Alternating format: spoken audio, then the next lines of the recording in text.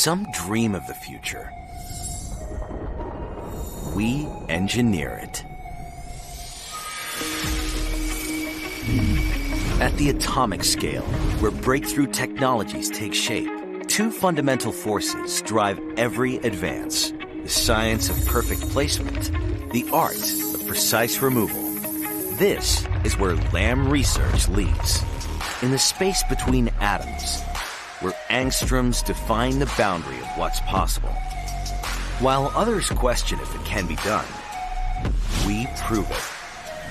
From advanced memory to logic, from cloud computing to artificial intelligence, deposition and etch drive progress in semiconductor manufacturing, and our innovations keep pushing the industry forward.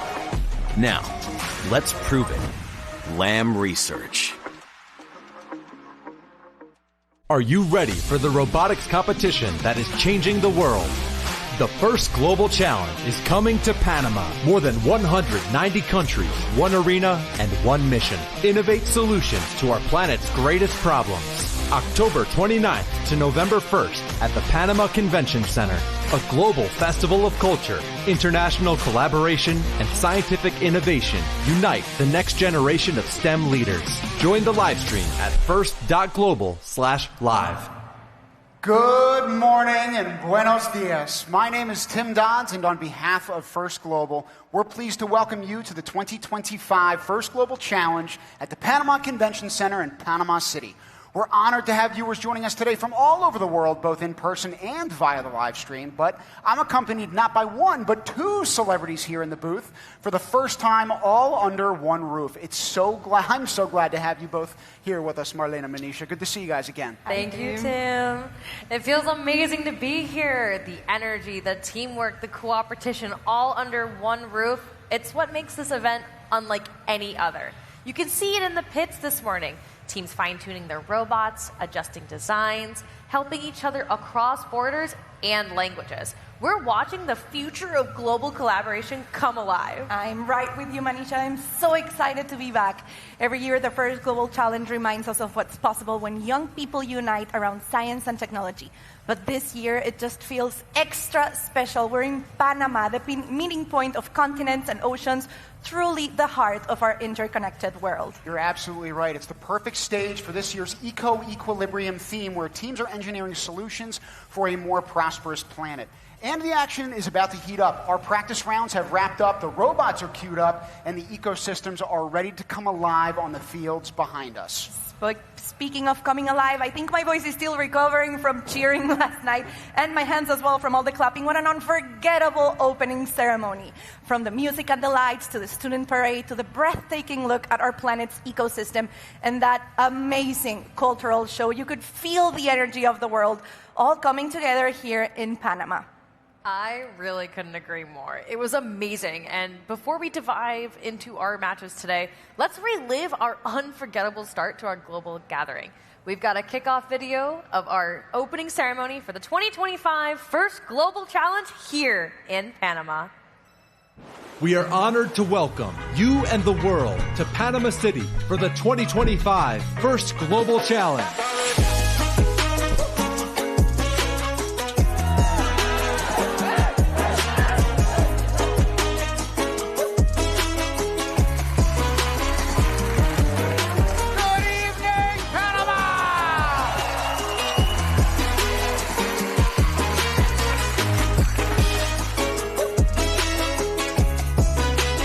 Never doubt that a small group of dedicated people can change the world.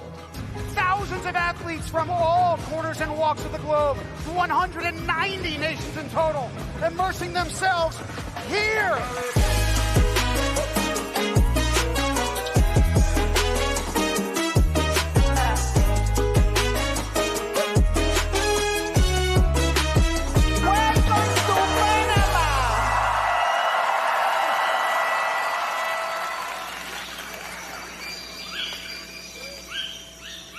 A lot of pomp and circumstance behind that opening ceremony. We were also graced to watch the Panamanian cultural show. We're so grateful to this host nation for having us here the 9th time for the First Global Challenge. Just an incredible experience to be a part of from the get-go.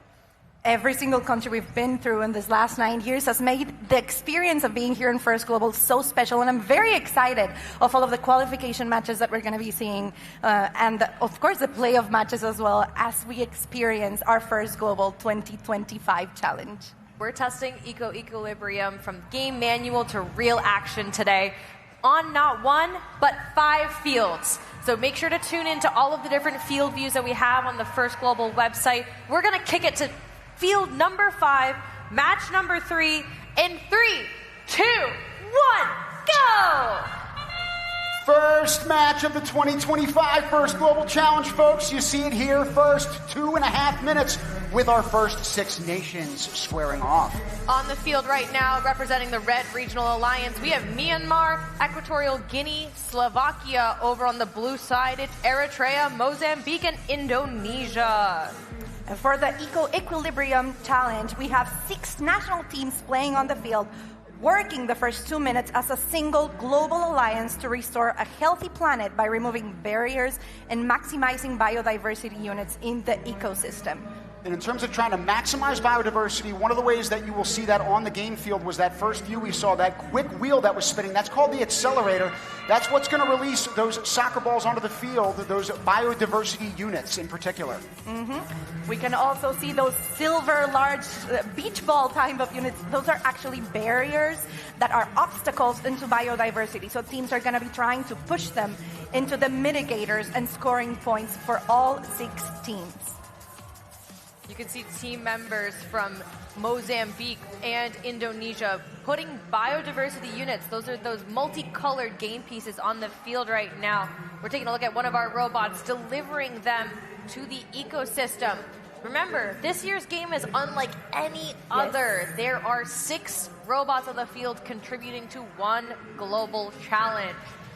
Usually we have 3-on-3. You'll see that 3-on-3 action come into play later in the match, but for right now, the scores are tied, and they will remain so until we get into our end game. A few seconds ago, you saw the robot from Indonesia using what was looking like an elevator lift to get those 4 biodiversity units into one of those ecosystems. Again, so human players can toss them into those bins. The robots can also just as easily put them there. A lot of different mechanisms for how points can be scored in this game.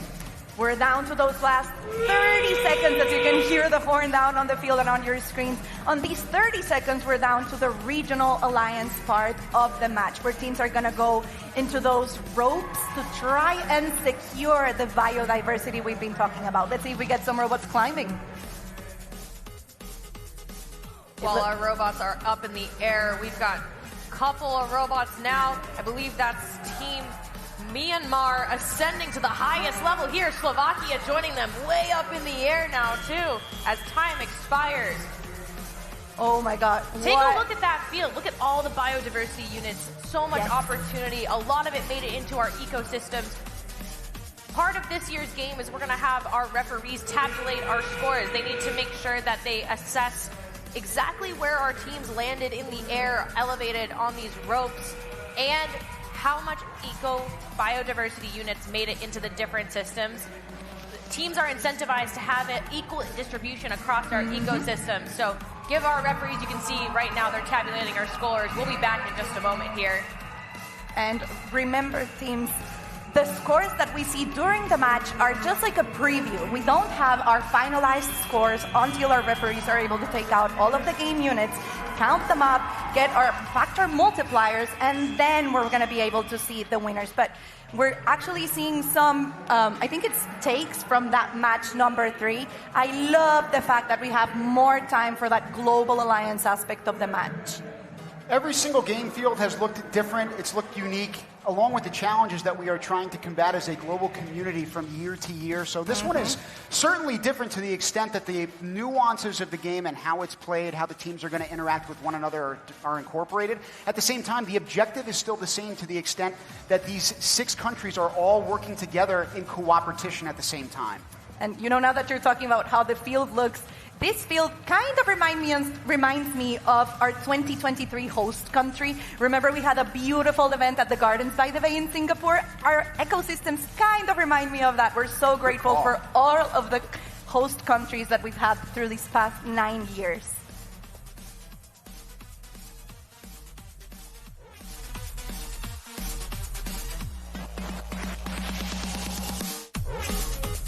We have scores scores. on the board.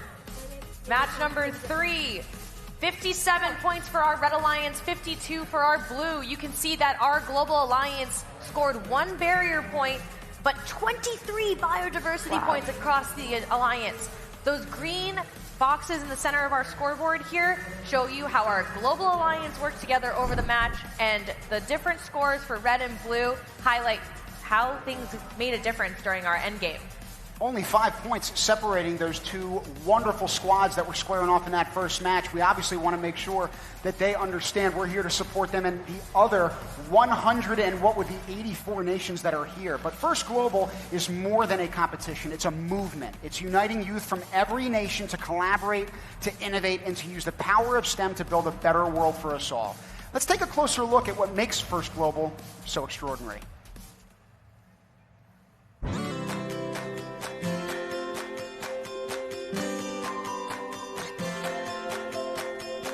Transforming the world starts here.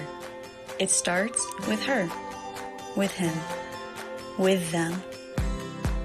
There are many brilliant young minds with the potential to transform our world for the better. But not everyone has access to the opportunities that unlock their talent. But what if every child had the tools they needed to solve problems in their own communities? Our mission is to inspire leadership and innovation in youth from all nations by empowering them through education in science, technology, engineering, and mathematics, also known as STEM. With First Global, any student can bring their imagination to the table and receive the tools to make their vision a reality. We accomplish this by hosting the First Global Challenge, an annual Olympic-style international robotics competition. One team of youth from each country builds and programs a robot to compete in a game themed around an issue of global importance.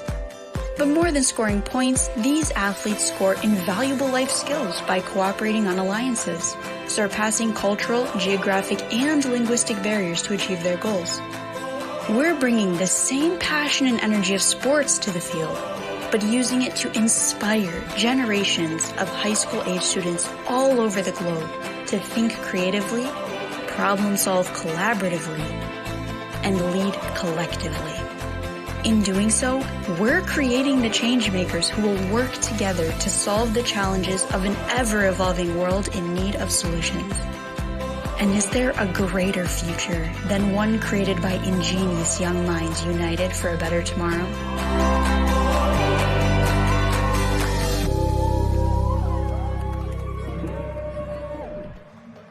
It's amazing to see the impact that this program has had in the last 9 years alone. I personally am looking forward to see everything that'll come from First Global in the next 9 to 90 years moving forward. We're now going to take it to match number 6 over on field 5 in 3, 2, 1, go! We're starting our match with the teams on the field are going to be Armenia, Saudi Arabia, and Djibouti for the Red Alliance. And on the other side for the Blue Alliance, we have Team Malawi, United Arab Emirates, and Uganda. And as we focus on one of those 6 competing nations, Malawi, they are a UNESCO World Heritage Site that's considered a global hotspot for freshwater biodiversity in particular. So when we talk about the 3 different ecosystems that we have out here on this field, one of them is freshwater, another is going to be marine, and then the other is terrestrial, aka land-based ecosystems. And we were previously seeing a take from one game element that we haven't discussed yet today, the accelerator. So this is a part of the game field where teams can go over, rotate the accelerator wheel, and that's going to fasten the speed at which biodiversity units are coming down on the field. This is going to give them an advantage of having more resources at their disposal and bring those scores up. Minute 30 seconds left in our match. You can see one of our teams in the field right now. It looks like Team Uganda. They're trying to take one of the barriers away from that ecosystem, promote more biodiversity units for their global alliance in that specific tower. So now, remember, 7-7. Teams are working together right now for 6 robots on the field working together. Removing those barriers and promoting those biodiversity units in the tower, we'd like to see them equalize. That will help our teams promote the highest distribution factor across their score. So right now it's 7 and 7.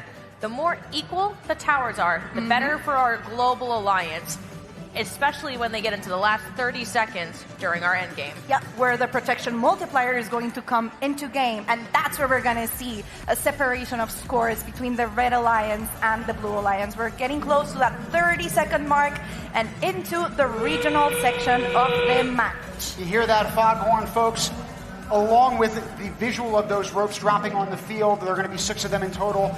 1 for each of the robots, hopefully trying to ascend in these last 20 seconds. They're clamoring right now. It looks like they're on the first level of what could be 4 different levels in that endgame bonus. I also hadn't taken into consideration that some of the game pieces might come as an obstacle for teams trying to climb up the ropes, but it looks like we've got 1 robot at least up. Look at that mechanism. That's beautiful. It looks like that's the UAE, again, hosted in 2019 to our competition in Dubai. They've ascended to new heights here in Panama City. Good for them.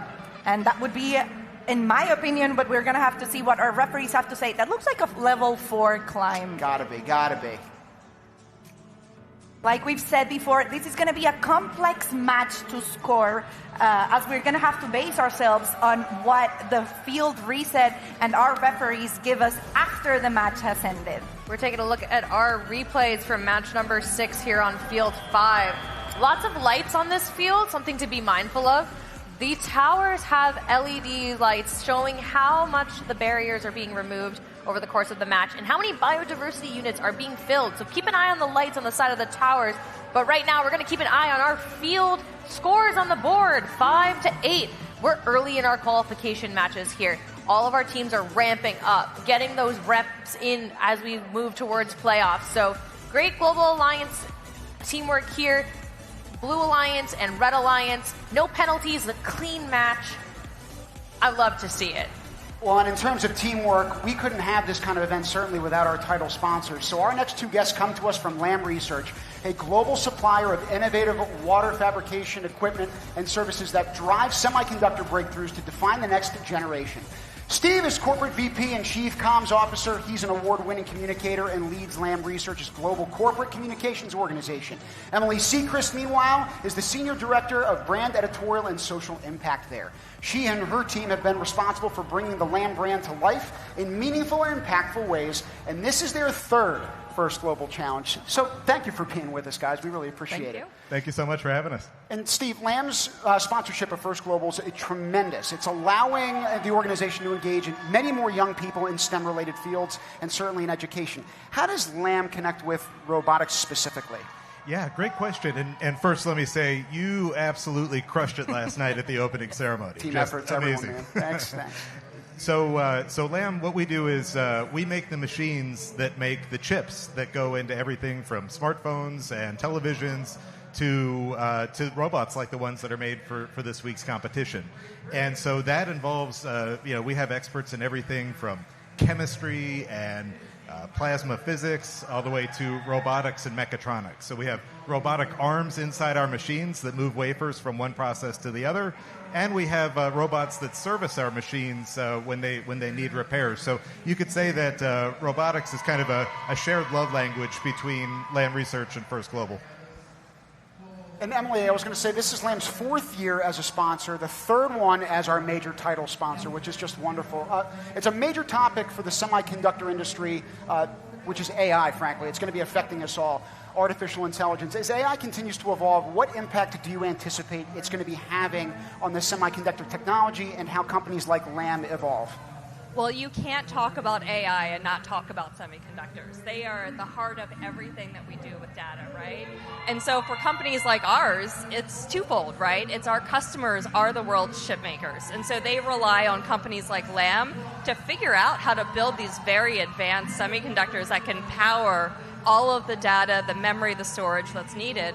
But then also for us, there's the pressure to innovate faster.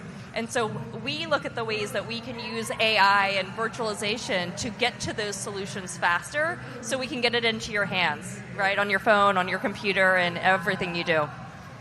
Wait to see how that technology is going to be changing as we go on. Steve, you've been here with us for a few years. Would you mind telling us a little bit about what's your biggest learning experience from this event? Yeah, absolutely. So part of my job involves media relations for the company. So that means every day I read headlines from around the world and think about how to position Lam externally. And, you know, there's a lot of news out there that makes you concerned about the state of the world, the state of the future.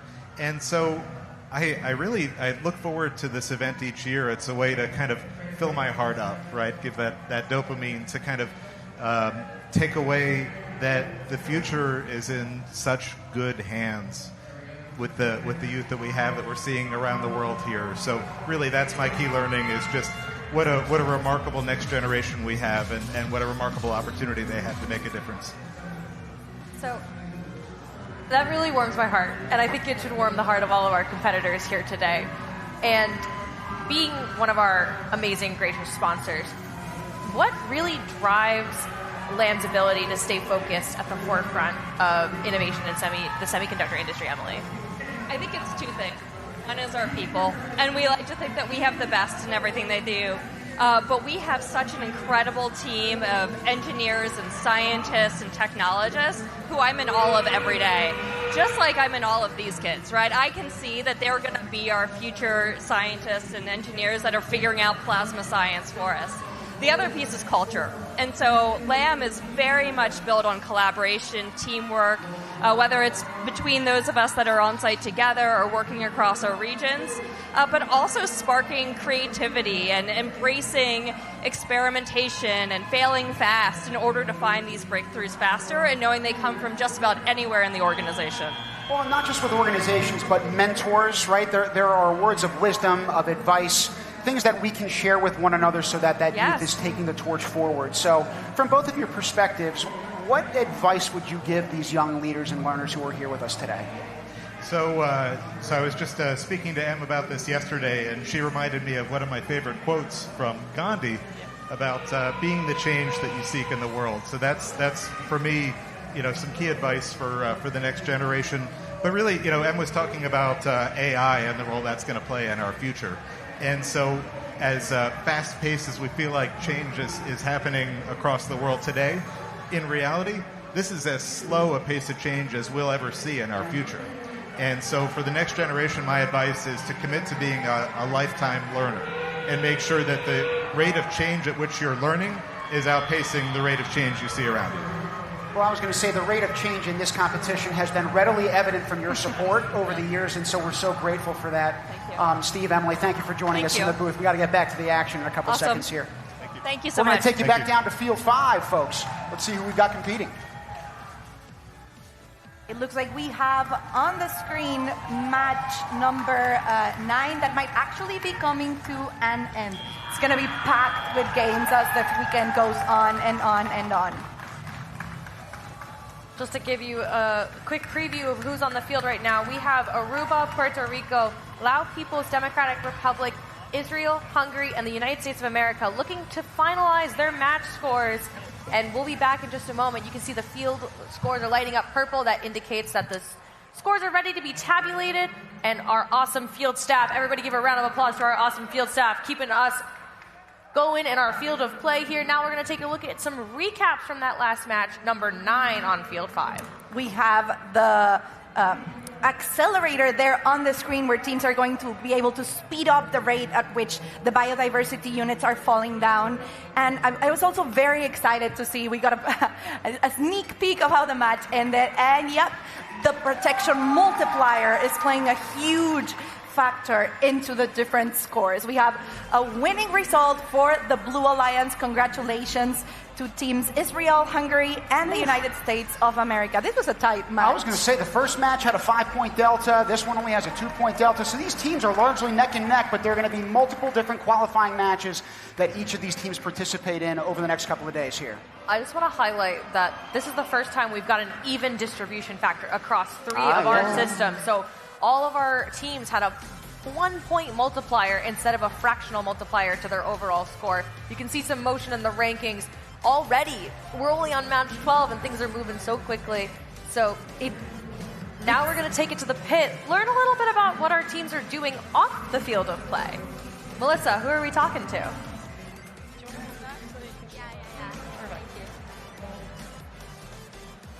Good morning, Panama. We're here at the pit of Team Japan with my friend. My name is Mia from Team Japan. And my other friend. Yuki Fuji. So, last night at the opening ceremony, we saw some really cool t-shirts that you were wearing. Can you show the background? Because I read something interesting. So, become the next king of the pirates. Can you tell us more about this? Sure. This t-shirt says, I'll become the next king of the pirates, and it represents our goals to be your #1 in FGC in 5 years. Yeah. And I can see that you've brought so many lovely things with you. There's a beautiful cultural showcase. I can see the origami, right? Yeah, this is the origami. For example, do you guys know ninja? This is a shuriken you throw to the ball. Did you guys make it? Well, some of us made it, and also we all had some people from social media make them and send them to us. So it's a mix from origami made by us and also from other people. Perfect. Thank you so much. Let's go back to the booth. Thank you, Mel. We look forward to seeing Team Japan in match number 30 here on Field 5. But right now, we've got match number 12 on the field. It's time to meet our teams. We have Czechia, Tajikistan, Pakistan, Philippines, Guinea-Bissau, and the Maldives on the field behind us. Are we ready to go? We're ready to go. We're so excited. It's almost like we don't even have time to catch our break when we're ready for the next match to start. And they're almost ready to go right down behind us on the field. I'm excited to see the scores and how this is going to play out. Looks like we're ready to get this going in 3, 2, 1, go! Just for the record, everybody, the word robot was invented by Czech writer Karl Čapek. It was derived from the Czech word robota, meaning forced labor. But I can promise you that there's nothing forced about this exercise. It is all fun and games, folks. We're starting the match with teams trying to take out those barriers. Those are the gray balls that we're seeing on the field. They're trying to take them out from their ecosystems and taking all of the way into the mitigators. This is going to be worth 1 point for all 6 teams in the match. Let's take a look at those accelerators. The lights are something to pay attention to over the course of our field of competition and our gameplay here. As the lights increase, so you see the bar above the accelerators going up and up and up, that's telling you that the rate of distribution of these biodiversity units out of our dispensers will become faster. And slowly as it drains, that rate goes back down to slow. So teams want as many biodiversity units as possible on the field. We're looking at Team Philippines right now, working with their partners, Guinea-Bissau, trying to get those biodiversity units and deliver them to the human players who are, with the robots, adding those biodiversity units to our different ecosystems. Now, we've talked quite a bit, at least until now, about the game itself, but not necessarily the player personnel. Every single person on each of these teams has a different role to play. One might be a driver, one might be a programmer, one might be a social media expert. The list goes on. It's unbelievable the versatility that these kids have showcased as a team in getting here, but then individually within their own team showing the diversity of roles that they themselves have. Oh, definitely. Even just sticking to the driving team, we have 2 students, 1 or 2 students that are driving the robot. We have someone who's in charge of strategy, which imagine, you're just put on with a random alliance. They speak different languages. You have just a couple of minutes to set up your strategy, and they're rocking at doing that. And we also have our human player who's throwing those biodiversity units into the ecosystem. We're down to the last 18 seconds on the field. Which team is it that's climbing? You just saw that human player like Curry from the logo. We've got now robots ascending into the air. Czechia right now all the way up at the top of that rope. No more space to go. In 3 seconds, our other teams are trying to get in the air to increase that multiplier for our end game distribution score. That's where it makes a difference for our alliances to take home the win. Yes, from what we've seen on the previous results, that protection multiplier has been the single factor determining if the Red Alliance or the Blue Alliance takes the win. And remember, folks, that's going to be determined by how high the robots, the lowest point of the robot ends up climbing the rope and securing that biodiversity. So I'm excited to see how many points they got for their protection multiplier, both the Red and the Blue Alliance, and see who takes the win. I'm excited to see how these robots also change throughout the competition. We had Tajikistan just a few seconds ago looking at its intake system, working tirelessly to harvest each of those biodiversity units and then trying to put them in those 3 different ecosystems. The human players, as Manisha had alluded to earlier on, have been absolutely on fire. The NBA would be super proud of the form that these kids are demonstrating out here. They've got plenty career opportunities after they leave here first, and it's not only engineering. You guys could go into the NBA, as Tim is saying. I love the fact that we can also see how diverse not only the students are, but the robots themselves. We're looking at 3 different robots on the field. They look completely different from one another. The way that they decided to face the challenge is what makes them special. We've got our score on the board for match number 12. 45-41. These matches are neck and neck, and that really is a factor of our global alliance. They're all working together. So teams will be looking to evolve their strategy over the course of play, trying to ascend the rankings. We have a little bit of a static motion right now. It's early. We'll be able to see the teams ascend the rankings as the competition moves on. One of the next teams that we're going to introduce to this competition is none other than Mauritius. They come from an island known for its harmony between people and nature. With a focus on innovation and collaboration, they're ready to make their own nation proud. Let's hear from them now.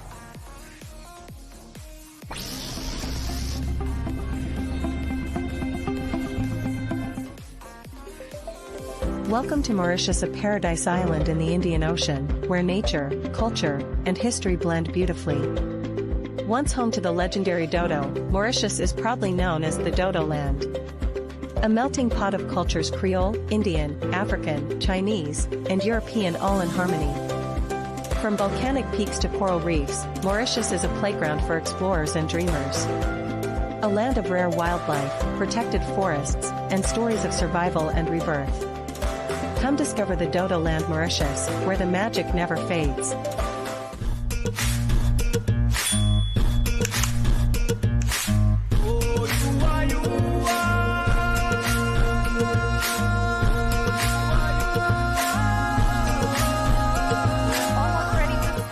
Almost ready to start with our next match, but I want to point out how Mauritius, a small island in the Indian Ocean, can be so rich on multicultural and can bring so much value into this competition. We're going to see them on the field behind us in match number 15. They're joined by Hong Kong, China, Morocco, Switzerland, Lithuania, and Senegal. We're starting match number 15 in 5, 4, 3, 2, 1, go! Like Manisha mentioned before, for the Red Alliance, we have Team Hong Kong, China, Mauritius, and Morocco playing against, or well, they're currently playing as one global alliance with the Blue Alliance, which is joined by Switzerland, Lithuania, and Senegal. Even though we have teams here that are present, along with some mentors and supporters, we know there are plenty more home that have also helped these teams to actually get here. So in terms of Mauritius, we saw a video vignette on them just recently. They are sponsored by Yuva Mauritius. It's the nation's top youth NGO led by Dr. Krishna Atal. So again, just one of many different examples here of communities pooling from back home to get these kids here. We had a nice shot of Team Senegal prioritizing taking those barriers outside from the ecosystem to actually make more room for those biodiversity units. It's hard, of course, to design a robot that can handle more than one game element.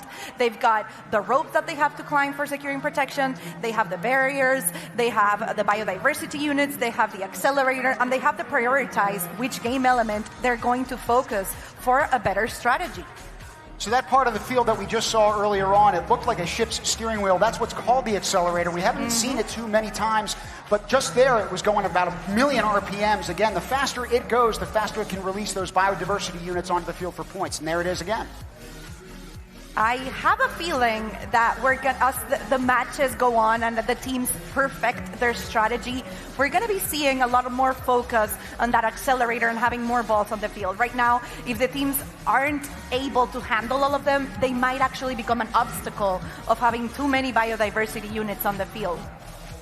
I think the difference in size between the game pieces adds to the challenge. Yes. With the size of the wheels that a lot of our robots are using, want to be careful that you don't accidentally get stuck.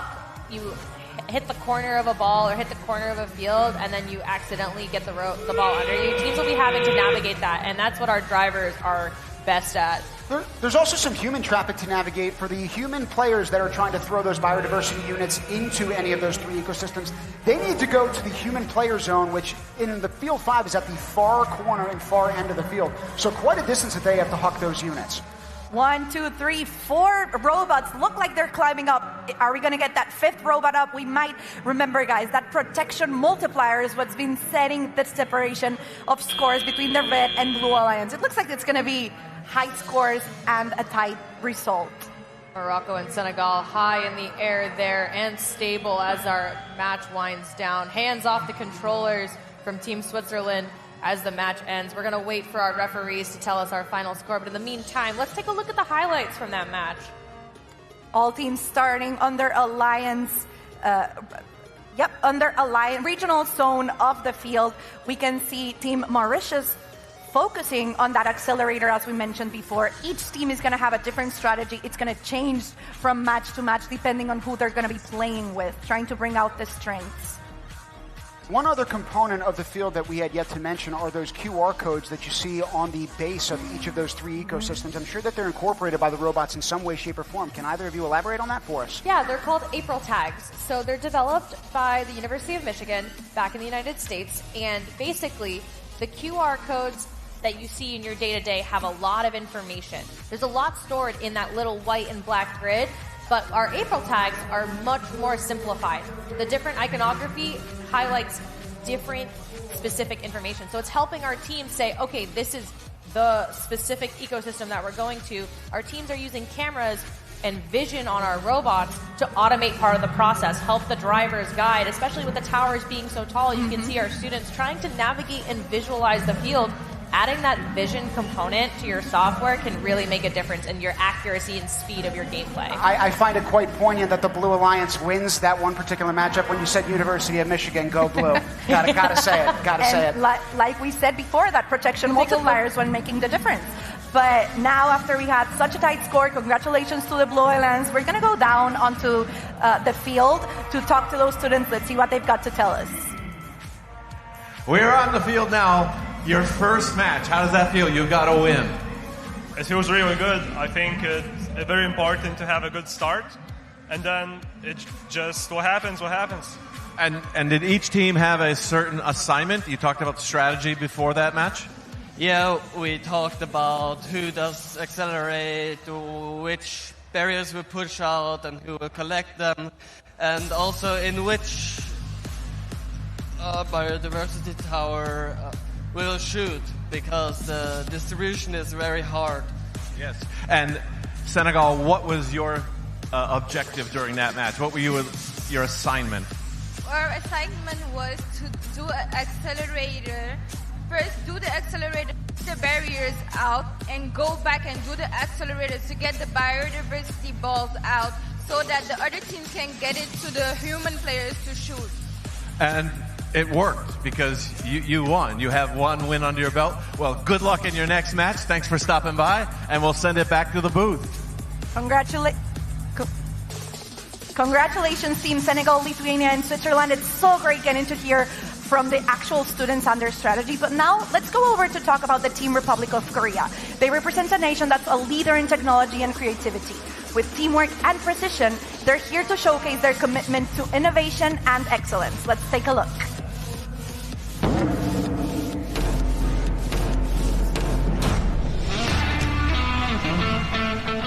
안녕하세요. 성인입니다. 제 이름은 박현도입니다. 저는 나성민입니다. 제 이름은 김찬입니다. 김지우입니다. 저는 홍희재입니다. And we are Team Korea. This is my second time doing First Global, and it showed me that STEM isn't just about science. It's about working together to solve real problems. Growing up in South Korea, I've seen how fast things change with technology. But through FGC, I've learned that sharing ideas across borders makes them even stronger. As the next generation, I believe we have a real chance and responsibility to lead change with STEM. Competing in robotics field is very exciting and rewarding. As a youth national archer, I'm used to training hard and staying focused under pressure. And robotics field's the same, but as a team. We build, solve problems, and grow together. I think just like any sport, robotics is for anyone. Not with strength, but with curiosity and persistence. To us, competition means growing together beyond borders and differences. Last year, we worked with a North Korean defector and learned the power of diversity. That experience taught us to listen more, respect differences, and learn from each other. This year, we're bringing that mindset into everything we do, pushing our limits as one team. See you in Panama!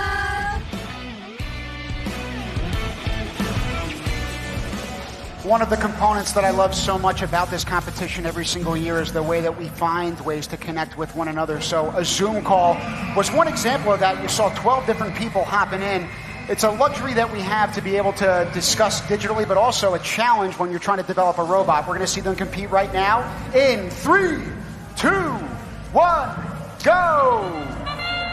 We're starting match number 18, and on the field for the Red Alliance, we have the People's Republic of China, Kosovo, and the Republic of Korea. They're going to be playing with and then against Team Latvia, Belize, and Lebanon. Republic of Korea, we just saw their video. They really have excellence on and off the field of play, truly demonstrating that robotics is a sport, coupling their pinpoint accuracy with a bow and arrow with their robot driving on the field behind us. 3 different targets that they could potentially shoot for here in terms of those ecosystems. Again, you've got terrestrial, you've got marine, and you've got fresh water. So again, 3 different targets that those human players or robots could put those biodiversity units, but they've also got to get each one of those elements out, or those barriers, sorry, from out underneath those basins. Did you see Team Latvia push? It was at least 2 of those barriers into the mitigators like it was nothing. I think that's going to come in so handy for 2 things. First of all, for the points. Second of all, because in the end, they're not going to have those obstacles on the field. See, I think that was them again. It's Bingo. Team Latvia. Yep. They're killing it with the barriers. And then again, the human players playing basketball down with the first global. We have 1 minute, 13 seconds left. We have already seen double-digit scores across our global alliance. See how quickly those distributors are releasing, or dispensers, releasing our biodiversities into the field. Clearly, someone's accelerating.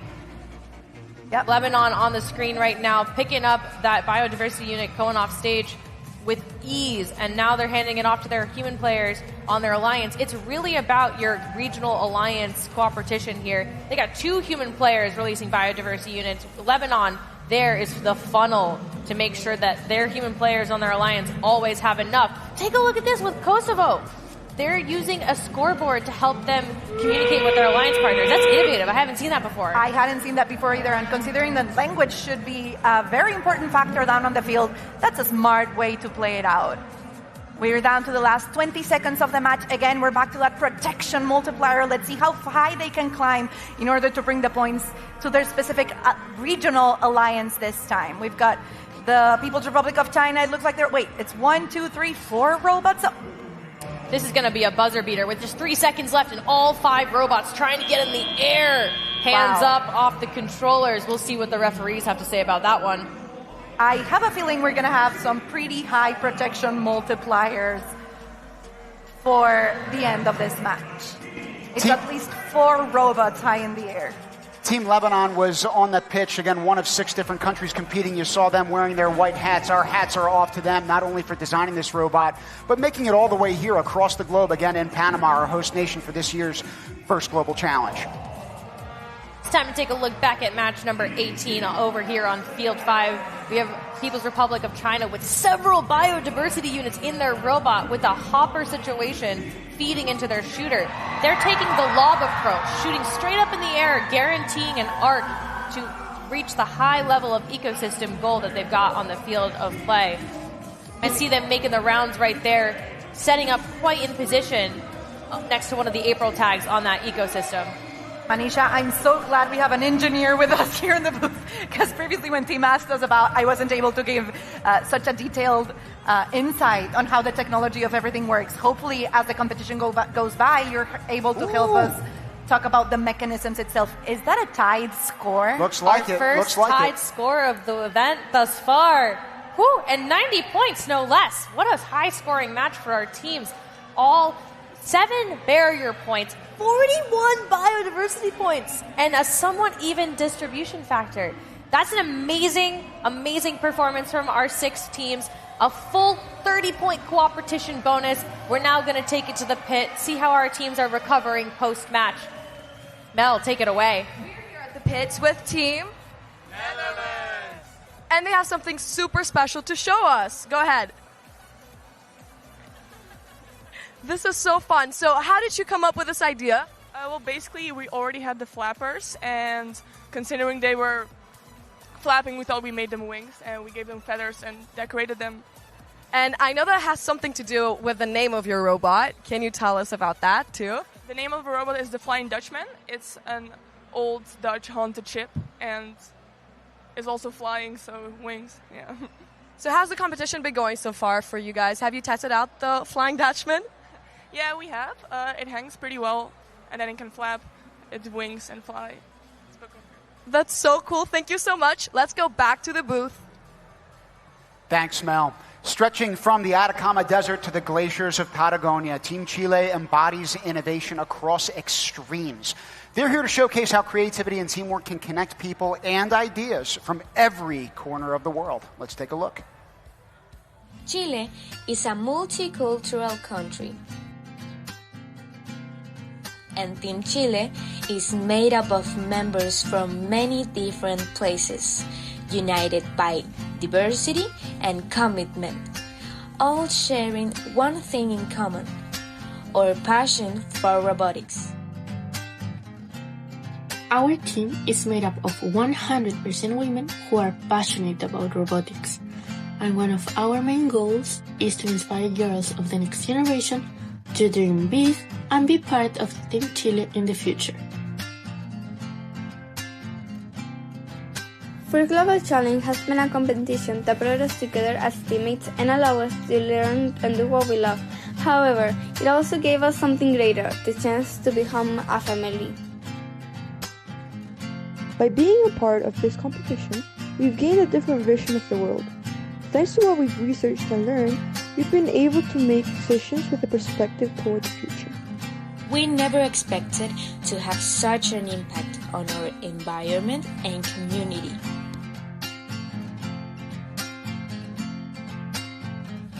Not to mention everything we've learned and accomplished together, which has only made our team stronger. Team Chile 2025!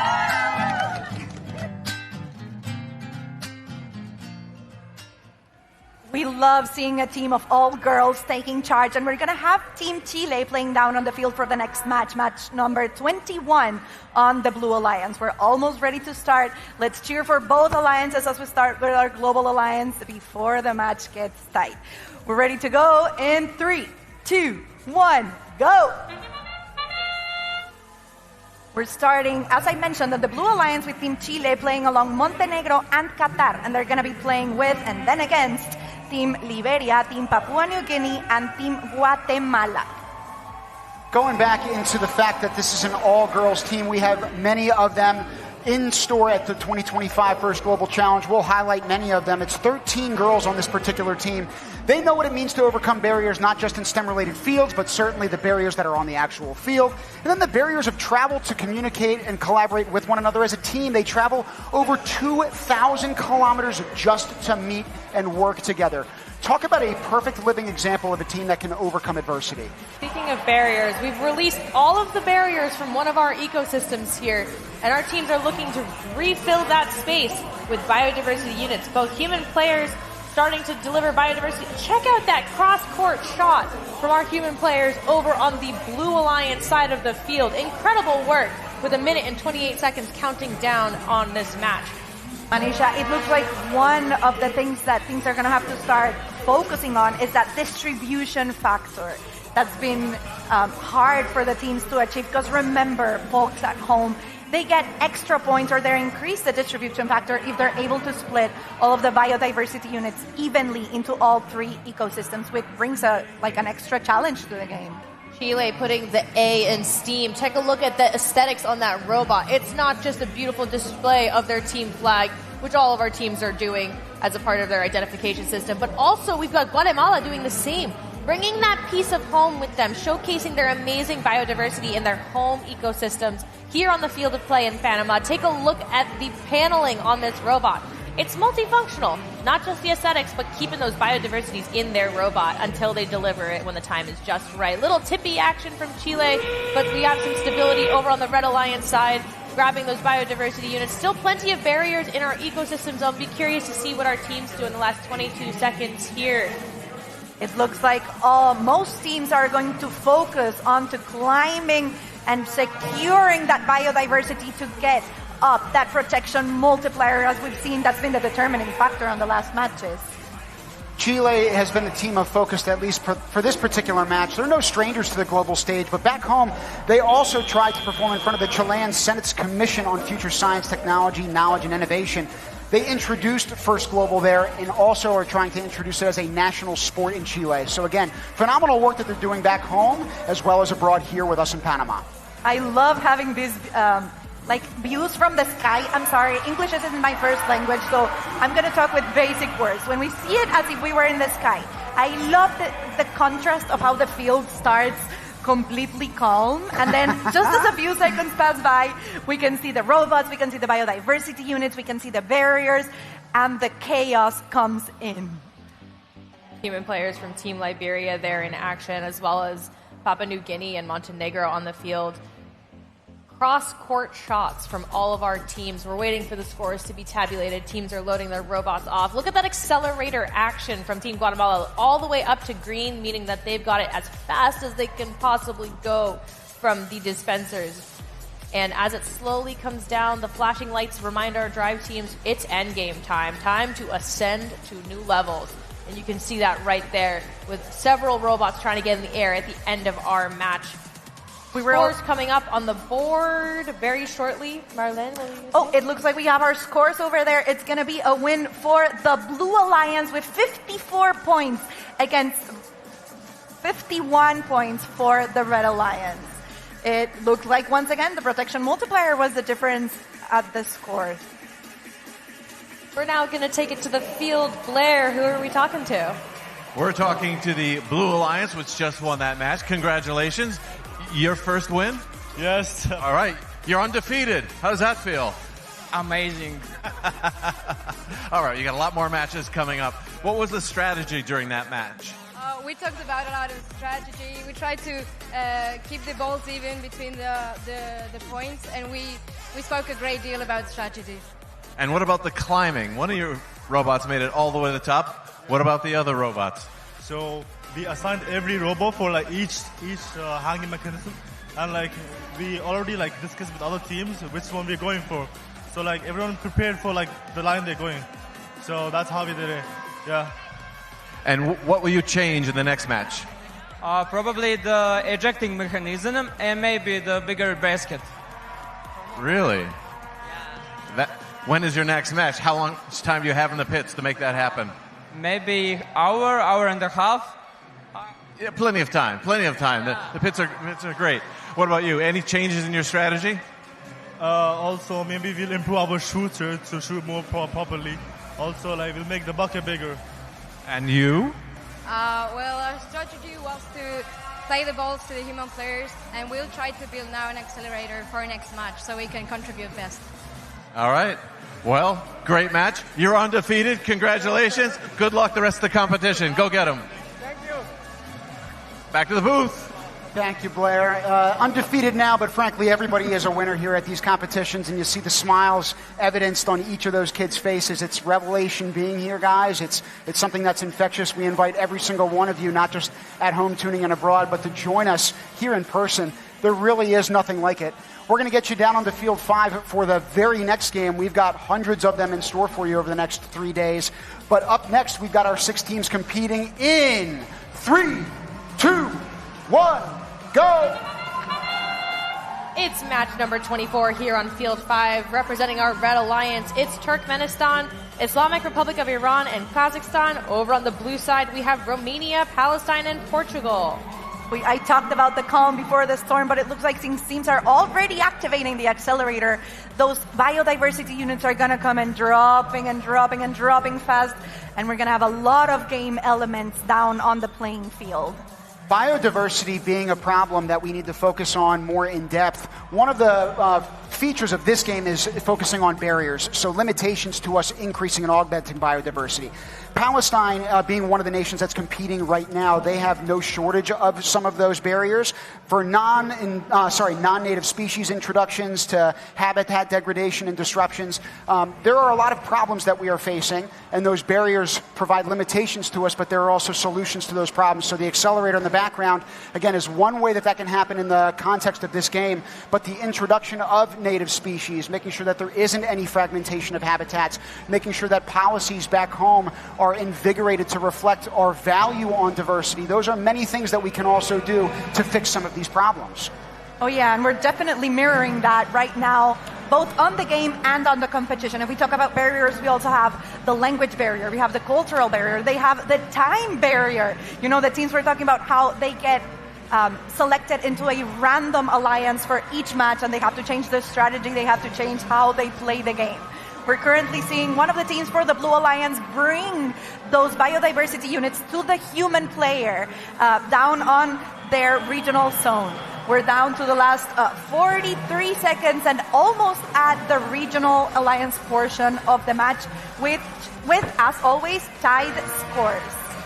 I'm going to be really interested to see how Kazakhstan, one of the teams on the Red Alliance, does over the course of this competition.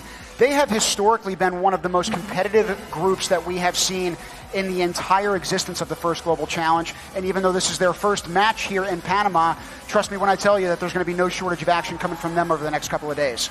We've got, I believe it was Team Kazakhstan. There they are right now, yeah. All the way at the top of the rope. I really want to see how the other robots are doing. It looks like we're going to have a high protection multiplier factor for this match, and that's going to make the difference over who takes the win. We've got at least those two robots are definitely on the 4th level. I mean, I'm not one of our referees. We're going to have to wait for the official scores, but man, those are good climbs. Referees entering this field of play now to do those final tabulations, but let's take a look at our replays to give him some time here. Look at that mechanism inside the robot spinning.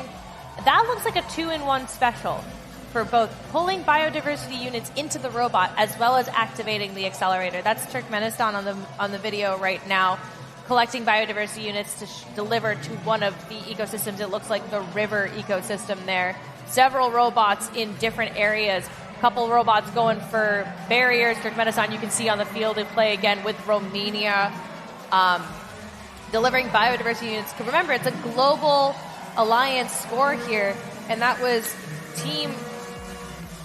teamwork at its finest. I want to point out, Manisha, we were seeing something very interesting with the robot of Team Turkmenistan.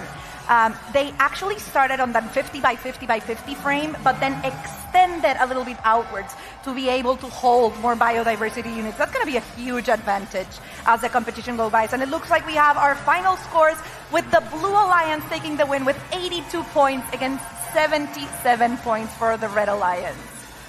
3 barrier points, 35 biodiversity points for this global alliance with an even distribution factor.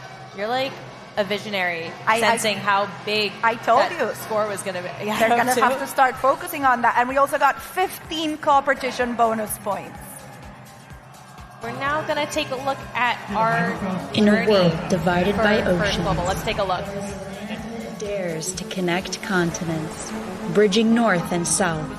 It emerged 3 million years ago, serving as a sanctuary for life, a hub for the exchange of species, cultures, and dreams.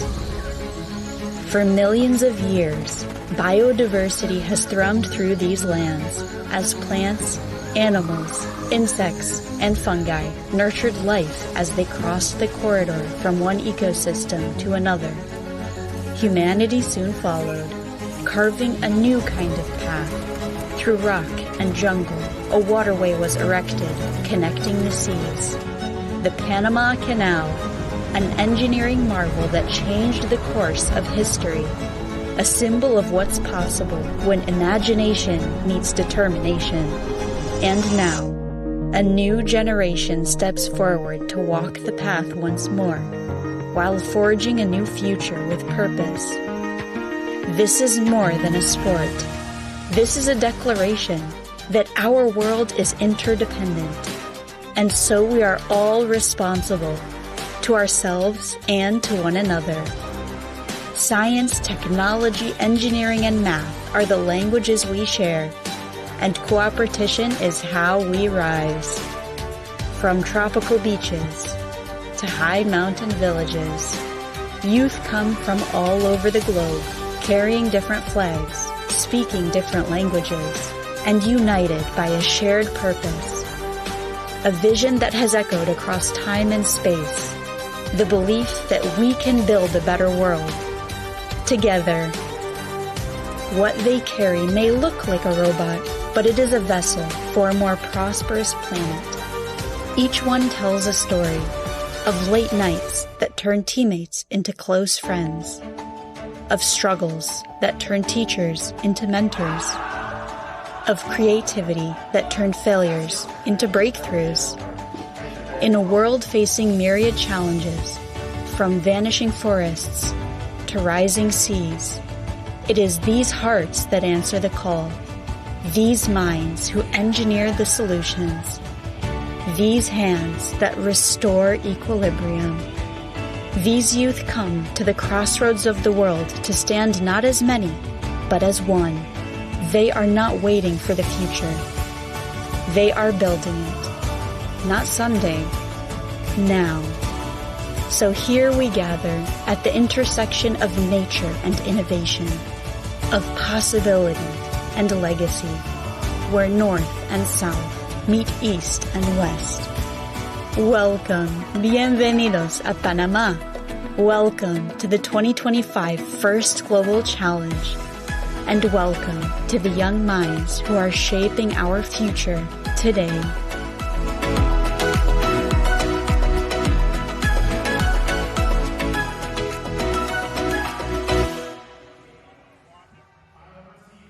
The Panama Canal is illustrative of journeys where ships can go from west to east, east to west, the Atlantic and Pacific Oceans being linked. But here at the First Global Challenge, every single one of the 190 teams has had their very own unique journey to be here. We're going to journey down to Field 5 for our next game in a few seconds, and it seems like they are ready to rock here in 3, 2, 1, go! We're starting match number 27. The Red Alliance is formed by the United Republic of Tanzania, Dominican Republic, and Venezuela. They're going to be playing with the Blue Alliance that is formed by Rwanda, Poland, and Croatia. 2 minutes and 30 seconds in our match here, and drivers take control right away, jumping into action to remove barriers from our ecosystems, collecting those biodiversity units. You can see Team Dominican Republic right now in the field of view. Their human player working to deliver those biodiversity units to other human players so that they can shoot it cross court. You can see that in the terrestrial ecosystem, just barely making it in. We're looking at Team Venezuela have an amazing support crew here in the stands with them. Very fortunate that some of our teams are able to bring people from home, given the proximity of their home countries to Panama. I was going to say, with the drums back there as well, you'd think that we were at a Plaza Amador game in Panama City, one of the famous football teams that participates here. But we've got 190 teams that are also squaring off in 3 days. It's going to be nonstop action in this very arena and stage. We had Team Poland on the screen taking control of one of those biodiversity units. We weren't able to see if they were taking it to that ecosystem or to the human player. Remember, those are the two different strategies that they can do when taking control of the biodiversity units. One of them is going to earn them 1 point per ball, and then the other one is actually going to hand the ball into the human player and see if they're able to score it on top of the ecosystem. Venezuela had named their robot Delta. We'll see if they can cover the Delta at the very end of this game, point-wise. That's going to be indicative in 30 seconds with that train whistle that you'll hear. Again, all of these teams will try to clamber towards those ropes that'll be in the middle of the field. As we take a look across our three ecosystems, there's a lot of attention to that terrestrial ecosystem. Plenty of biodiversity units. So our teams in the last 30 seconds, you can see Team Dominican Republic right now trying to release all those barriers to get some more biodiversity units in the other ecosystems. Our teams want to have a try and even score for that maximum multiplier potential on the field of play. 17 seconds left. Robots are now approaching the ropes dropped into the field. Taking a look right there. That looks like Team Dominican Republic all the way to the top. The stress that these drive teams are feeling. Croatia, you can see the anticipation of the last couple seconds here in this match to see the score differential as a result of their robots in the air. We'll take a look in just a moment. And remember, guys, once the match time is over, once we're done with those 2.5 minutes, robots are no longer allowed to continue climbing. The scores are going to be how high the lowest point of the robot climbed up at that 2-minute and 30-second mark. That's what's going to determine the protection multiplier. And that isn't based on the global alliance. That's going to be individual for the regional alliance, and that's going to give us a score difference. I can't really see the flag for which robot it was. I love that it says robotics is a sport. That was actually Delta Team Venezuela once more. Again, the major fan squad that you got in the stands. They can only do so much cheering from the sideline. On the field, it looks like their robot did a great job in this match, but we're still awaiting the scores. And also, nice to point out that on some of those matches, the teams are going to have teams in their alliance that actually speak the same language, and that might come as an advantage. For example, in this match, we had the Dominican Republic and Venezuela, with both speak Spanish, and that could come in handy for when trying to set up that strategy. In a difference of when you have 3 teams that speak a different language. We have our scores on the board here. 86 points to our Red Alliance. That was to the Dominican Republic, Venezuela, and the United Republic of Tanzania with 86 points. Speaking of that distribution factor from earlier, the ecosystems were even by the end of our match. So they had a full cooperation bonus, maximum potential for our multiplier here in that match. Woo! These are beautiful scores. I love seeing both the distribution factor, the protection multipliers high up, the full competition bonus. It looks like we're going to keep on having higher and higher scores as the weekend goes by. And you're going to start seeing teams potentially separate themselves in the pack of 190. This alliance has a 20-point delta. I think that's the largest spread we've seen thus far in their ranking matches. I also want to point out, we've talked a little bit about, or we keep mentioning about which alliance takes the win. Guys, this qualification matches, the rankings is not based on which team takes the win. It's actually the scores that go into the rankings. And we're going to take all of the scores from the team's matches, and we're going to make an average, and we're actually going to eliminate the lowest match score that they have from the tournament. So we're giving them a little bit of room to maybe not do as well in one match, and it doesn't matter if they take a win or if they take a loss, as long as they're able to get the highest score possible. That's going to help them in the ranking as the competition goes by. In terms of this competition, we could not have it again without these athletes and learners from around the globe, but we also could not have it without our instrumental title research sponsor, Lam Research. Let's take it away. Some dream of the future. We engineer it. At the atomic scale, where breakthrough technologies take shape, 2 fundamental forces drive every advance: the science of perfect placement, the art of precise removal. This is where Lam Research leads. In the space between atoms, where angstroms define the boundary of what's possible. While others question if it can be done, we prove it. From advanced memory to logic, from cloud computing to artificial intelligence, deposition and etch drive progress in semiconductor manufacturing, and our innovations keep pushing the industry forward. Now, let's prove it. Lam Research. Once again, huge thank you to Lam Research for all of your support you have for us and our students on the playing field behind us.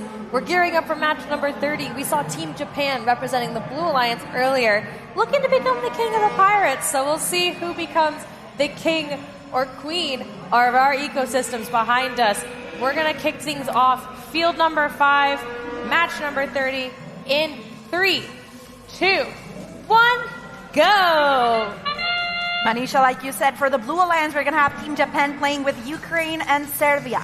And for the Red Alliance, we're going to have Chinese Taipei playing with the Federated States of Micronesia and Slovenia. Almost 2 minutes and 15 seconds left, and we're seeing Chinese Taipei working on that accelerator to get that rate of biodiversity unit as fast as possible. That last country that you mentioned in the alliances was Slovenia, and it's the only country with love in its actual name. That's what this competition here is all about, bringing and convening the entire world on one stage. In fact, Slovenia has seen such success in the robotics programs that since last year, they have doubled, you heard me right, doubled the number of FTC teams in their home nation, all of whom combined to form this year's first Global Challenge Team Slovenia. Speaking of Slovenia, on the field right now, fully extended out, trying to shuttle those biodiversity units from the dispensers to the red driver station area. Within that box there is where our teams are actually able to stick any part of their hands into the field. Otherwise, they're at risk. So we try to keep our teams and their safety at top of mind here at First Global. So having the robots deliver those biodiversity units to our human players is important. You can see in the background over there, one of our teams on the field right now taking our barriers off the field and delivering them to the mitigators. A lot of action on this field right now. And Manisha, we were talking about how the human players can go into the field when they're only when they are on their human player zone to grab some of those biodiversity units. However, they cannot, I repeat, they cannot have contact with the robot itself.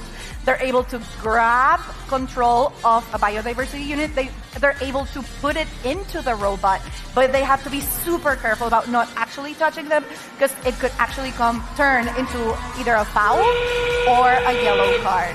We're down to the last 27 seconds. You heard that whistle. That means 30 seconds and counting down. You can see our teams are still actively trying to score and make the most of their point potential here on the field. Team Ukraine lining up for the rope there, trying to ascend into the sky with their alliance partners. We've got, looks like Chinese Taipei ascending as high as they can as well, and you can see the excitement from their drive team members behind them. I think we've also got Team Ukraine trying to reach that second or third level. Time is up, and it is at this point where our referees and scorekeepers are going to have to measure the distance between the playing field and the lowest point of the robots to see how much they're going to get for the protection multiplier. I repeat, the protection multiplier is the only factor of the game that's going to be directly going into the regional alliance and not the global alliance. So that's what's going to make a difference from one alliance score to the other. We're taking a look at the recap of that match number 30. Barriers out of our ecosystem. Just taking a little nudge. We've seen a lot of different approaches for releasing the barriers. Some teams have a mechanism specifically for it, and you can see here right now that's team... was it the Federated States of Micronesia, yes, I believe? Thank you. They're just nudging them out. And then you can see Team Serbia is actually the one delivering those barriers to the mitigator. Yes, it is. I think it's interesting how when they're able to take those barriers away from the ecosystem, we get more room for the biodiversity units, and they're able to get a higher score. We have our final score for the match. It's 51 points for the Red Alliance against 48 points, a tight score, but the Red Alliance is taking the win. And we're winning up here in the booth because we have our next two guests joining us. The first is Dr. Ricardo Neal, who serves as both the mentor of Team St. Kitts and Nevis and the founder and chairman of the St. Kitts and Nevis Robotics Association. Also in the booth with us, we have Mary Shelford. She's the executive secretary to the board for the SKNRA, as well as the Organization of Eastern Caribbean States, also referred to as OECS. We're so grateful to have you two with us. Your robotics program just started with, I believe, 3 students back in 2017, but now robotics is accessible to all secondary schools in your home nation. How did it grow into that nationwide movement? As a matter of fact, when we started out in 2017, being here with at the inception of First Global. And those 3 students was Jermila Henry, Xavier Shaw, and Jervik Lapsley, right? And so we started out then. And today we have grew to about 1,300 members. Yes, within St. Kitts and our Nevis alone. federation. Right? And so because of that, we had the countries in the region reaching out to us, asking us, how can we have what you have? And so we decided to form what is called the OECS Robotics Association, which allow other countries to do what we do. So coming next year, March, we're going to have our 2026 Caribbean Challenge. The super and regional the place challenge. is going to be announced soon. Nice. That's so exciting. I love to see the growth, especially, it sounds like 30 nations are going to be uniting next year. How did this idea originate? How did you bring this together? As a matter of fact, the countries have been reaching out to us. And so they have been asking us, we want to do something. So we decide, okay, why not get something going? Especially for some countries which are not able to They don't attend have the First Global. accessibility to We're First. providing them with that opportunity also. Sorry, Marla. No, Mary and Dr. Neil, I really want to know, what does it mean to you, the fact that St. Kitts and Nevis is leading this effort with robotics and science? It means a great thing because it's one of the smallest island states. And as a matter of fact, because of the work that we have been doing, the government of St. Kitts and Nevis found it right to make me one of the ambassadors. So now I am also serve as the ambassador for science and technology for the Federation of St. Kitts and Nevis. Especially to give opportunities to youth in the Caribbean where accessibility isn't always easy. It's a great opportunity for us here.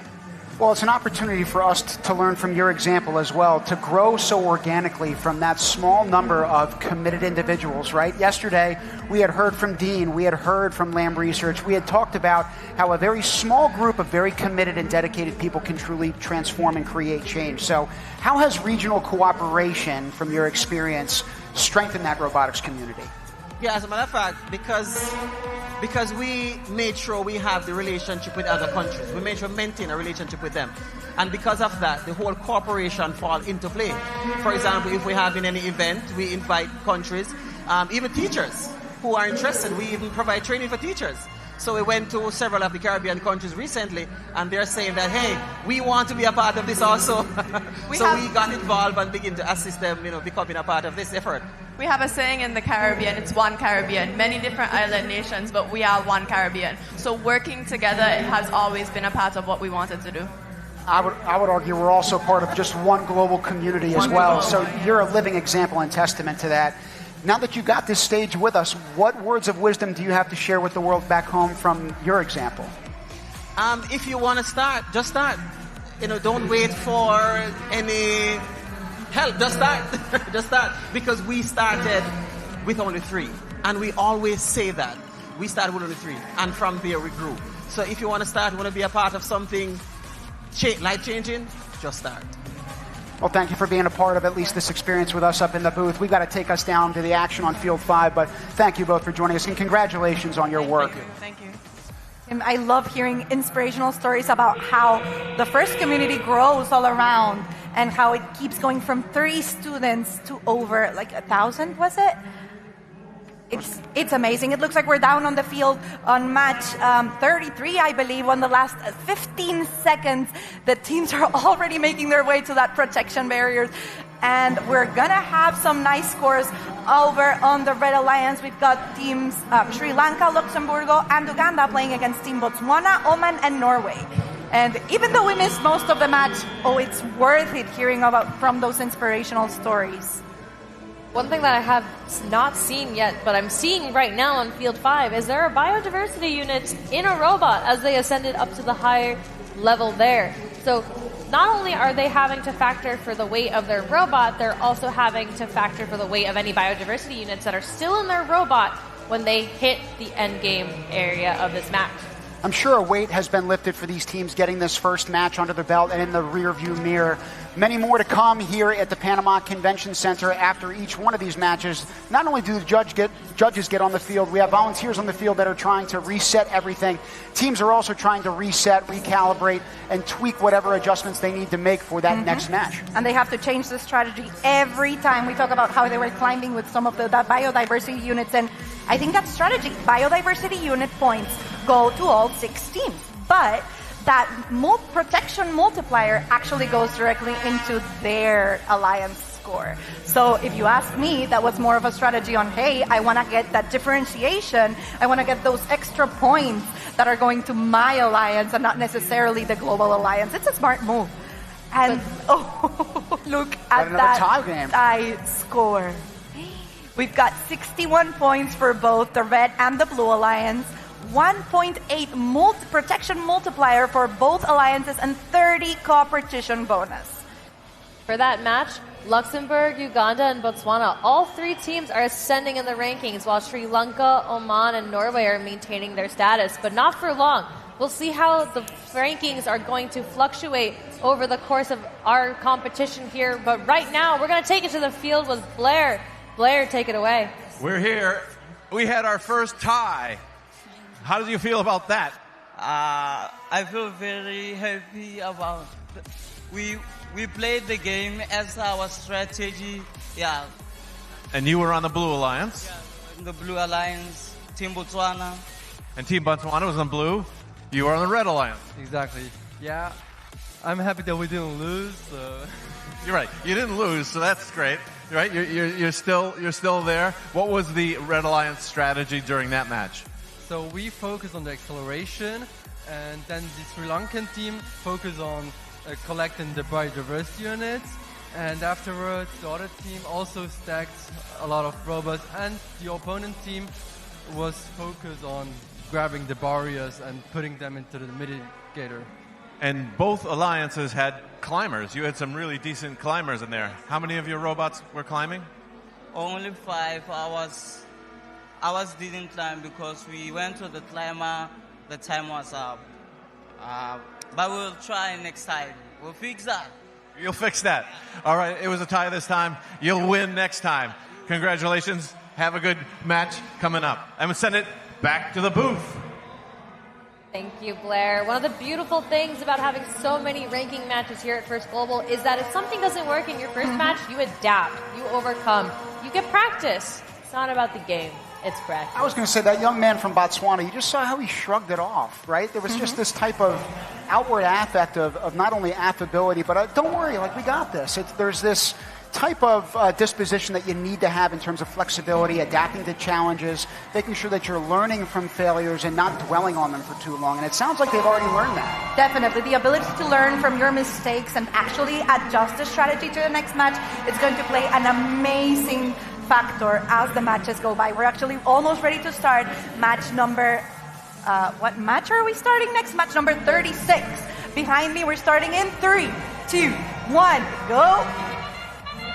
In match number 36, we've got the teams of Canada, Bermuda, and Mongolia scoring up with the Blue Alliance of Vietnam, Hong Kong, China, and Team Hope, our team of refugees this year.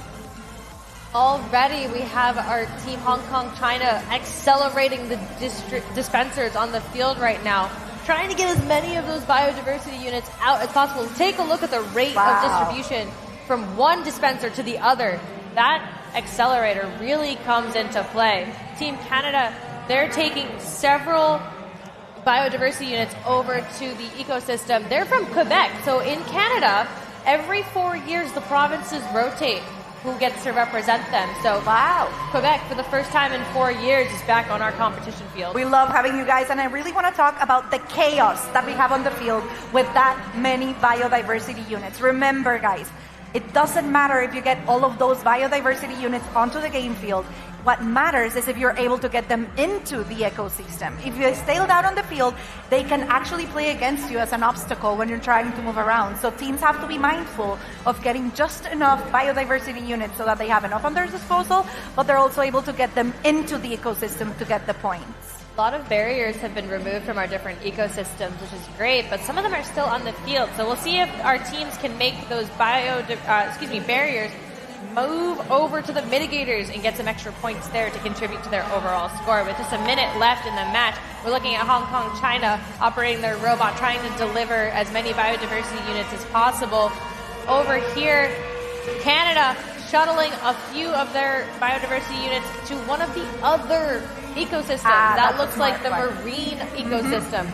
As even as those ecosystems are, it'll help their overall score, especially as we get into the end game. Yes, we keep talking about that distribution factor and how if they're not able to get the same amount of biodiversity units in each of the 3 ecosystems, that actually affects the points that they get. So it's smart that they're trying to change and rotate where they're going into. We're down to the last 80 seconds. teams are trying to climb. Manisha, what are you seeing? Vietnam ascending into the air. I saw Bermuda with pristine focus from their drive team as they were trying to slot the rope into their climb mechanism and ascend as well. We got 3 robots all the way at the top with 2 more just as time expires. Team Hope locked in at the top there with a couple of robots a little bit lower. We'll see what the judges have to say about that final height. I think for Team Hope, that was definitely a level 4 climb. You're talking about being locked in, Manisha. One of the best parts of that entire 2.5-minute stretch was watching one of those biodiversity units flying across the screen, hitting one of the players who was driving their robot, completely unaffected by the distraction. Completely zoned in, not even a blink or a stutter from that young man. Again, very impressive, that level of focus and intensity that they're bringing. Ice in the veins, for sure. Oh yeah, I was going to say, Canada, the Great White North, they're white hot out here too. They're doing a great job in that match. Laser focus is what the drive teams have to get, because we've got the crowds going crazy, we've got the other 4 fields playing around them, we've got the stream, we've got the other 5 teams on the field, and if you're not focused, you're not going to get those maximum points that you're striving for.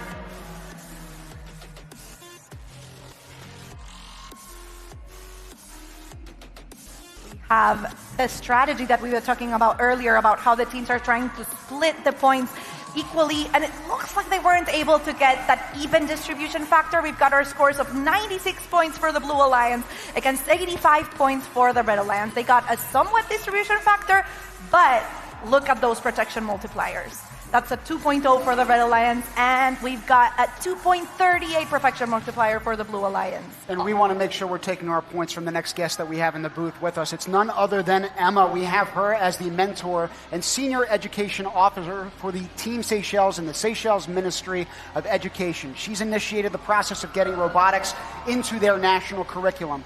Even though we don't have a student with her joining us today, we know that there are so many students benefiting from her work. So Emma, how did you manage to begin the process of bringing robotics to every single school back in your home nation? So basically, from the start of the year, we started developing a national curriculum for primary schools. So at the moment, we're focusing on primary schools because there's already an ICT in secondary schools. So we joined with many teachers from the country, local teachers, that helped us develop this program of studies, which is now under validation. And soon we will be revising the curriculum for ICT as well in secondary schools, so that to make it more relevant, to include robotics in it, make sure we have programming for every single student in the Seychelles. I really want to hear, Emma, you seem so passionate about getting robotics into every single school in the Seychelles. Why is it so important to you personally? It's important because it's have before. It's innovation, it's creativity, it's things that we are passionate about, and it's things that's a future for Seychelles as well as the world. We want young Seychellois to be, the drivers of global innovation, and we need to start today. And we want to make this change as of today. So looking ahead to the future of robotics in Seychelles, what does being a participant in the 2025 First Global Challenge mean for the bright future that's ahead of your nation? It means everything. It's a once-in-a-lifetime opportunity for these students, and you can see it, the excitement, the drive that they have. It's really inspiring for myself and every single person out there. They've been to, meeting their peers. They've been, meeting with other organizations in Seychelles, and you can see how impressed and how they want to move forward, and it's really amazing. I appreciate you saying that you're inspired by them, because it's a two-way street. I know Absolutely. You're inspiring so many others through your work, and as a fellow educator, I just want to thank you for that. We're short on our time in the booth. We have our next match getting ready to rock here on Field 5. We're going to take you to that action in just a few seconds. We'll see the 6 teams that we've got matched up. 39. Marlene, who do we have? Manisha, who do we have in that next matchup? Laos People's Democratic Republic, Armenia, Brunei Darussalam, Tonga, Seychelles, and Switzerland all joining us on the field. Some repeats to Field 5. We're looking forward to seeing your team represented on Field 5 behind us. Absolutely.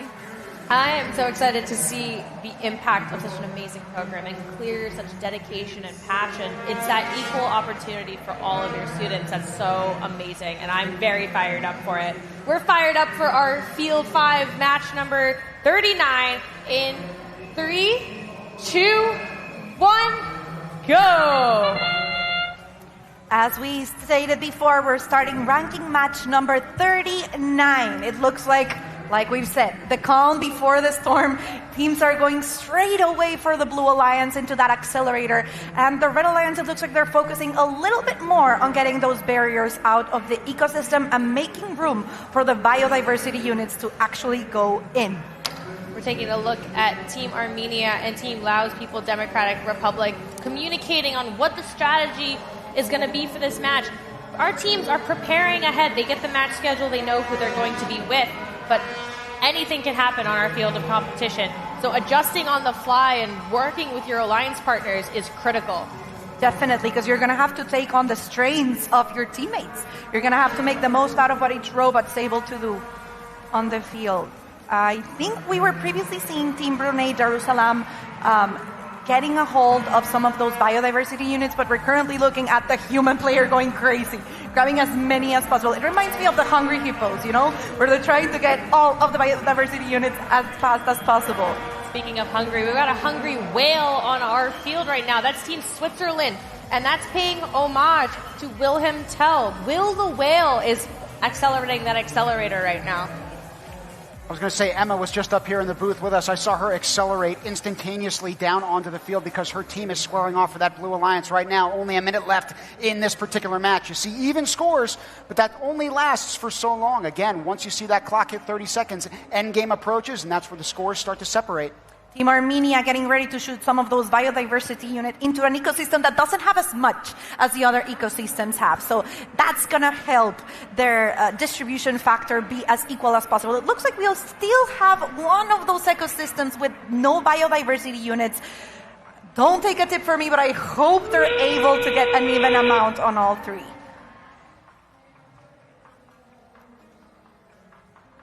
We're down to the last 22 seconds of the match. Teams are set to start climbing to get that high protection multiplier. I believe it's Team Laos, People's Democratic Republic getting ready to climb. We also got, is it 1, 2, 3, maybe 4 robots that are going to get up. We're going to see how many we have as the match is getting done in 3, 2, 1, and that's it. Those gray barriers that you saw weren't just preventing biodiversity production. I would argue that they were definitely a barrier to trying to get to those ropes at the very end of that match. You still see a few of them on the field. Everyone volunteer-wise going on and resetting it. Quite an operation here to get these games rolling. Team, we keep talking about strategy, and I can't focus enough on how, of course, getting the game pieces into the game field can be an advantage because you have them at your disposal. However, if you're not able to get them into the mitigators or into the ecosystems, they're going to play a barrier, like a physical barrier for the robots on the field. So teams are going to have to be very mindful of how many of these balls they want to get on the field so they're not in their way. And they're actually able to turn them into active points instead of just staying as a barrier on the field. I hope they were able to get a high protection multiplier because that's what's been keeping the scores up as the matches have gone by.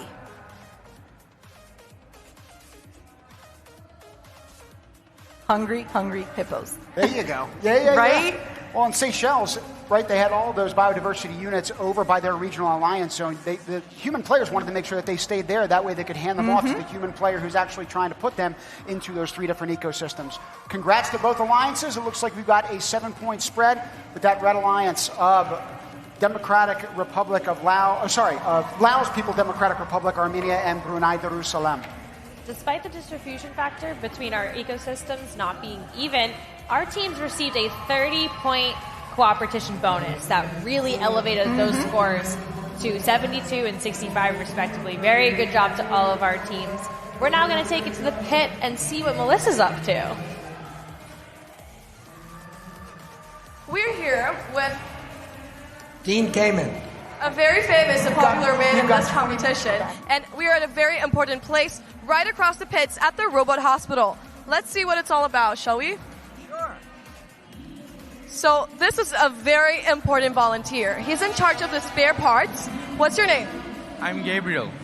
So how are the teams looking today? Many spare parts needed? It's always busy and spare parts. Teams need parts to be given out. I mean, things break during the match. What can I say? And what would be the most popular spare part needed today? What's the demand? I would say this year, wheels. These things, they break a lot. I mean, many teams need them in their robot. They use them, yeah. What do you think about these wheels, Dean? This field is great, this game is great, and the attitude of these kids is great, and they help each other, and these guys help them. That's why we call it a cooperation, not a competition. So I know that you're an alumni, Gabriel. We were in the same team for a while. So how does it feel being in this position, switching up and helping the members have the best experience? Oh, it's great. I mean, I was once a student and I was here really anxious about the competition and I was having fun. And now I'm on the other side helping the students have a good time and enjoy the whole competition. I'm really happy to be here.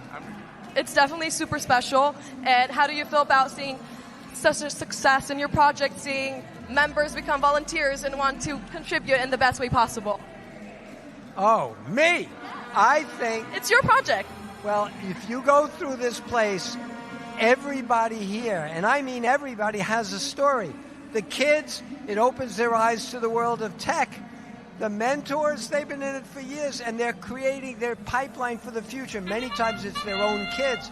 The volunteers, it turns out, you ask them, how did you become a volunteer? Well, 10 years ago, I was on a team. Now I'm in a big tech company, and we support and sponsor 10 teams. Everybody we talk to, the judges, the referees, the volunteers, the people here, it's a community of people that want to help each other for the rest of their lives and careers. Nobody ever gets involved in first and walks away. It's a lifetime commitment. Once you get in, you don't get out. So any other plans for today? Are we getting more teams in? How's it looking?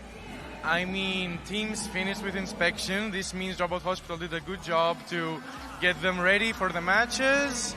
I would say the referees watch the games. We see the real action here making all these robots. So we'll see. We'll see how it goes.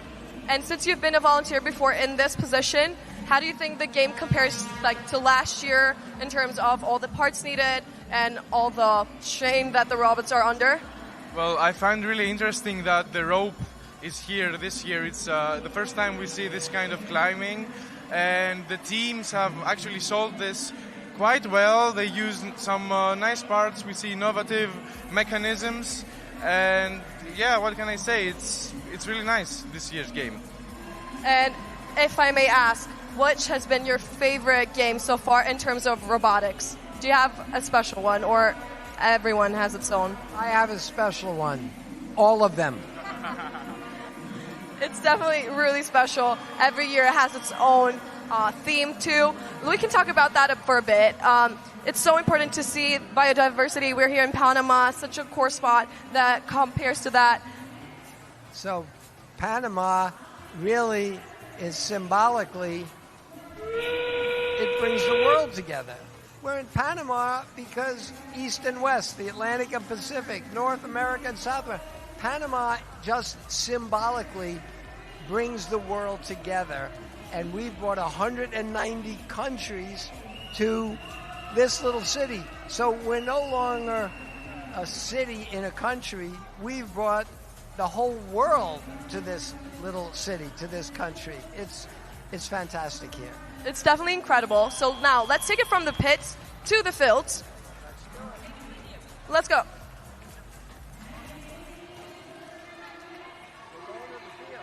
We are going to the fields. Are you excited to see? Have you seen any matches still? I've seen a few matches, and it never disappoints me to see how incredibly creative all the teams are.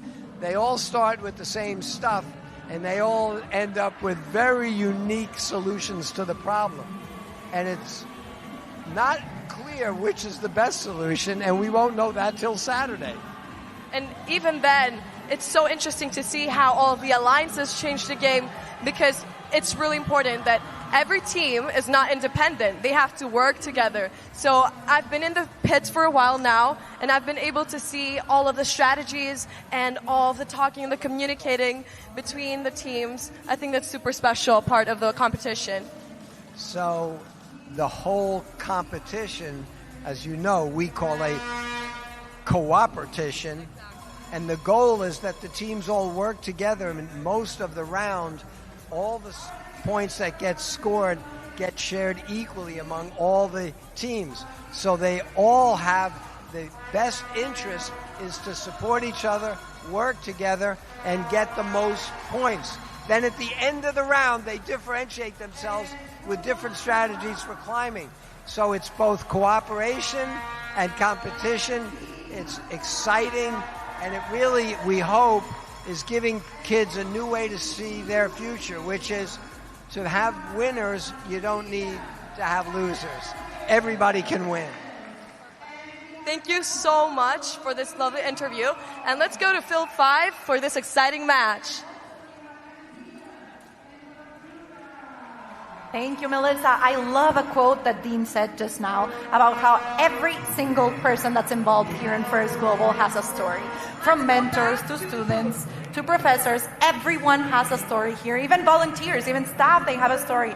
And the impact that First Global has on everyone involved is immeasurable. Just a reminder to our students, you never know who's at these events. Talk to the volunteers. I promise we're not scary. We're normal people. Your judges, your robot hospital, your cuers, all of them have stories. So many of them are first alumni too. Yes. So hear about their journeys, hear about what brings them back for more year after year. Well, on that journey, that narrative, it just continues to build on itself, right? This event continues to grow. So even though it started from nothing, right, it was a nebulous idea, I feel like even that story, not every person, even though they independently experience their own transformation, this event in and of itself has transformed over the years. Yes, and for students, you were talking about how volunteers were alumni ourselves. Most of the volunteers are actually people who were once involved with either First or First Global. So I wouldn't be surprised if next year we have some of the students that are participating this year joining us again, because it's honestly a culture that just hooks you in and we can't get enough of it. We're almost ready to go into the next match, but I was going to say we have our next team to introduce, and it's none other than France. They combine the artistry and innovation of their country that it's very well known for. From engineering brilliance to creative flair, they're ready to demonstrate how collaboration and imagination both fuel progress. I am Uda. I am Lina. I am Zeynep. I'm Alexandre. Thank you. I'm Louise.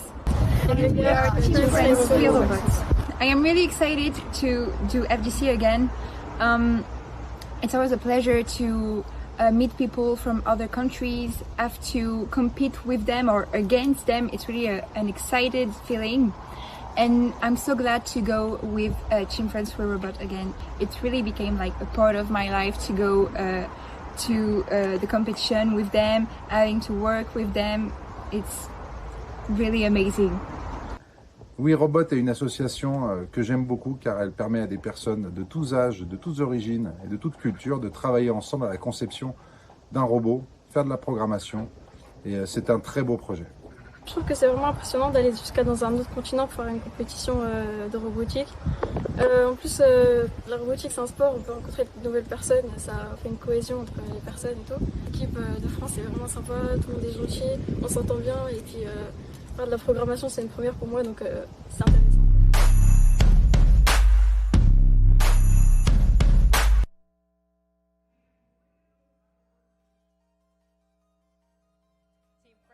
Ready, but we're also ready for Team France. They're going to be joining us on the field 5 for match number 42. What I found so amazing about their video is that they showcase the impact of our robotics teams across the world in their hometowns. You know, the really important part of First Global, in my opinion, is taking what you learn here, bringing it home, and not just bringing it home and talking the talk, but Team France, they were walking the walk, showing the impact of their activities, their passion on local businesses in their community. It's insane, and I think that we've seen that as a constant in most of the teams' videos that we've seen. They're all an inspiration, and they're all taking back what they're learning here in First Global and applying it into their home countries. But talking about applying, we have to apply because we're almost starting match number 45. We're starting in 3, 2, 1, go, and it's match number 45, Manisha. We've got, yes. Oops, sorry about that. No. We've got Team Saudi Arabia, Afghanistan, and the Cayman Islands squaring up with Zimbabwe, Kiribati, and the Islamic Republic of Iran. This is the last match before our lunch break. Remember, guys, we're going to have matches going on all today, tomorrow, and on Saturday. We're going to have matches before our qualifying matches, and then we're going to go all the way into our finals and the awards. 2 minutes left on the game, and we're seeing I believe it is the Red Alliance human player, throwing one of those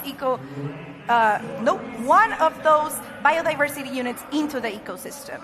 We were looking at Team Saudi Arabia in the foreground of the Red Alliance. Over on the blue side, it's Kiribati at the helm.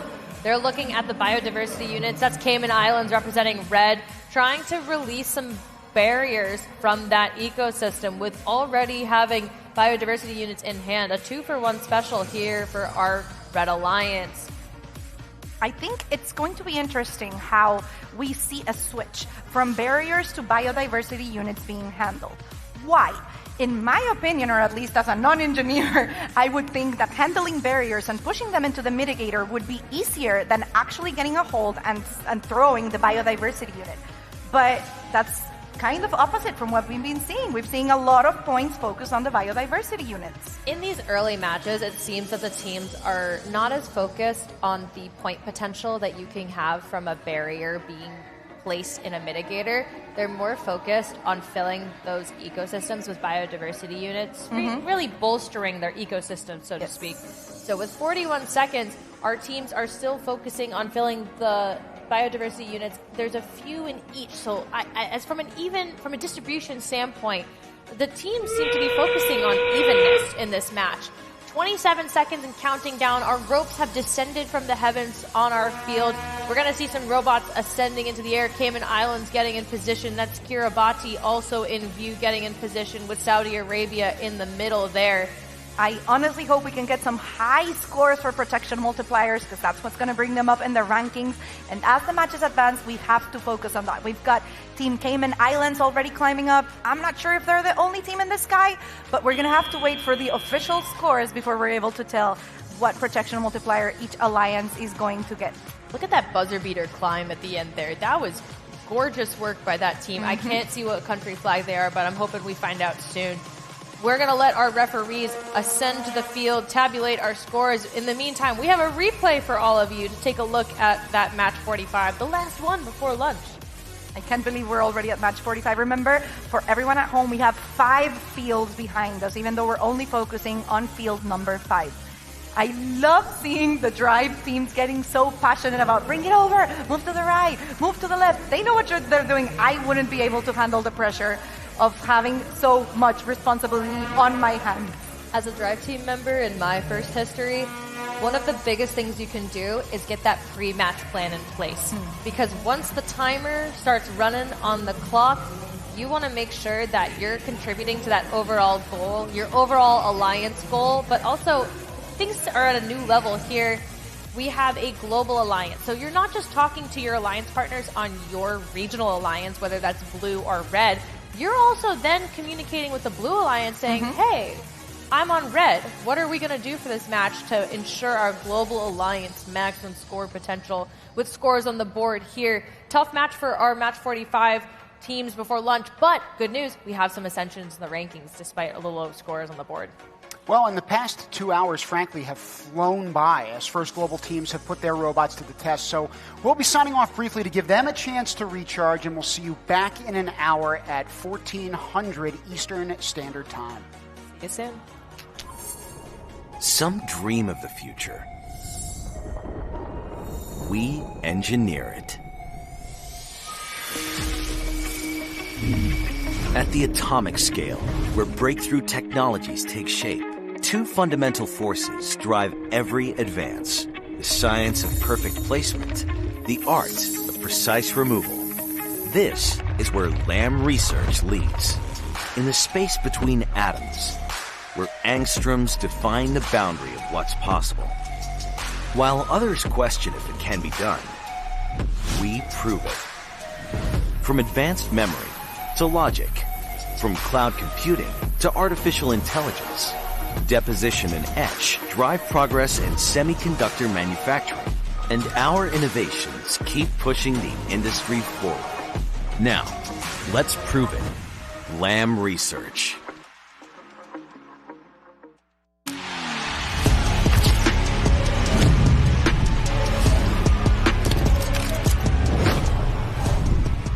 At the Tolman Family Office, we believe in unlocking human potential. Whether in music, STEM, or workforce pathways, our mission is the same. Help dreamers, doers, and big thinkers like you to thrive.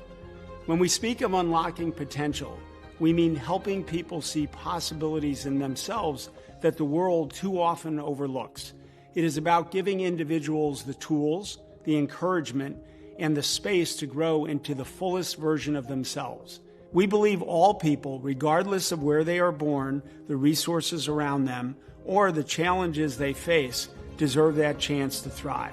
First Global is particularly powerful because it uplifts the human side of STEM, the creativity that sparks new ideas, the connections built across cultures, and the inspiration that lasts long after the competition ends. Participants here are not just representing their nations. They are modeling what it looks like when borders give way to bridges. At a time when the world desperately needs examples of unity, they are showing us that science and technology can be the common language that brings us together. The challenges facing our planet, climate change, biodiversity loss, economic inequity, will require the very qualities being forged here. What you're doing here in Panama isn't just a competition. It's a rehearsal for the kind of global cooperation our future depends upon. When we look at you, we see a generation with vision. We see global citizens who will carry the courage they've shown here into whatever challenges await. You will have both an opportunity and a responsibility. Responsibility is not given, it's taken. With imagination, with cooperation, and with the unshakable belief that the future is better when we create it together. In the words of Dr. Seuss, do we believe you will succeed? It's 98% guaranteed. So let's get going. Go First Global.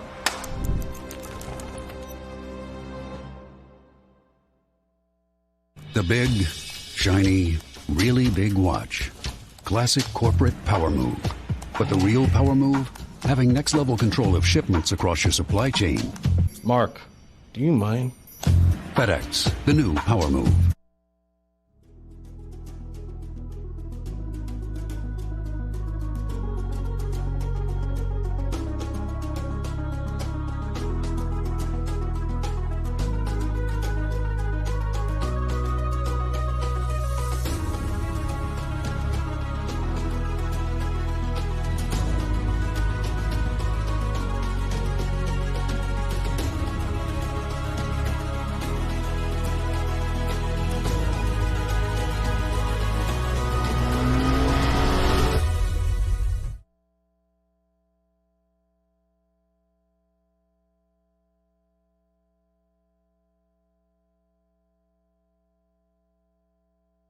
Welcome to Panama, where worlds converge. Our wildlife is rich and diverse.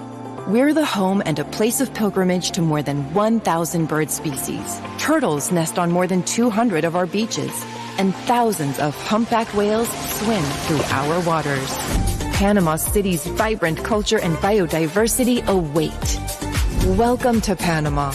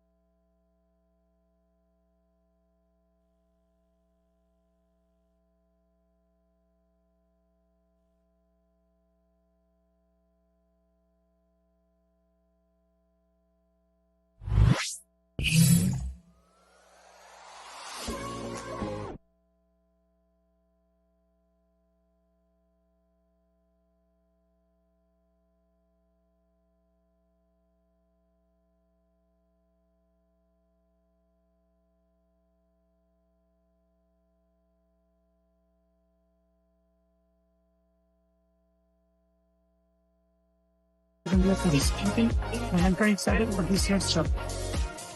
Hello, my name is Yona. I'm 16 years old. This is my first year at First Global, and I'm very excited about what this competition might bring. Hello, my name is Brayden Mucha. I am 16 years old, and this is my second year participating in the First Global Challenge. I am Martina Gomez. I am 17 years old. This is my first time participating in the First Global Challenge. Hi, my name is Elio. This is my first time competing in the First Global Challenge.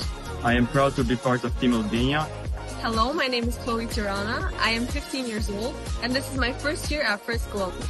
Hi, I'm Robert. I'm 18 years old, and it's my second time participating in the First Global Challenge.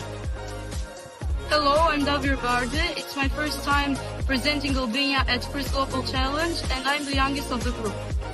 Hello, I'm Noel Sheo. It's my first time competing at the First Global Challenge. Hi, I'm Ada, one of the mentors of Team Albania. Representing Albania at First Global Challenge, it's not just a role, it's a passion. I am proud of the journey we have taken and excited for the road ahead.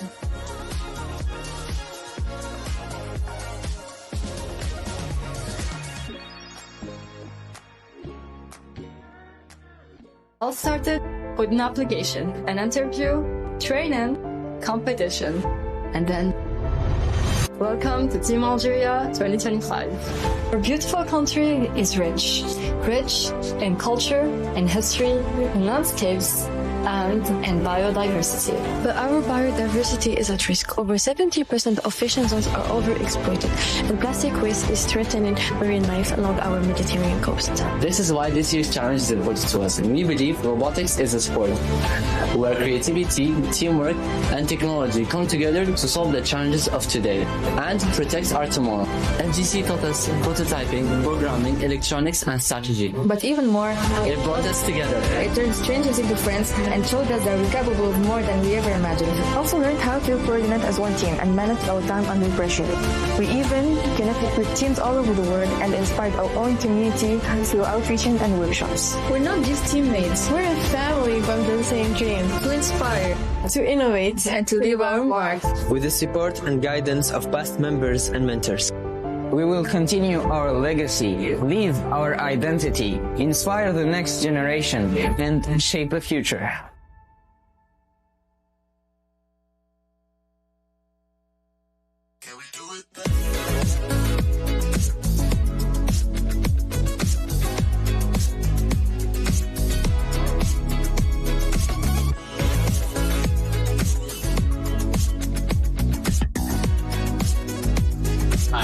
My name is Jonathan. I'm the team's leader. Hello, my name is Neil and I'm the team's coder. My name is Jeremy.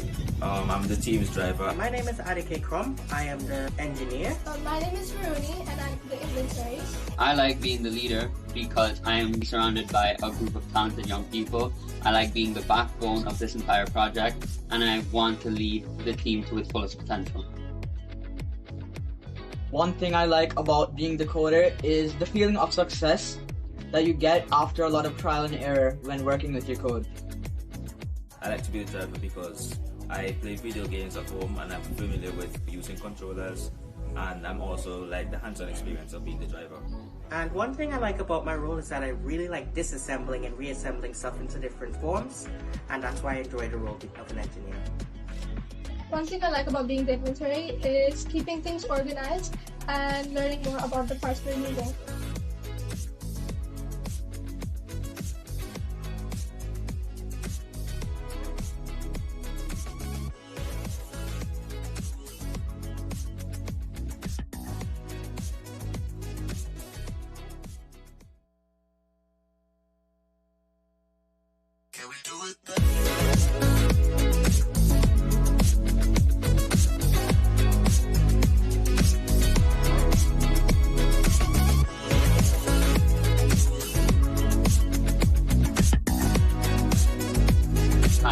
My name is Jonathan. I'm the team's leader. Hello, my name is Neil and I'm the team's coder. My name is Jeremy. I'm the team's driver. My name is Adike Krum. I am the engineer. My name is Rooney and I'm the innovators. I like being the leader because I am surrounded by a group of talented young people. I like being the backbone of this entire project and I want to lead the team to its fullest potential. One thing I like about being the coder is the feeling of success that you get after a lot of trial and error when working with your code? I like to be a driver because I play video games at home and I'm familiar with using controllers, and I'm also like the hands-on experience of being the driver. And one thing I like about my role is that I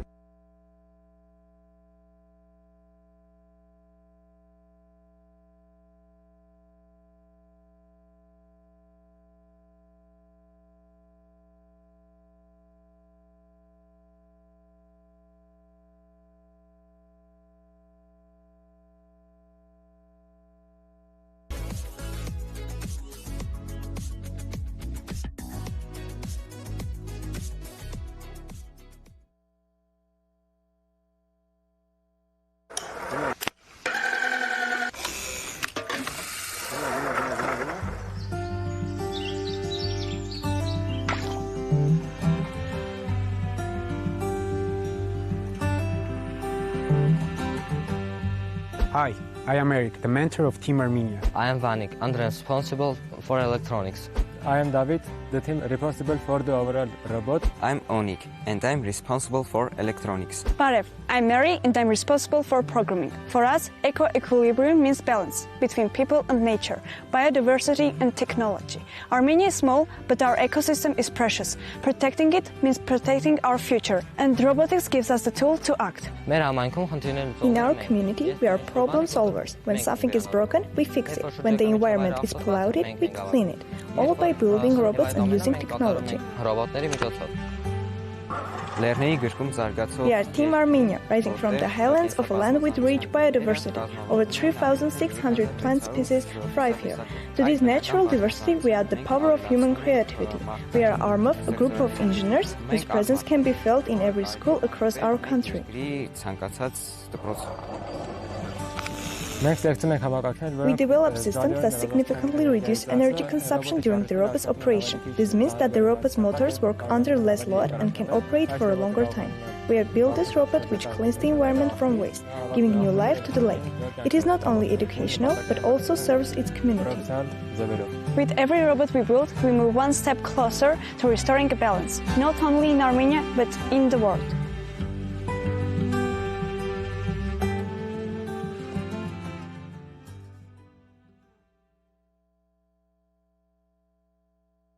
Servus! I'm Jonas. I'm Niklas. I'm Lukas. I'm Matteo. I'm Peter. I'm Jakob. We are at the Wörthersee. As you can see in the background, a very beautiful lake that is not only one of Austria's landmarks, but also a very popular tourist destination. Austria is known for its breathtaking landscapes, its rich culture and history. Also, it's known for its strong focus on engineering, technology and innovation. Our team is a collaboration between HTL Villach and Lam Research. Three of us are students at the HTL Villach, a higher technical college which combines theory and practical experiences in engineering and computer science, preparing us to tackle real-world challenges from an early stage. The other three of us come from Lam Research, a global leader in semiconductor technology and also our main sponsor. Together, we are proud to represent Austria in the first global challenge as Team Austria!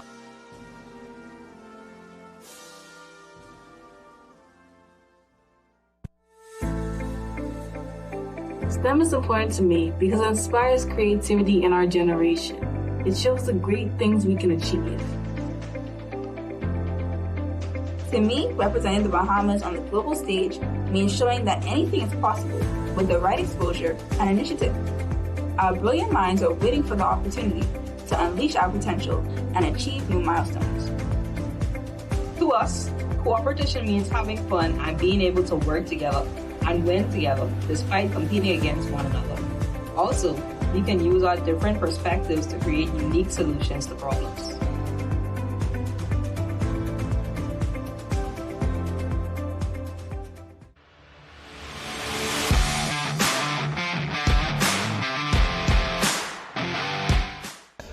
I'm Ishmam. I work with the mechanical stuff and I'm here in like 2 years.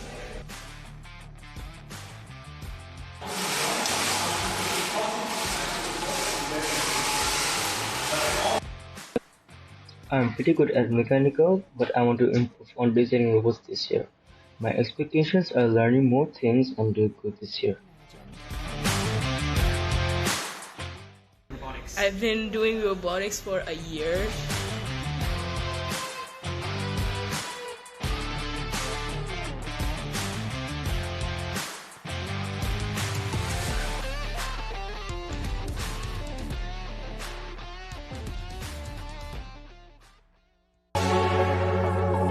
What I love most about my team is that we always collaborate with each other to get our goals done. One way STEM can help people in their future careers is by giving them skills such as problem solving, critical thinking, and other technical skills.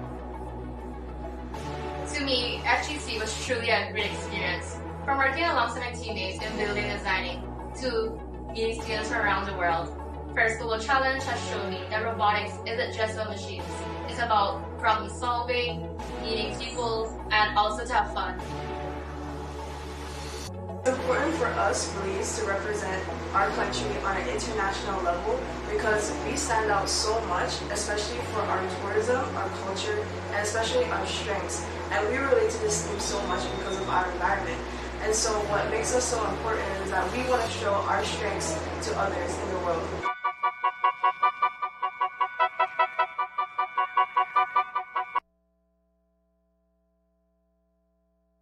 We are Team Bénin. Je suis David Koba. Je suis Divina Koraf. Je suis Richmond Dossou. Je suis Ariel Senova. Les STEM sont essentiels car ils nous permettent d'appliquer les mathématiques et les sciences pour résoudre les problèmes concrets. Les STEM représentent l'avenir. Le First Global Challenge nous a montré que nous pouvons rêver grand, que la science et la technologie peuvent réunir les gens du monde entier, peu importe nos langues, nos cultures. Nous pouvons travailler ensemble, comprendre les autres et être capables de résoudre des problèmes globaux. Et nous donne des outils pour résoudre de grands défis de demain. Nous y voyons plus d'opportunités de carrière et des initiatives technologiques très innovantes et utiles. Pour notre génération, elle nous aide à pouvoir innover et contribuer au développement de notre pays. Représenter mon pays au First Global Challenge est un grand honneur pour moi. Cela signifie que je porte avec mon équipe les couleurs et les valeurs de ma nation. Le thème de cette année, EcoEquilibrium, est important car il met en relation le rapport existant entre la technologie et la nature. Concourir en robotique, c'est motivant et amusant parce qu'on apprend en travaillant en équipe et en relevant des défis.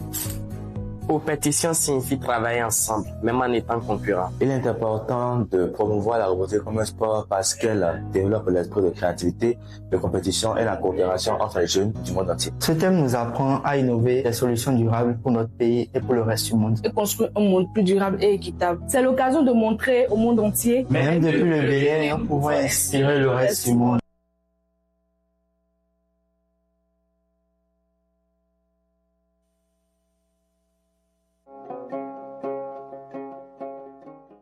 From the land of Thunder Dragon, we are Team Bhutan, proud to represent our nation at First Global 2025. I am Tinkinam Gilgale. My name is Gilly Yangchen. I am Galen Srinambit. My name is Tenzin Thaki. We're Team Bhutan. We are Team Bhutan, a group of passionate students united by curiosity, creativity, and a love for STEM. Guided by dedicated mentors, we work together to explore, build, and innovate. Competing in robotics is thrilling. It challenges our mind, it fuels teamwork, and it celebrates creativity as much as competition. First Global has expanded our vision. We now see STEM not just as a subject, but as an impactful career and change. Bhutan is one of the carbon-negative countries in the world. We protect our forest and wildlife, from the snow leopard to the red panda. Our culture teaches us to live in harmony with nature. This year's EcoEquilibrium Challenge reminds us of Bhutan's guiding vision of gross national happiness, where development and well-being go hand in hand with environmental conservation. By blending traditional wisdoms with STEM, we can create sustainable solutions that safeguard Bhutan's national heritage while inspiring the world to live in balance with nature. We'll use this experience to inspire other youth in Bhutan and contribute solutions to local and global problems. See you at First Global 2025.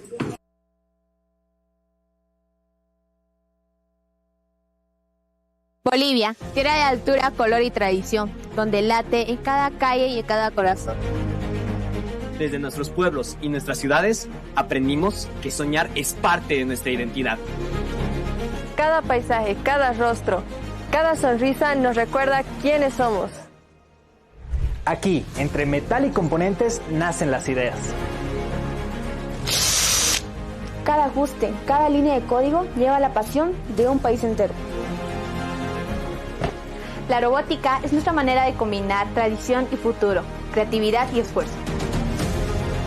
Somos jóvenes bolivianos, de diferentes rincones, unidos por un mismo sueño: demostrar que aquí también se crea, se innova y se inspira. Cada paso que damos refleja nuestra historia, nuestra cultura y nuestra fuerza. La tecnología nos conecta con todo el mundo, pero nuestras raíces nos mantienen firmes. Panamá será el escenario donde la creatividad, el esfuerzo y la pasión de Bolivia se mostrará al mundo. Llevamos con nosotros no solo un robot, sino la energía, la cultura y el corazón de todo un país. Somos historia, tradición, creatividad y esfuerzo. Llevamos en cada paso la fuerza de nuestra juventud y nuestra cultura. Este viaje no es solo una competencia. Es nuestra manera de decir al mundo quiénes somos. ¡Somos Bolivia! ¡Team Bolivia! ¡Vamos!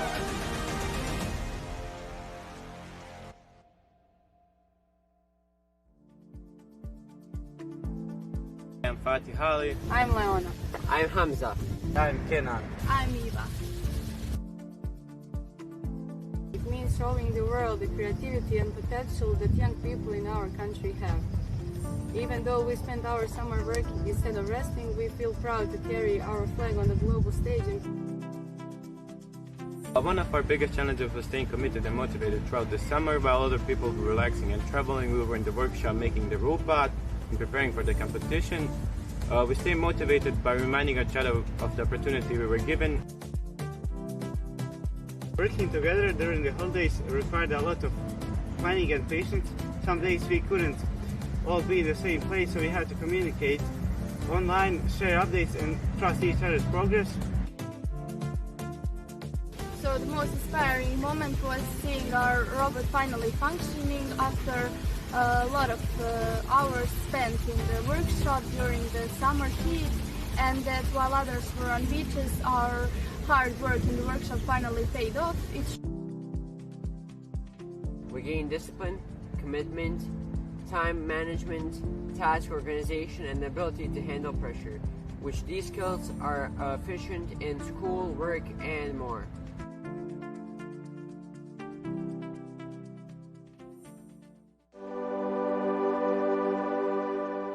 Since I joined robotics, I have learned that we have to work as a team, as well as collaboration with others, setting our differences aside in order to achieve the best of our common goal.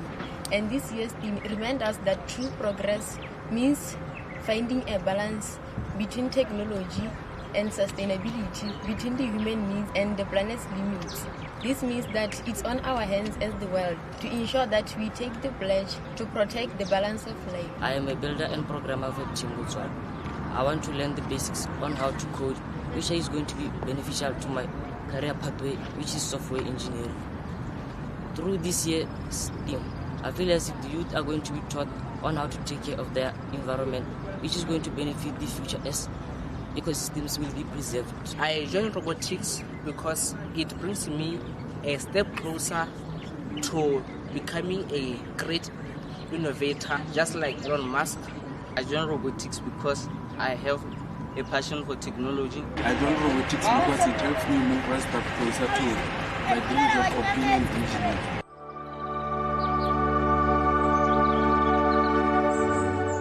Brazil, from the word brasa. The name refers to a flameless brilliance, something that marks and creates. The country of Amazônia, Sereia e Ara, o ritmo dos tambores afro-brasileiros e Cristo Redentor. In a vast country like Brazil, distance is a challenge, but never a barrier. We are the country that turns pain into art, difficulty into creativity, and that earned us a bronze medal last year. Today, 5 million young people 15 and 24 years old didn't finish basic education. However, 71% of our alumni enter university. One of this example is outstanding mentor Bruno. Em 2022, eu criei um torneio de robótica em parcerias com instituições públicas, onde nós já criamos mais de 100 equipes e 60% delas são de escolas públicas. Esse torneio foi pensado para dar protagonismo para os competidores e ajudá-los em suas trajetórias. Esse torneio também ele é uma porta de entrada para a FIRST. That's why uniting education and technology is essential. That's how robotics stops being a privilege and becomes an accessible sport for everyone. Because when young Brazilians step onto the podium, they don't go alone. The whole country goes with them. In Brazil, science wears green and yellow, and robotics has a Brazilian face, voice, and heart.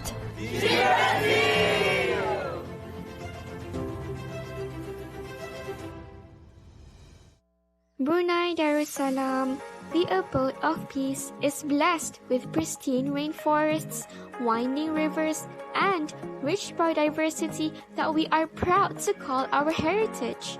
Our environment is more than just a resource. It is part of who we are as Bruneians. This year's theme, EcoEquilibrium, resonates deeply with us. Just as Brunei strives to balance development with sustainability, we believe technology and innovation must also work hand in hand with nature to protect our planet's future. Team Brunei is represented by students from 4 different schools, united through passion, diversity, and collaboration.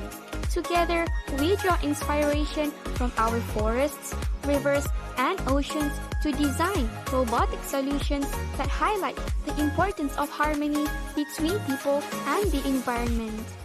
Through this challenge, we carry our nation's message that safeguarding biodiversity today means securing a sustainable tomorrow for generations to come. Hello guys, I'm Victor. So I'm Simon. My name is Alex. I'm Mario Lev from Team Bulgaria, and we are very excited to participate once again in this adventure. So the feeling of being competitive in the sport of robotics is all about showing your creativity, your own personal and critical thinking, but also being able to help others and understand their way of thinking. So cooperation for me and my team is to know when to help people and to know how to ask them to help you, because it's especially in FIRST, it's very important to ask people, to have conversations, to just be communicative. The first global challenge gives me opportunity to talk with a lot of people from other countries, to share our experience, our strategies, and more, and to have fun and share about our cultures. STEM is important to me because it helps children learn in the best possible way for them to get to know the interesting stuff in the world and in science as a whole.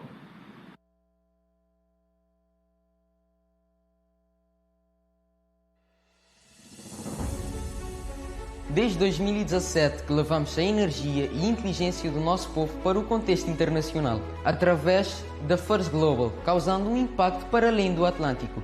Somos da ilha de São Vicente, capital cultural de Cabo Verde, a ilha que aprendeu a transformar o sol e o vento em energia, água salgada em água potável e alegria em turismo. Queremos atingir todos. Nós retiramos a robótica de laboratórios e levamos-la a comunidades.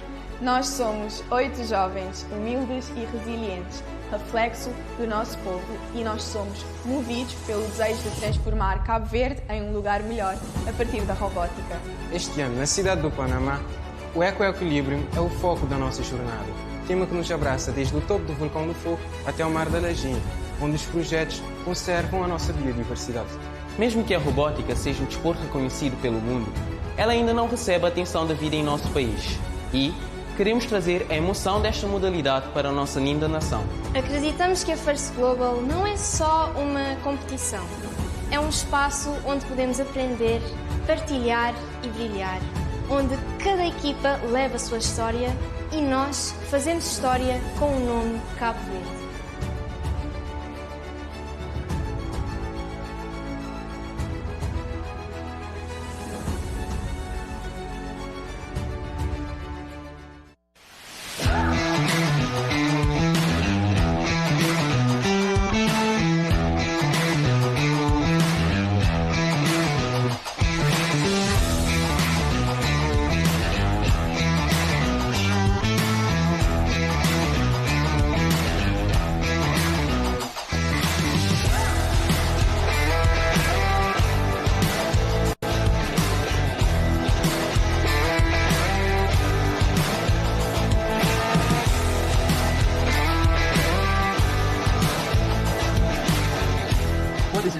To represent Team Cambodia on the first global challenge. It is such great honor and responsibility. A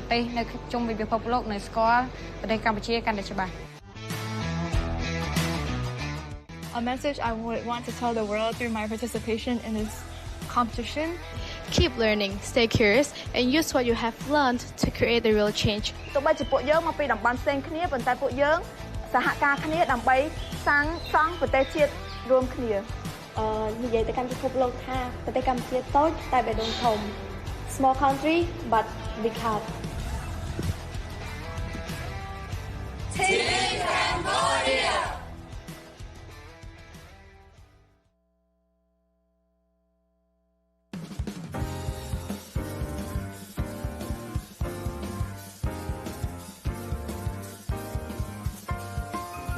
Bonjour, hi, my name is Kenley. Justin. Ralph. Ashley. Donovan. Manuela. André. And we are Team Canada. On est fiers de représenter Montréal-Nord, le Québec et le Canada. Cette année, nous avons eu l'immense honneur d'avoir remporté la compétition robotique First à Montréal. As FRC Team 3544 SPASA, we stand out with our astonishing team spirit and our will to make robotics accessible to all. No matter your gender, social class, sexual orientation, ethnicity, and your background. Nous nous distinguons pour notre lutte contre le décrochage scolaire et notre volonté à promouvoir les sciences, les technologies, l'ingénierie, les arts et les mathématiques. For us, representing Canada and FG Team means working even harder to accomplish something greater than what we envisioned. Un message important pour nous est que la robotique est plus que le sport.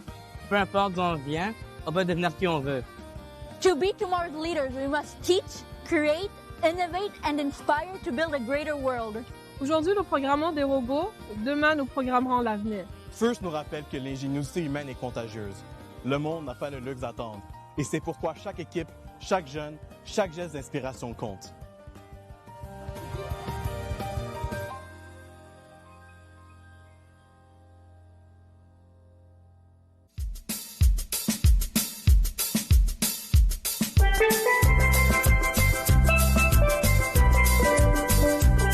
Participating in the First Global Challenge has given me the opportunity to find and connect with more people that share the same interests as me.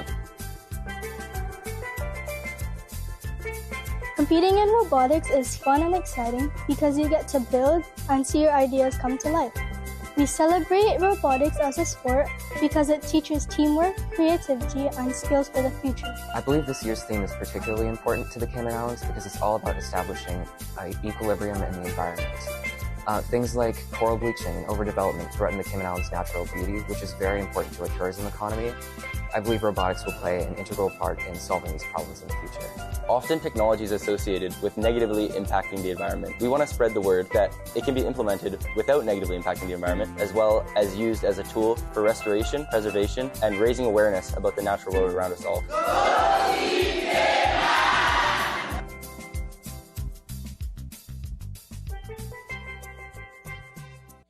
Chile is a multicultural country, and Team Chile is made up of members from many different places, united by diversity and commitment, all sharing one thing in common, our passion for robotics. Our team is made up of 100% women who are passionate about robotics. And one of our main goals is to inspire girls of the next generation to dream big and be part of Team Chile in the future. First Global Challenge has been a competition that brought us together as teammates and allowed us to learn and do what we love.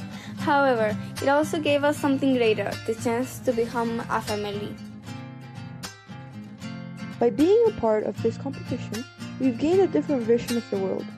Thanks to what we've researched and learned, we've been able to make decisions with a perspective toward the future. We never expected to have such an impact on our environment and community.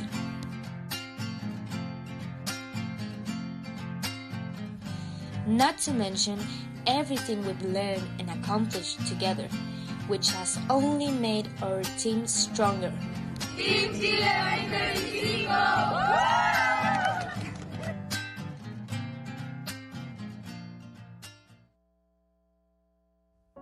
We come from different communities, from different teams, from different walks of life. But what drew us here was never the promise of medals. It was the pool of possibility. We build, we break, we begin again.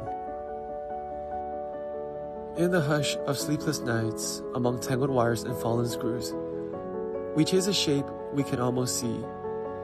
Not because we have all the answers, but because we refuse to stop asking. We create not just robots, but opportunities.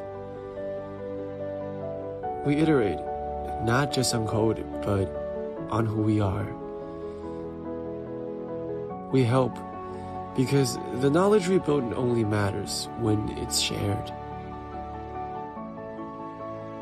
The best part of FIRST was having fun with my teammates. FIRST projects allowed me to make like-minded friends from different countries.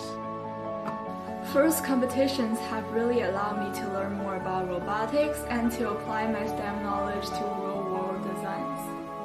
We are FIRST Global Team China!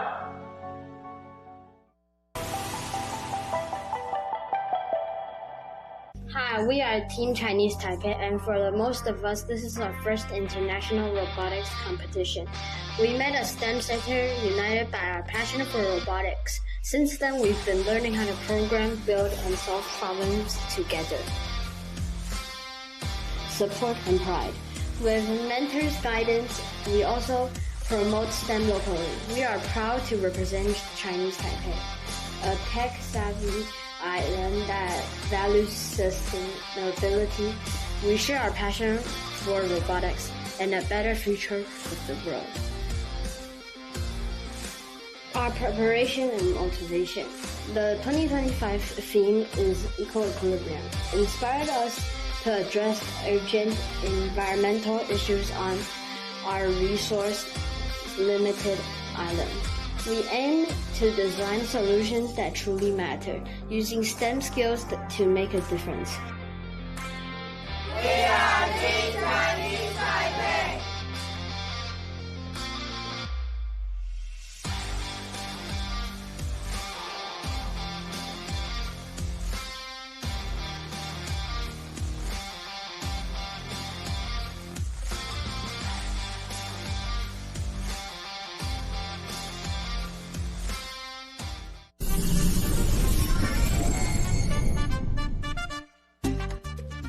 Team Colombia no ha nacido un día para otro, fue construido paso a paso, año tras año, por cada generación que soñó con llegar más lejos. Sí, hoy somos un equipo completo con diferentes áreas trabajando todos juntos como una sola máquina, un solo corazón.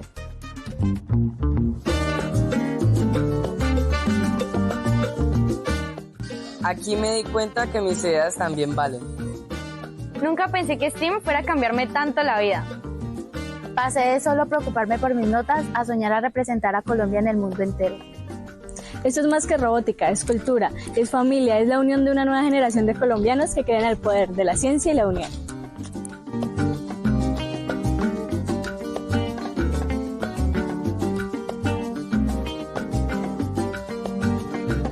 Cada error, cada logro, cada noche sin dormir nos acerca a demostrar que en Colombia hay jóvenes capaces de cambiar el futuro.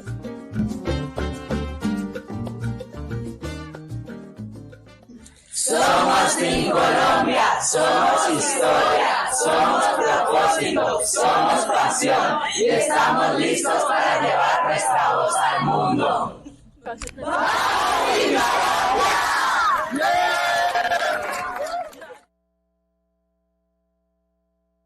Je m'appelle Zaïd Abdessatar, je fais partie du groupe de Robotics de l'année 2025.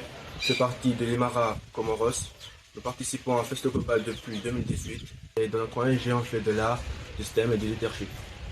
Temu ya huma hangu ndio important hangu neti yangu manake ni kusomesa ilinjoka kwa solution ya equilibre ecosystem ana harmenti yatu ekari tungwe mili joki kabara gabo inyama global ekari pua gari eshinyama ke jotra ke tena ke punguza oxygène nabo ekari do détruire mili pia kasina oxygène ke jo détruire tiat surtout si c'est l'onantique ekari détruire abo ba kina existe dans le planète.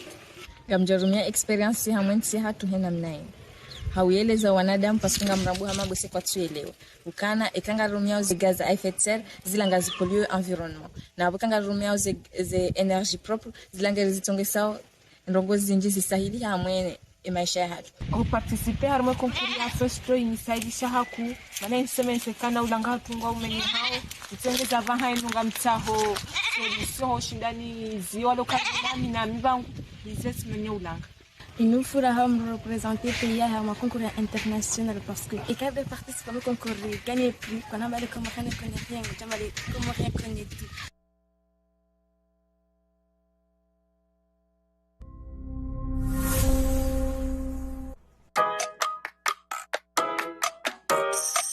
Cette année, je suis comme mentor, je suis en train d'aider le jeune à se préparer, mais aussi j'espère participer à la compétition First Global 2025 au Panama City. Je suis là pour vous parler de mon expérience First Global à 2023 au Singapour. Ce First Global Challenge n'est pas seulement une compétition qui nous instruit mentalement ni scientifiquement, mais c'est un sport qui unit et bâtit l'humanité grâce à la coopération et au partage des jeunes qui sont en train de surmonter des obstacles pour changer le monde. Pour moi, représenter la RDC dans le contexte actuel, c'est une façon de montrer au peuple congolais, africain et au monde entier que la RDC ne vit pas que la guerre, que nous pouvons aussi participer au développement, que nous vivons aussi l'espoir et que nous pouvons aussi satisfaire le monde entier en montrant notre savoir-faire. Depuis que je suis tout petit, j'avais envie de démonter des choses, mais aussi j'ai démonté des choses sans savoir comment les remonter, surtout des appareils électroniques. Et cela a nécessité en moi une envie de faire la robotique. La robotique peut nous aider à lutter contre beaucoup de défis mondiaux, pour nous permettre de préserver notre écosystème et lutter contre les réchauffements climatiques. Équilibre, sang-froid et organisation. Il faut savoir avoir un équilibre entre sa vie scolaire, sa vie familiale, mais aussi sa vie en tant qu'ingénieur robotique. Quelqu'un qui n'est pas organisé ne saura pas gérer tout cela. Et je parle aussi du sang-froid parce qu'il faut savoir analyser les situations, savoir ce qui est important et ce qui n'est pas important. Notre groupe est un groupe de jeunes passionnés beaucoup plus dans la robotique. Il suffit donc de nous faire confiance. Moi et mon équipe, nous tenons à mener cette compétition jusqu'au bout.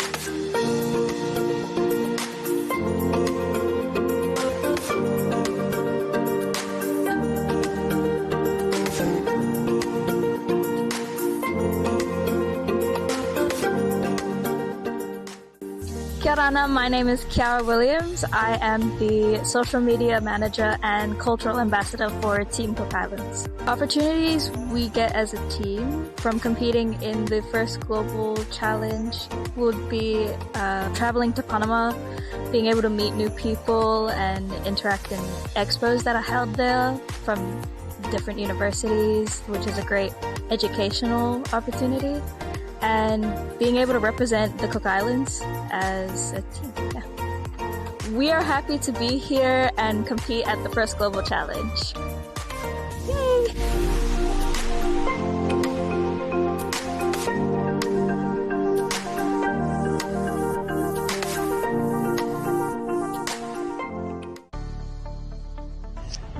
Bonjour à tous, je me nomme Nomo Trésor Massadji, j'ai 15 ans et je suis membre de la team First Global Côte d'Ivoire et c'est ma 3e année de participation.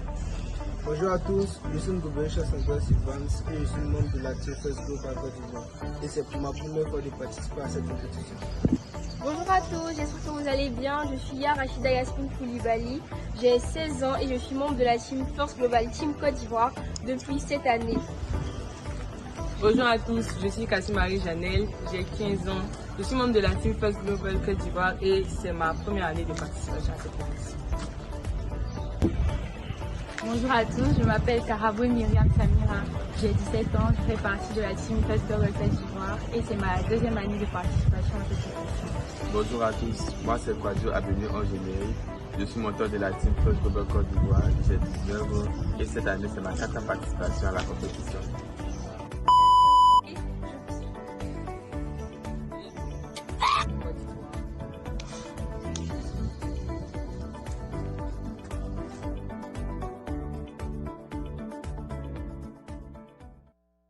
Bok, ja sam Marijan Večerin, a ovo je moj grad Vrgovec.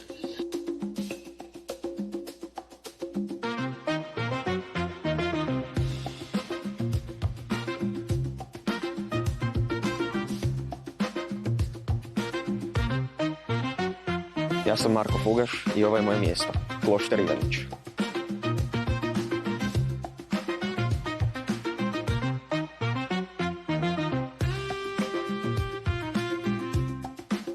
Dobar dan, ja sam Gašparović. Ja sam Veronika Mehenec.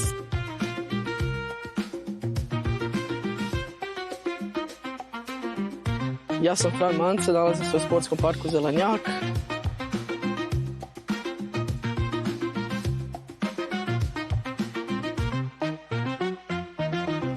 Vemos en Panamá.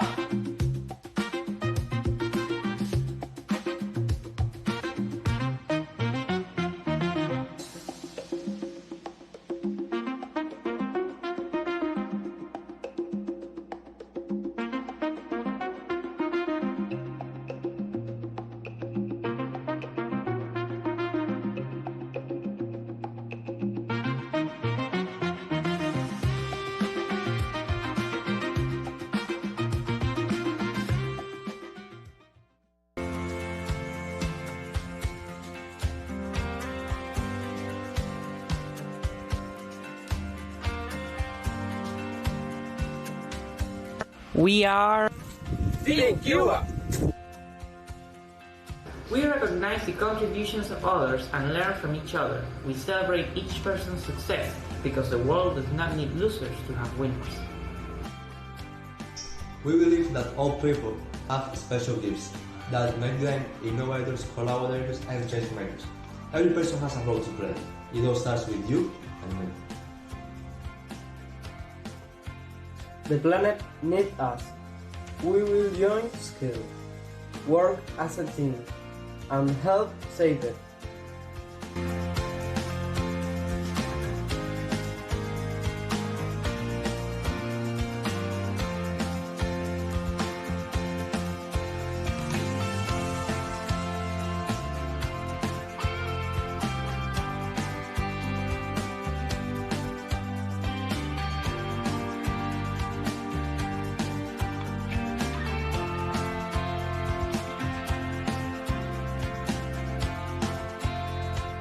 Our journey in First Global began in 2017 where we made our debut in Washington, D.C. Since then, a lot of the members of the team have graduated, but every year new ones come to join this team and help everyone improve with new ideas. Our team contributes a lot as volunteers in different charity events, but the most effort goes on volunteering for the First Tech Challenge Cyprus, where we help set up the fields. This year we started as a team by creating a 3D model of our robot, and it gone pretty well. Then when we finished designing, we jumped right into the real action, which is building the actual robot. As a team, we believe that First Global gives us a unique chance of learning about new cultures that helps us expand our horizons and also show our cultures to others. It started with birds, migratory birds stopping in Djibouti. Fragile, needed shelter. I built nest and water trays in the garden of City ID. They came, but I soon realized preserving life is not enough. To understand it, I needed science. I believe STEM can solve real problems, climate, water, energy. My dreams inspire students in Djibouti to act step by step. When Mustafa showed me his project with the birds, I saw the problem wasn't just nest or food. The water itself was sick, polluted by human activity, dangerous for animals and people alike. Like a doctor, I wanted to diagnose and heal this ecosystem. All of this alone wasn't enough. To purify water, to measure risk, I needed precision. I needed models, numbers, logic. Mathematics gave us that structure. I modeled populations, water cycles, ecosystems. Numbers revealed the invisible, but equations on a board don't change reality. We needed someone closer to nature. I'm a medalist in Qatar 2024, passionate about math and coding. For me, math is the art of finding solutions. Biology is my language. I brought life back into our models, how to protect, how to heal ecosystem. But I saw the limit. Biology alone can't scale solution. To innovate, we needed technology. I want to work at the frontier of biology, environment, on the health to protect our planet.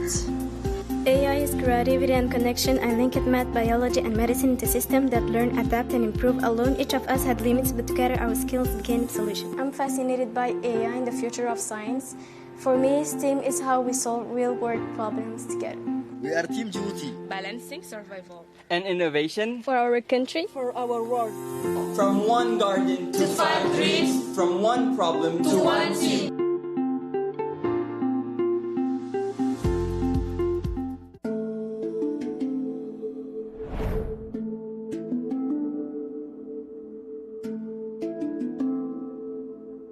My name is Rana and I'm 16 years old. It's my first time to join FGC. Hi, my name is Diala and I'm 14 years old and this is my first time joining FGC. My name is Hamidou. This is my second time joining FGC. I'm 16 years old. My name is Yassine. I'm 16 years old. This is the first time to join FGC. My name is Omar. I'm 18 years old and this is my second time joining FGC. Here in Alexandria, on the shores of the Mediterranean, the Qaid Citadel stands as a symbol of Egypt's rich history of knowledge, innovation, and resilience. Just as this fortress has protected our city for centuries, our team carries the spirit of strength and creativity into the future. We are Team Egypt, proud to represent our country at the first global challenge. For us, this journey is not only about robotics, but also about sharing culture, building friendships, and solving challenges together as one global community. From the heart of Alexandria to Panama, we bring with us the legacy of Egypt's past and the hope of its future. Building a strong foundation and protecting our planet's future. Like our city, we combine history and innovation. We believe in collaboration. See you in Panama. See you in Panama. See you in Panama. See you in Panama. See you soon in Panama.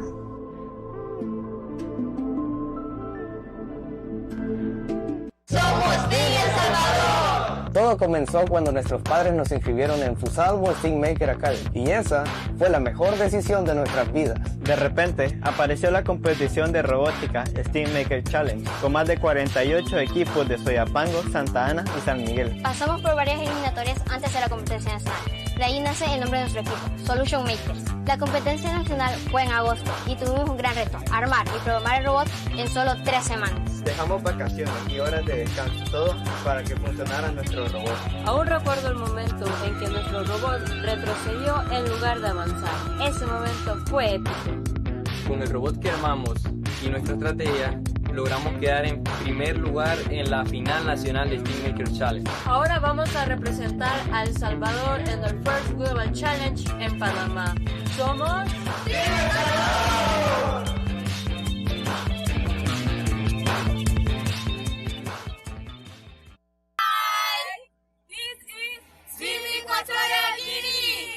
My name is Martin Lam, and I really dream of a future in which robotics will help in driving our country in new developments and improve quality life of our citizens. I am Salamatu, and beyond the excellence of the hands-on robotics program in my country, I'm starving for new experiences and opportunity to learn more and inspire other children from the rest of the world. I am Gaspar, and I'm really excited to partake in this competition because it's an opportunity to me to gain more knowledge about robotics, modern technologies, and sorts of that. I'm Isabel. I really think robotics has helped me to see the importance of technology in our daily life, such as communication, transportation, and information access. I am Leocadia. In the future, I hope to inspire other young girls into following their dreams and to explore the world of STEM with creativity and confidence. And this was Civic.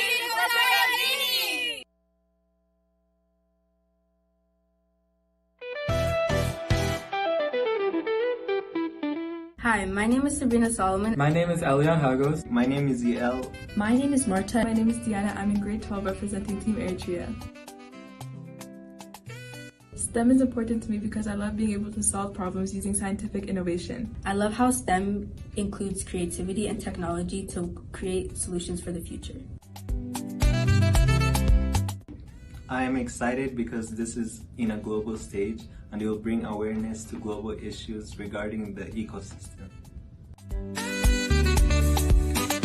EcoEquilibrium is important to me and my country because Eritrea is home to lots and lots of different ecosystems, including juniperous and riverine forests, coral reefs, and different types of traditional farming systems. This means that it is also home to lots of biodiversity, including 700 plus species. However, in the past 30 years, the biodiversity has been suffering due to unregulated farm use or agriculture use and also deforestation. EcoEquilibrium teaches us that this is not how it should be and that we should find equilibrium in what we do in our environment.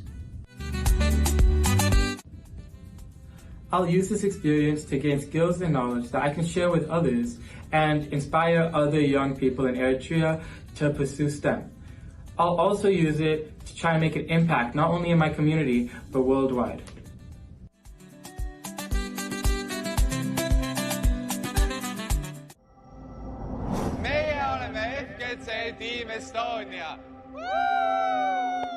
Me oleme noored, kes esindavad oma kodumaad ülemaailmsel robootikavõistlusel. Tere, ma olen Elis, tulen Kose gümnaasiumist ja mu roll on siis mehaanik.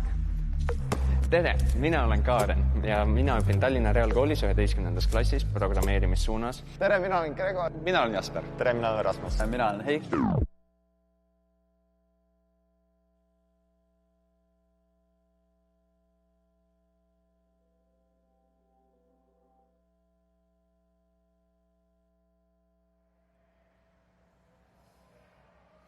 Welcome back to Panama Convention Center, everybody. We had a brief lunch break, but we're going to get you back to the action in just a few short moments.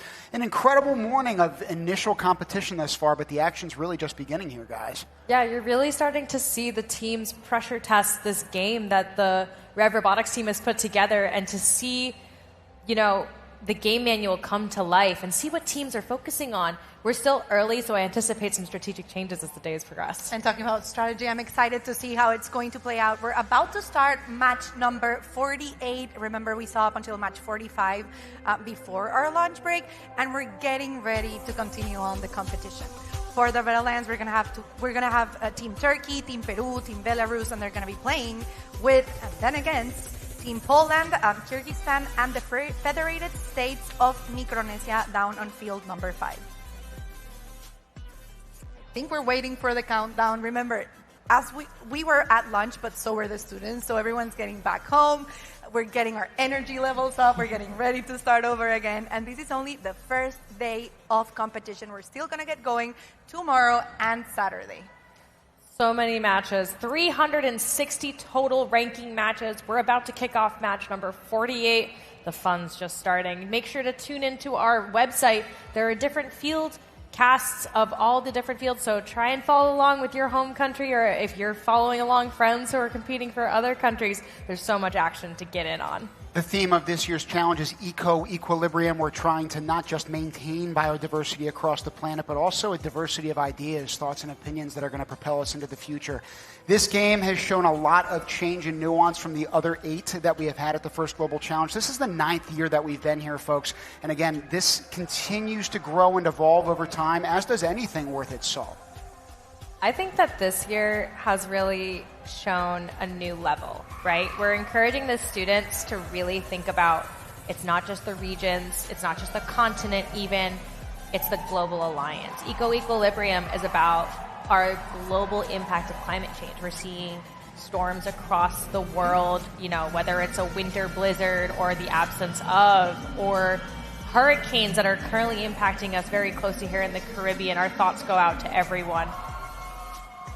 And you're right, Manisha. We're almost ready to start with our match before. I think the countdown is coming in 3, 2, 1, and there we go with match number 48 right behind us on field number 5. We're starting with both accelerators trying to be activated, so both the Blue Alliance and the Red Alliance strategies. It looks like it's going to be getting as many biodiversity units on the field as possible. Team Peru spinning the accelerator wheel as fast as possible. Team Poland locked in there for the Blue Alliance. It takes a full team effort to drive this robot, not just the drivers behind the wheels. One of the things that I've always loved about the First Global Challenge is that no one needs to have experience to hop into an event like this and grow from it. So Turkey is no exception to this fact. All of the members of that team are participating in the First Global Challenge for the very first time. Meanwhile, their mentor has been mentoring first teams for over a decade, nearly 16 years. So you've got all kinds of experiences that build into what you are seeing live here in Panama Convention Center. Again, this competition continues to grow, but largely because people are taking that initial risk. They're taking that initial chance. And again, from my experience, I've grown from it, but I could certainly say the same for the students who have joined us.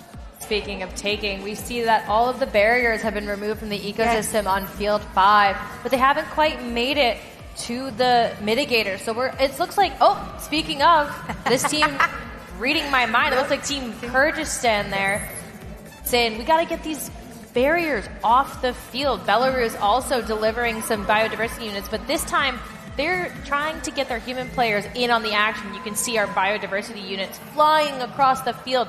Some robots are trying to take it into the marine and river ecosystems, while our human players seem to be focusing on the terrestrial. I wonder if that's going to change over the course of the competition, since human players are confined to a specific part of the human player zone. Yes, they're all the way in the corner. They actually have this teeny tiny space where all 3 team human players are able to throw the balls from. And you were talking about how we have all of the barriers taken out from the ecosystems right now. It looks like we have a fair amount of biodiversity units actually in the ecosystems. We're down to the last 10 seconds. We're seeing some teams. I think that's Team Poland climbing up. We're going to have to see how many robots are off the floor. That's Team Turkey as well. Oh, one of the robots still climbing up. And as we reach the end of the match, we're going to have to wait and see what our referees and scorekeepers decide as the protection multiplier for both alliances. All of these teams are rising to different heights, but there are 4 different levels at the very end of that competition that those robots can ultimately achieve.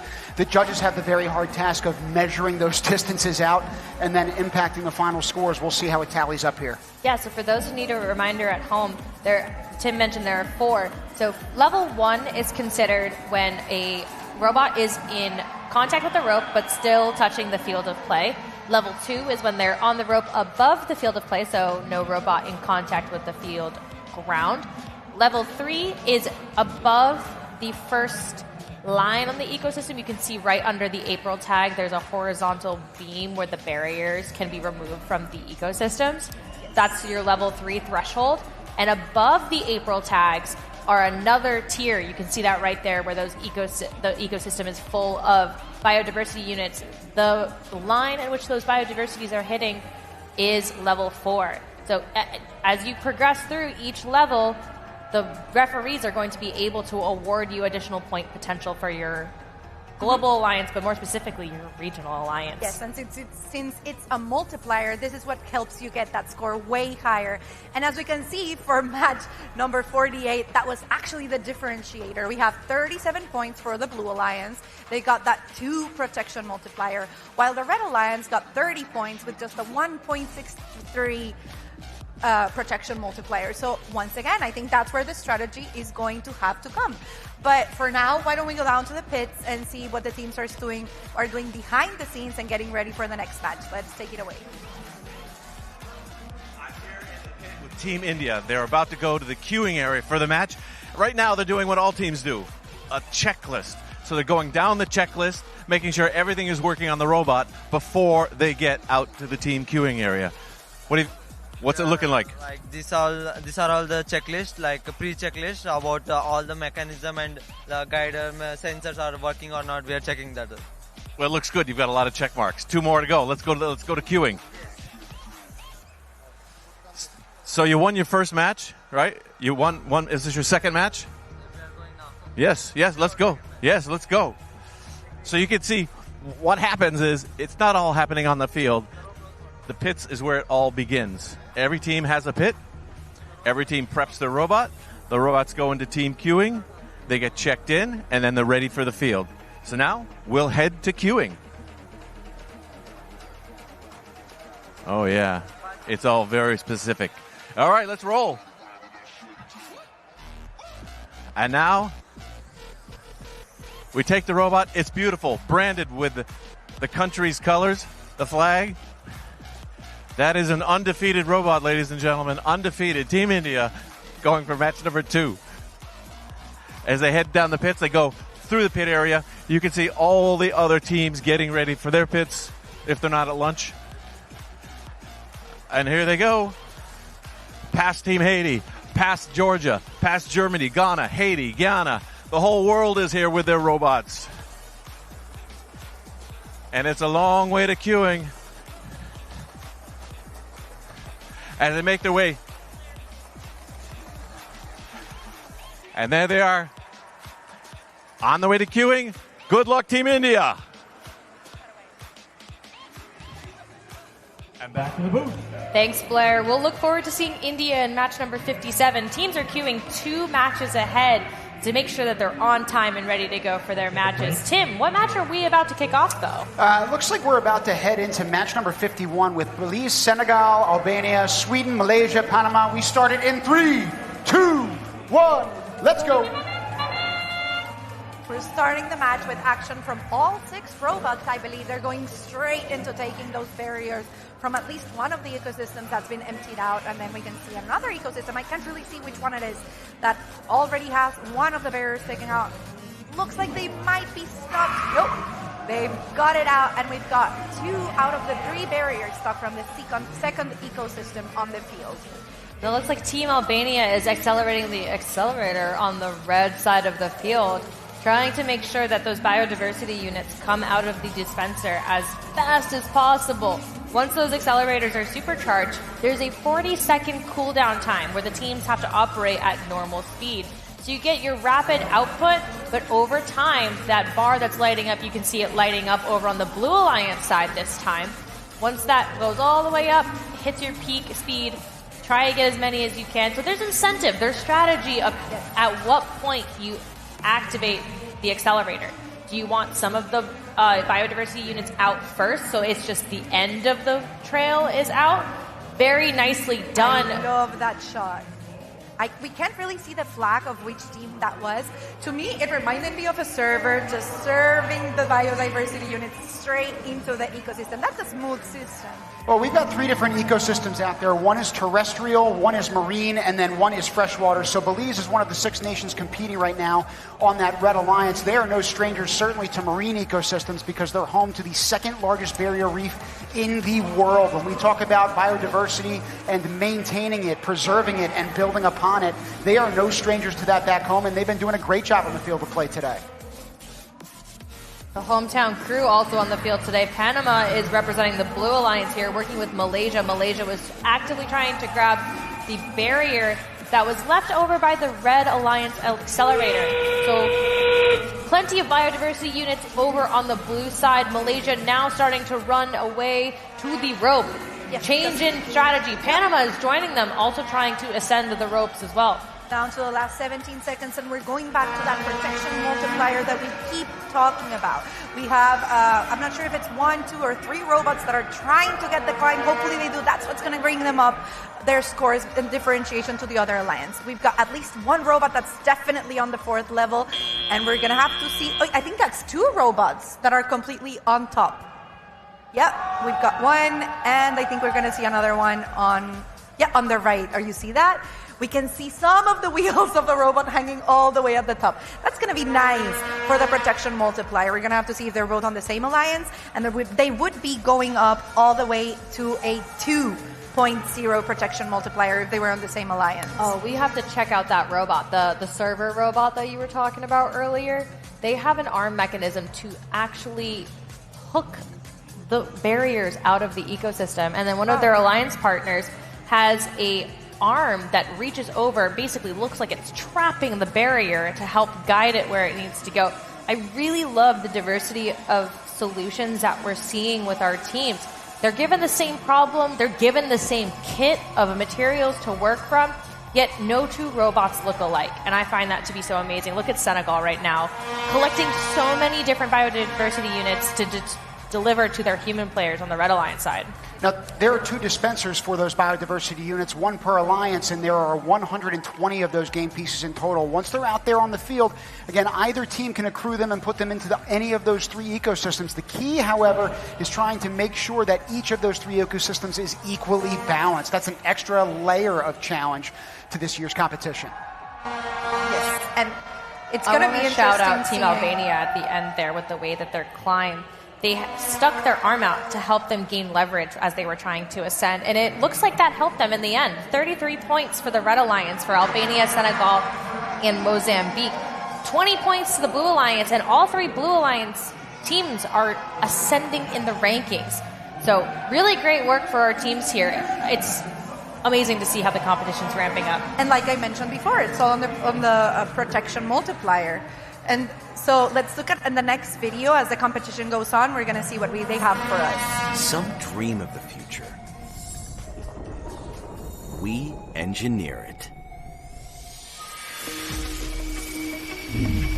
At the atomic scale, where breakthrough technologies take shape, 2 fundamental forces drive every advance.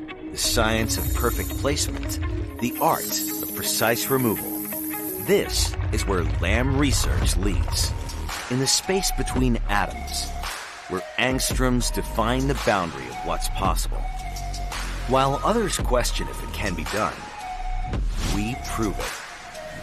From advanced memory to logic, from cloud computing to artificial intelligence, deposition and etch drive progress in semiconductor manufacturing, and our innovations keep pushing the industry forward.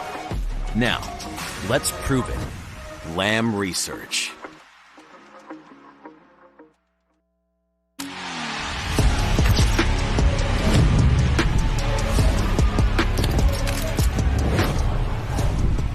At the Tolman Family Office, we believe in unlocking human potential. Whether in music, STEM, or workforce pathways, our mission is the same. Help dreamers, doers, and big thinkers like you to thrive. When we speak of unlocking potential, we mean helping people see possibilities in themselves that the world too often overlooks. It is about giving individuals the tools, the encouragement, and the space to grow into the fullest version of themselves. We believe all people, regardless of where they are born, the resources around them, or the challenges they face, deserve that chance to thrive. First Global is particularly powerful because it uplifts the human side of STEM, the creativity that sparks new ideas, the connections built across cultures, and the inspiration that lasts long after the competition ends. Participants here are not just representing their nations. They are modeling what it looks like when borders give way to bridges. At a time when the world desperately needs examples of unity, they are showing us that science and technology can be the common language that brings us together. The challenges facing our planet, climate change, biodiversity loss, economic inequity, will require the very qualities being forged here. What you're doing here in Panama isn't just a competition. It's a rehearsal for the kind of global cooperation our future depends upon. When we look at you, we see a generation with vision. We see global citizens who will carry the courage they've shown here into whatever challenges await. You will have both an opportunity and a responsibility. Responsibility is not given, it's taken. With imagination, with cooperation, and with the unshakable belief that the future is better when we create it together. In the words of Dr. Seuss, Do we believe you will succeed? It's 98% guaranteed. So let's get going. Go First Global.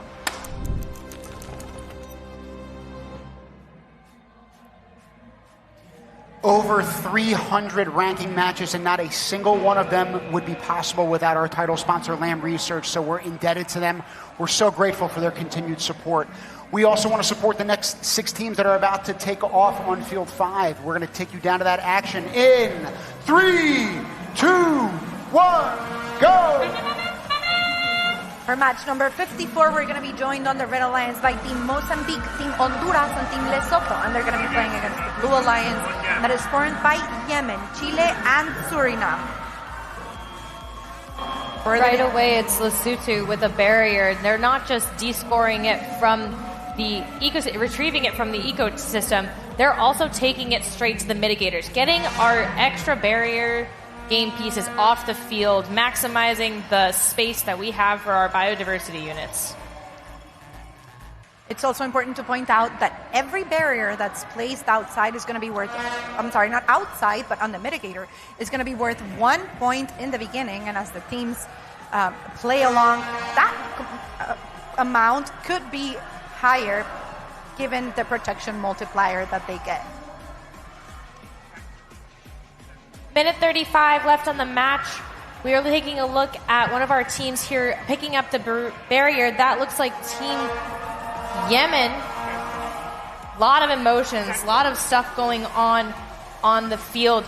But I have so much sympathy and awe for all of our drive team members. It's a tough role to fill. There's a lot of stress. Everyone's eyes on you on the competition field.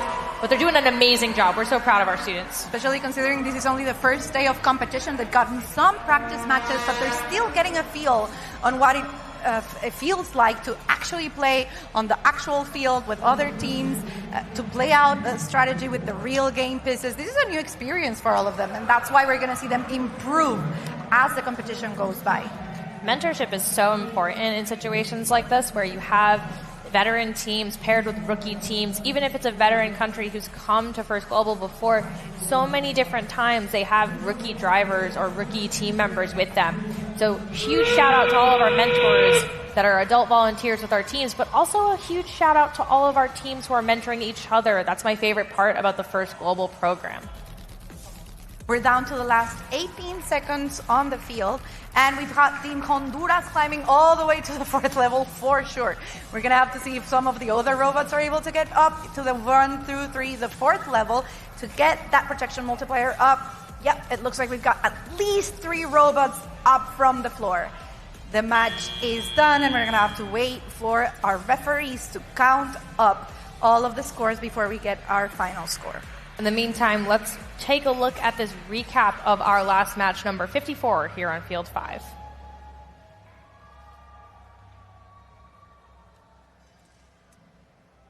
So it looks like for this match strategy, as you mentioned while we were looking at it, teams first focused on getting the barriers outside of the ecosystem. They actually got a chance to put some of them out in the mitigator getting points, but then we also give them the opportunity of amplifying this space on the ecosystem for some of those biodiversity units to go in. We're seeing a new change here. So earlier in the game matches that we had, human players were focusing their efforts on filling the terrestrial ecosystem, the one that's closest to the human player zones. But just now, you can see the Red Alliance human players are aiming for our marine and freshwater. So they're noticing that there's a discrepancy in terms of how even our ecosystems are. So human players and robots alike working together to lessen that gap. Yes, and especially trying to work on the distribution factor. Tight match here, 2-point differential, but positive movement across the board on the rankings. Now at this time, you've been watching this game happen in front of your very eyes if you're tuning in at home for hours on end, but yet we want to provide you and everyone else watching the actual explanation behind this year's theme. Let's take it away. Introducing the official game of the 2025 First Global Challenge, EcoEquilibrium. During the 2-minute and 30-second match, 6 national teams work together as a global alliance to restore a healthy planet by removing barriers and maximizing biodiversity in ecosystems before dividing into 2 3-team regional alliances to secure protection for biodiversity in the future. 3 barriers to biodiversity are positioned in each of the 3 ecosystems. Each of the 2 dispensers contains 60 biodiversity units. Robots start the match in the regional zone next to their corresponding alliance station, in contact with the guardrail. The match begins when the announcer says, "Go!" The Global Alliance robots work to remove barriers from the ecosystem and maneuver them into the mitigators. At the same time, dispensers release biodiversity units onto the playing field. Robots can temporarily increase the rate that biodiversity is introduced by rotating the accelerator. Biodiversity units are added to the ecosystems by robots or by human players. The Global Alliance earns more points when the biodiversity units are evenly distributed across all 3 ecosystems by the end of the match. All 6 teams on the Global Alliance earn points for barriers removed via the mitigators, biodiversity units added to the ecosystems, and the distribution of the biodiversity units. Towards the end of the match, teams divide into 2 regional alliances to secure protection for biodiversity in the future by positioning the robots on the rope. This signifies the importance of collaboration to maximize the protection of specialized geographical regions. The sum of each regional alliance's secured robots equals a protection multiplier that is applied to the Global Alliance's barriers removed plus biodiversity units added points earned. The Global Alliance earns a co-opetition bonus if 5 or more robots are fully supported by the rope at the end of the match, rewarding the effort when a majority of nations establish protections for biodiversity in the future. A regional alliance's match score is the sum of points earned for each barrier removed, plus biodiversity units added, times distribution factor, multiplied by the protection multiplier, plus co-opetition bonus points. As the competition progresses, biodiversity across all 3 ecosystems will be tracked, and teams may adjust their gameplay strategy to achieve the cross-match objective. Let's nurture Earth's EcoEquilibrium together.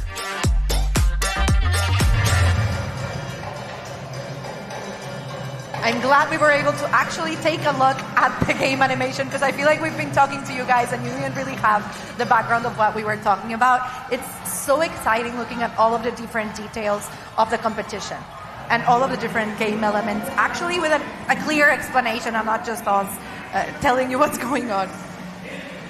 It's a really unique game. I like the way that the teams are interacting with each other. There's like 2 clear aspects of your match, but I am noticing that teams are kind of creating a 3rd phase. Like you have your barrier phase, you have your biodiversity unit phase, and then you have your end game. So it's really evolving, and the teams are bringing it to life in a way that I personally didn't foresee.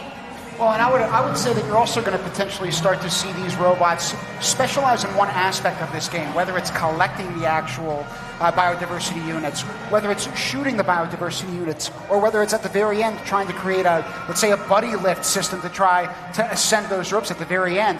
We'll see how those strategies continue to evolve, but the next game that we're going to take you down to on Field 5 is starting up in 3, 2, 1, go! It's match number 57. We have India, Sudan, and the Netherlands representing the Red Alliance. On the Blue Alliance side, it's Turkmenistan, Equatorial Guinea, and Ukraine. Turkmenistan right there, off the bat, releasing barriers from the ecosystems. India is focusing on the accelerator early in this match, getting as many biodiversity units as possible out on the field. Netherlands, with their orange caps, we tip our caps off to you as you proceed with your amazing Flying Dutchman robot. We're excited to see that activate hopefully later in the game. 1 minute and 54 seconds left, and we've got human players already releasing biodiversity into different ecosystems. Barriers flying around the field as well. It's really great stuff. I was going to say we're almost out of barriers out on the 3 different ecosystems. It looks like one of them is stuck because like we've said, nope, they've got it out because like we've said, the game pieces can actually act as an obstacle on the field physically where they're not able to do as many things. Well, and you might see evidence of some robots that need to go to the hospital, right? Just like athletes on the field, there might be injuries. I think I see a broken band potentially right in the middle of those three ecosystems. So there could be some carnage out here, but at the same time, each of these teams has a plan in place for any type of contingency that might evolve from this gameplay. India showed us their pre-match checklist earlier. I have to imagine that our teams, as they're preparing for matches, also have to recover for matches as well. Checking your robot to see if you sustained any damage, see if anything needs to be tightened. As a first alum, the amount of times I've had a loose screw that just you find in the bottom of your robot at the end of a match is just like maddening. Where did it come from? And you have to play that puzzle piece game. Look at Team Netherlands right now, focusing on this next puzzle of the game. End game in about 7 seconds here. I was going to say, you talk about loose screws. If you ask my wife, I've got plenty of them myself, so I have to give her a personal shout out here. In terms of Sudan, one of the teams that's competing out here, they come from multiple different counties and work across various time zones. They're united by their shared passion, but frankly, two of the mentors were the first in the entire nation to hold CSWE certification. So when you're talking about mentors and teams behind the scenes getting these teams to compete, they are no exception to that fact. 7 seconds left, and robots are still ascending these ropes. We're going to see how these buzzer beater end game changes. Team Hope looks like it's, not Hope. Netherlands, India, and one other robot. I can't quite see the country over there. Ukraine. All of them up in the air at the end of this match. Netherlands looking pretty happy with the result of that match. We'll see if the score matches their sentiment. So many working pieces and people to make this thing go. That includes the volunteers sweeping and cleaning the field. It also includes the judges that are tabulating the scores. As I mentioned earlier, barriers, first thing that teams are heading for in this early part of the match. 6 robots, though. Not all of them need to go for barriers at the same time. You can see right off the bat several robots heading straight to the dispensers to collect several biodiversity. Look at that. Looks like there were 10 biodiversity units in that robot. Amazing work. Also love the fact that on these lanyards you see all of these various buttons, whether it's the teams from back home that are accruing them from local organizations or whether it's teams in the pits collecting materials from one another. To see that kind of collaboration and artistry come even in the form of these kids on the sidelines and what they're wearing, again, it's a marvel to observe from the sidelines, but it's a reflection of this competition in broad strokes. Reflecting this competition is our match 57 scores on the board now. 58-49 for our Red Alliance, taking home the win there. We're going to get ready for match number 60, but first, we're joined in the booth. One of our perennial fan favorites, Team Hope, represented by Mohammed Fadi Al-Babi, the team's general director. So established in 2016, Team Hope has overcome the challenges of displacement to become global champions in robotics competitions. Fadi, now a member of the Syrian Arab Republic Parliament, continues to champion the resilience and potentials of young refugees, focusing on their role in rebuilding the Syrian Arab Republic and contributing to a better future. Thank you so much for joining us, and thank you for all of your hard work. I want to start by asking you about the end of the Syrian civil war. You had 4 members of Team Hope already repatriating into the Syrian Arab Republic. What does it mean for your team to have students returning home after years abroad? Thank you so much, first of all, having me here. It's so proud to me to be with us, with you, and with this great event. Related to our 4 members, I think now Syria has returned to its people. And Syrian now starting feeling safe again, and Syria also has, inshallah, hopefully go to heal.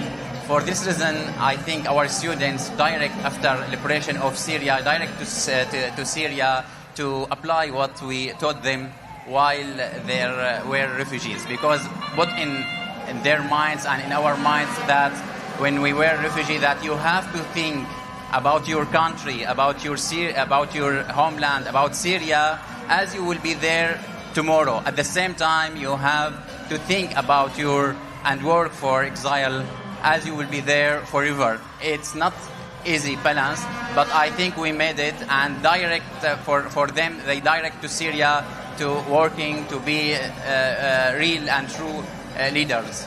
Well, you're talking to them about what you've taught them and what they've learned. So you now have scores of alumni who back home in terms of rebuilding Syria are generating a league. Can you tell us a little bit about that? Yes, I think for our students, while I'm talking with you and at this time, our students who were participating in this competition many times, now they are mentors and trainers in Syria. So they transferring their knowledge, they transferring their experience to Syrian students now. Because I think when they were refugees, they didn't give up and consider that education and believing in education the most important issue, and consider education and technology and STEM education the matter more than anything else, more than food, more than shelter. So I think they can do it as they did in the past, and they took many awards around the world. It's all about paying it forward, and I feel really inspired by your students who are now becoming mentors and instilling that mentorship and volunteerism no matter what you're facing in the world. Thank you so much for sharing your story with us and sharing the accomplishments of you and your team. We look forward to seeing their continued success in the years to come. Yes, I think Syria now, and for this moment, we feel how the love for Syria and its soul deeply lies in our country population, in our people, in our children. For this reason, I think what we try to do now, how we scale up the idea, how we extend our work in STEM education, how we treat any bad mindsets maybe can face to our community, as what we did when we were refugees. Bad mindset as waiting mindsets or victim mindset. No, they were, I think, true heroes, and now I think they are true leaders and active builder for their community. My friend, you are the absolute epitomization of human resolve in action. And being blessed enough to get to speak with you since 2016, trust me, the work that you've been doing has had manifold impacts around our globe. So I know you say you believe in them, we believe in you. Thank you so much for being with us in the booth. And as always, this gift from our Syrian refugee women, filled by energy, passion, and love to dignify life. Thank you again. Thank you so much, Mohammed. We're going to take you back down to Field 5 for some action. Who do we have right now? Let's see. We're looking at the recap of match number 60. It was Guinea-Bissau, Finland, Venezuela, Azerbaijan, Sao Tome and Principe, and Guyana. And you can see the result from that match, 50-39, 27 biodiversity points, 10 barrier points. Teams are starting to take the barriers and not just de-score them from our ecosystems, but get that point potential from your mitigators.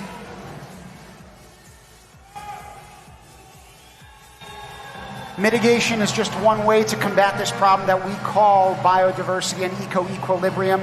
Another way is trying to promote ways in which that we can have more diversity around our planet. It's not just genetic diversity within a species that we're talking about. It's the diversity of species within an ecosystem, and then even in an area of the planet or a region having multiple different types of biomes and ecosystems. So diversity plays into many different folds and fancies of this competition. Yes, Tim, and one of the most important factors is that in the world in general, we can't focus on just grabbing one ecosystem and fixing it and working in it. They're all interconnected.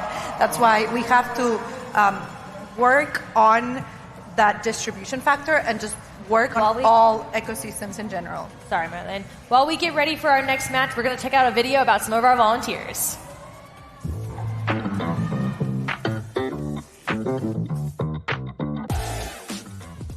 First Global, the experience that I had in 2017 has pretty much shaped my whole future. And First Global helped me to understand that part of the problems that we have in the world nowadays, I can be part of the solution. There's nothing that matches the atmosphere that First Global creates. Just bringing together 190 countries in one arena, you cannot replicate that. When I first joined First Global, I was only 14 years old and didn't really have much of a life plan. I didn't really think that I wanted to pursue a career in STEM, but after I took part in First Global for so many years, I grew very deeply passionate about robotics, problem solving, all types of engineering. What you're getting with robotics is just a set of skills, and you can apply that set of skills into anything pretty much. Now I'm a product manager at IBM. I just graduated in mechanical engineering, and I'm pretty sure none of this would have happened without that First Global experience that really made me choose this path for my life. So I decided to come back as a volunteer to make the path of new generation easier than it was for me. This team came to the field and they just had like 4 wheels they could drive. That was it. And then they came to the next field and they had like a little arm that could push a ball. And I said, "You improved your robot. That was amazing." You do high fives or fist bumps. And they just kept improving throughout the competition. At the end of the competition, they didn't win. But afterwards, they found me and they actually came and told me, they said, "Marissa, you made our experience worth it." I was hooked for life after that.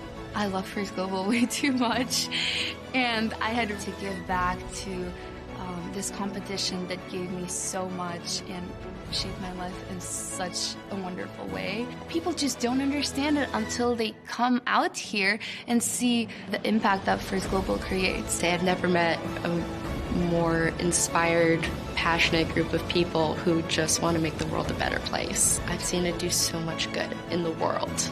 Actually helping communities, actually seeing the impact that it has on people's lives, to inspire them to create STEM programs in their country, and just giving these students the best chance to get the resources they need to do well in their life. I love this program. I do. I'm gonna come back every time that they'll let me.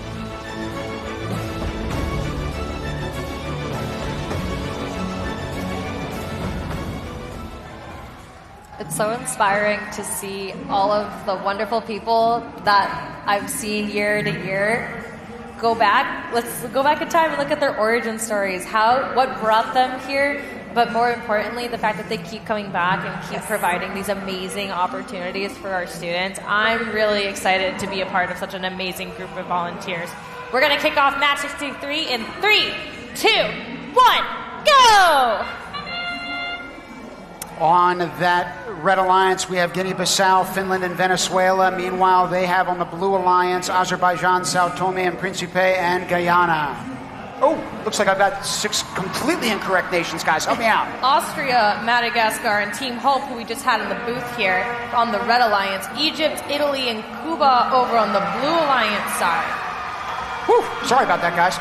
Madagascar, one of the island nations that is definitely not on an island here. They are home to over 80 different endemic species. Endemism is a term that you're going to hear quite a bit here when it comes to biodiversity, meaning that there are creatures that can only be found there on their planet. Right now, they could be found on the accelerator. They're trying to get up the speed of how we're getting those biodiversity units on the field.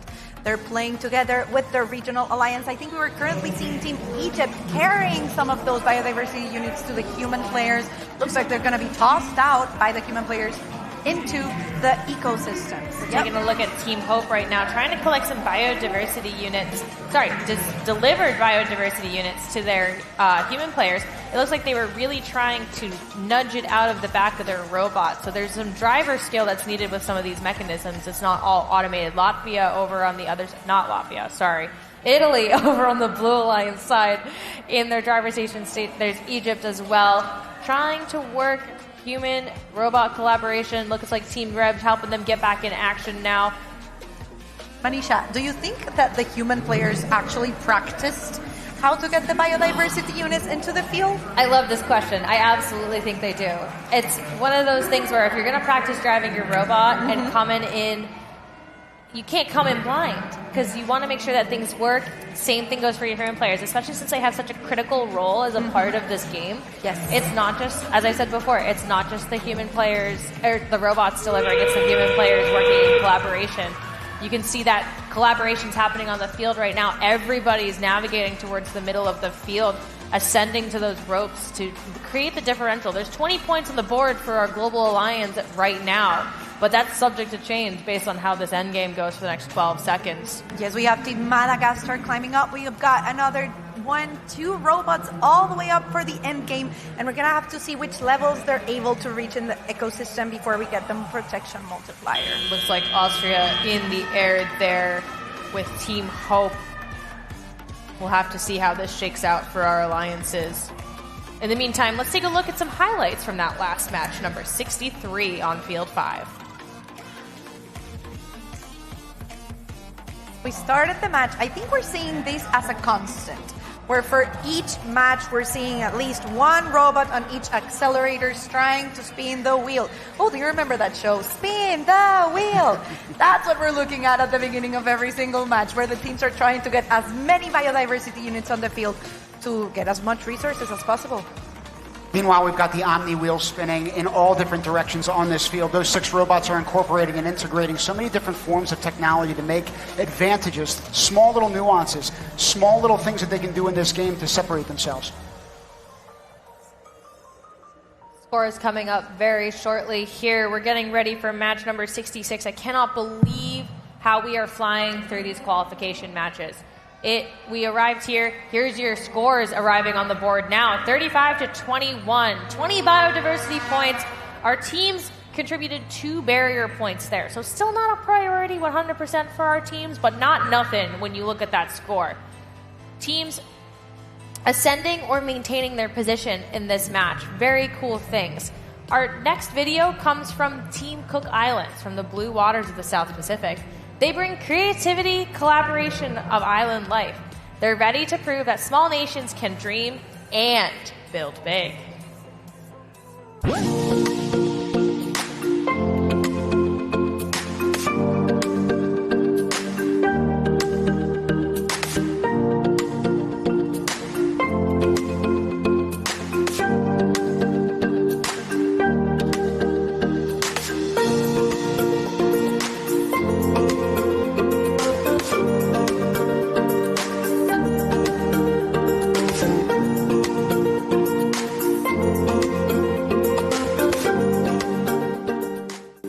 Kia ora, my name is Kiara Williams. I am the social media manager and cultural ambassador for Team Cook Islands. Opportunities we get as a team from competing in the first global challenge would be traveling to Panama, being able to meet new people and interact in expos that are held there from different universities, which is a great educational opportunity. And being able to represent the Cook Islands as a team. Yeah. We are happy to be here and compete at the first global challenge. Yay!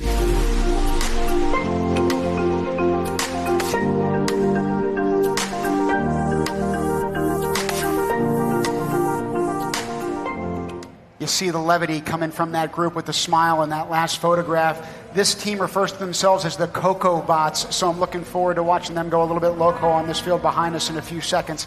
They've had a lot of media attention lately as well, and they've had local companies going at them for AI inventions, so we'll talk about that in a couple seconds. But they're going to get going here in the next few seconds. We get going in 3, 2, 1, go! It's going to be match 66, and the Cook Islands are going to be accompanied by Team Slovakia and Team Botswana. On the other hand, for the Blue Alliance, we're going to have Team Burkina Faso, Islamic Republic of Iran, and Team Ecuador.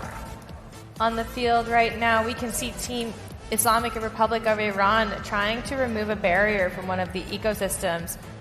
Now we're moving over to one of the human player sides. Looks like Team Burkina Faso delivering some biodiversity units to their human players. And on the field now, we've got Ecuador doing the same on the Red Alliance. Teams are really jumping into action very quickly at the top of the matches. Yes, and I think we can see a constant of human players having a very big impact on the match as early as it starts and all the way until the end of the match. I'm actually surprised that a lot of robots are focusing on bringing the biodiversity units onto the regional alliance station instead of throwing them themselves into the ecosystems. That's a strategic choice. It looks like these 6 teams have done a pretty good job getting those barriers out of the way and towards those mitigators. There are a few in each of those 3 different ecosystems, and as they spread their way throughout the field, you see one right now being deposited in that mitigator. Great job.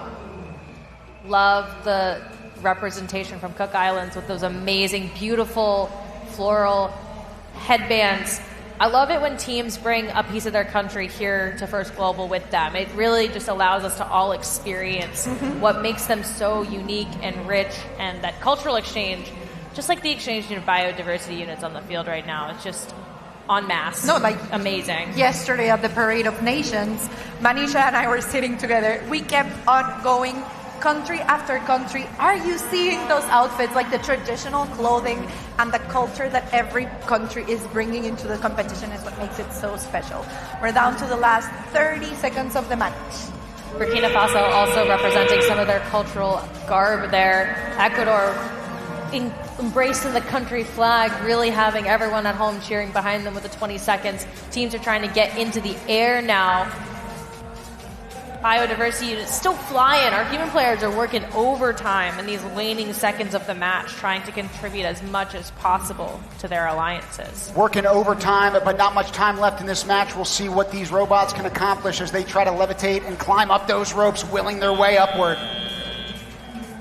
We're going to have to see what our referee says on how many robots were able to secure protection and on which level they were able to end the match. Remember, to everyone watching us at home and also the people here in the fields, it's the lowest point of the robot that counts as the height that they've reached. So even if 99% of the robot is able to reach that upper ecosystem strut, if at least one of the wheels is a little bit under, they're not going to get the point. So teams have to be millimetrically careful about reaching the correct height if they want to get that good protection multiplier. Speaking of millimetrically, that lower ecosystem strut, in order to achieve level 3 climbs, are 44 centimeters off the ground.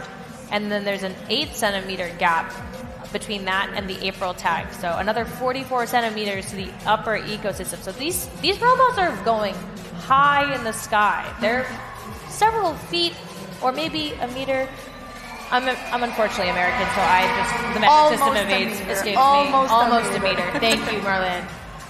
And that's the threshold that they have to cross to get to that 4th level. Some of the robots are definitely going at least a meter high.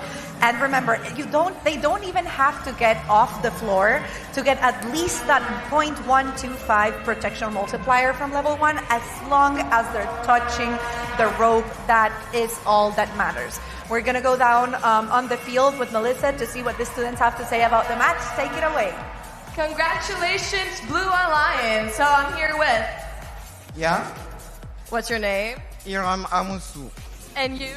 Christopher Guevara. So that was just a fantastic match. What was your strategy in order to collaborate effectively? How did you communicate before?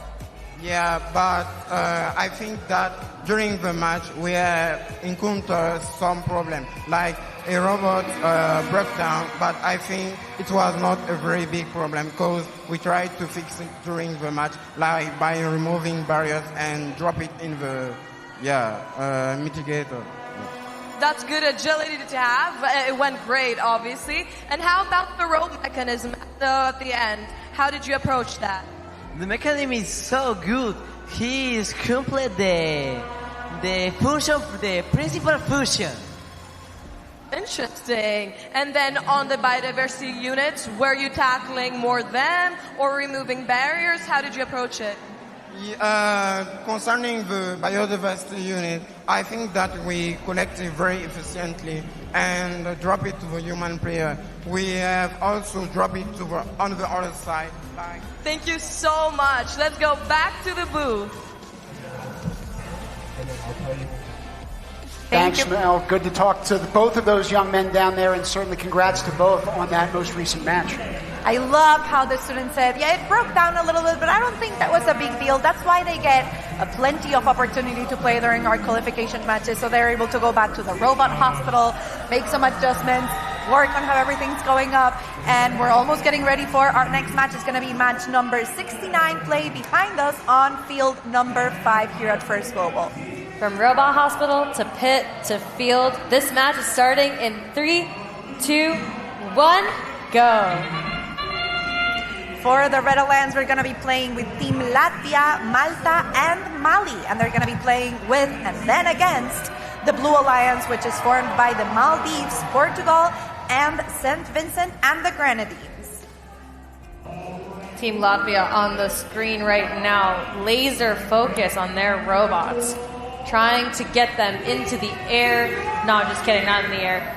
That's endgame. They're trying to get barriers out of their ecosystem right now. 2 of the ecosystems have already been depleted when it comes to their barriers. One more ecosystem, it looks like the marine ecosystem. Oh, spoke too soon. One of our team said, heard you, Manisha, got it. All of our barriers have been released from the ecosystems now. And so our field is getting cluttered. But I'm getting the feel that we don't have as many barriers on the field as we had on some of their games. Like maybe some of them have already been pushed out to the mitigators. Well, we're going to have to wait and see after the official score to see if they've actually gone by, but that's the feeling that I'm getting. You're right. Looking at the field right now, I'm seeing way fewer barriers, but I'm seeing a lot more biodiversity units, especially in the air. Our human players are jumping into action as robots are shuttling them as they fall out of the dispensers. Robots are not just collecting them, they're pushing, jumping off the momentum coming out of the dispenser. They're taking advantage of that and shoving it towards the different human player stations. Down to the last minute, you can see what we were talking about before, how the human players are able to collect one of the biodiversity units. They have to be careful about not touching the robots. If they do, that could end up in a foul or maybe even a yellow card. And as we approach those last 30 seconds, I'm excited to see how the protection multiplier is going to be playing out. One of my favorite teams in terms of learning about them through this competition has been Team Latvia, and the reason why is because they bring a sense of comedy to the complexion of their group. They say that team building is a serious business. That's why we make sure to get at least one good laugh every day, sometimes at the robot's expense. They said that their robot's main function is being confusing in new ways. You got to love that. Everything is new here, and everything is confusing in new ways, but that's part of the beauty of the competition and the beauty of First. You just have to keep adjusting and keep learning. We're down to the last 3 seconds, and we're going to have to wait and see how many robots are able to get all the way high. That might have been Team Latvia. We're going to have to wait and see what our refs have to say about them being all the way up.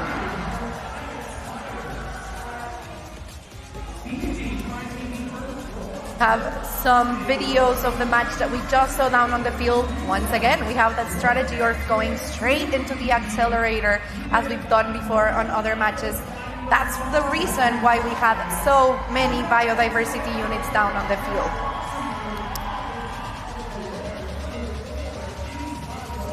The robots displaying their different mechanisms. I love how, it's very interesting to see how the different mechanisms give them the opportunity to store more or less biodiversity, and how that can play as an advantage of not having to go fetch the footballs as much as the other robots. I think the thing at play here is teams have to make a decision between robot size, robot construction, and were they more confident in the number of cycles they'd be able to make, or were they more confident in the number of biodiversity units that they could hold in their system and make that one trip to achieve all of it? We have 66 points for the Blue Alliance, 62 points for the Red Alliance. A little bit of movement in the rankings, but it's still really early. We're only on match 69 out of 360. It's still anyone's game. Speaking of games and anyone, more importantly, we're joined in the booth now by 2 of our students. Just kidding. We're going to the pit first as teams are preparing for their different matches, their different game strategies coming into play. Blair, who are we talking to?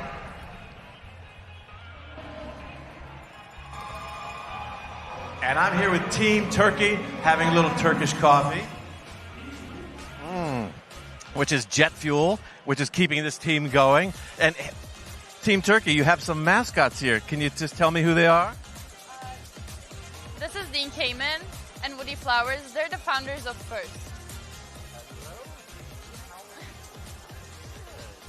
And this is Woody Flowers? Yes. Hello, Woody. How are you? I'm very well. I'm with Team Turkey. So you have your mascots. Do they bring you good luck? They do actually. It's like a good luck charm. We bring it to every competition. So here at Team Turkey, it's your first year ever at First Global. Team Turkey's been here before. What's your impression? The atmosphere is really nice, really diverse. Everyone's here. I'm making new friends. The excitement is top. So the competition is really great. Good so far? Yes. You're happy with your robot? Yes. Yes. And what's your favorite thing about the competition? I think showing people our culture and Turkish delights, which is really great. So Turkish Delight, what is that? That is this right here, which Dean loves. So we'll feed Dean a little Turkish Delight, which is yum, yum, yum, yum, yum, yum, yum, yum, yum. Yeah, and Woody, yum, yum, yum, yum, yum, yum, yum, yum, yum. Turkish Delight is the sweet fruit of Istanbul. A lot of people stopping by for your Turkish Delight? Actually, it's like a fruit gummy and it's really sweet and people love it here. We go through boxes. What are in the other boxes? Explain this one to me. This is a great... This is called the Evil's Eye, and what we believe is when we keep this together with us, it keeps us away from bad luck. So we keep it at our houses, like on accessories, like jewelry and stuff. And it's working so far.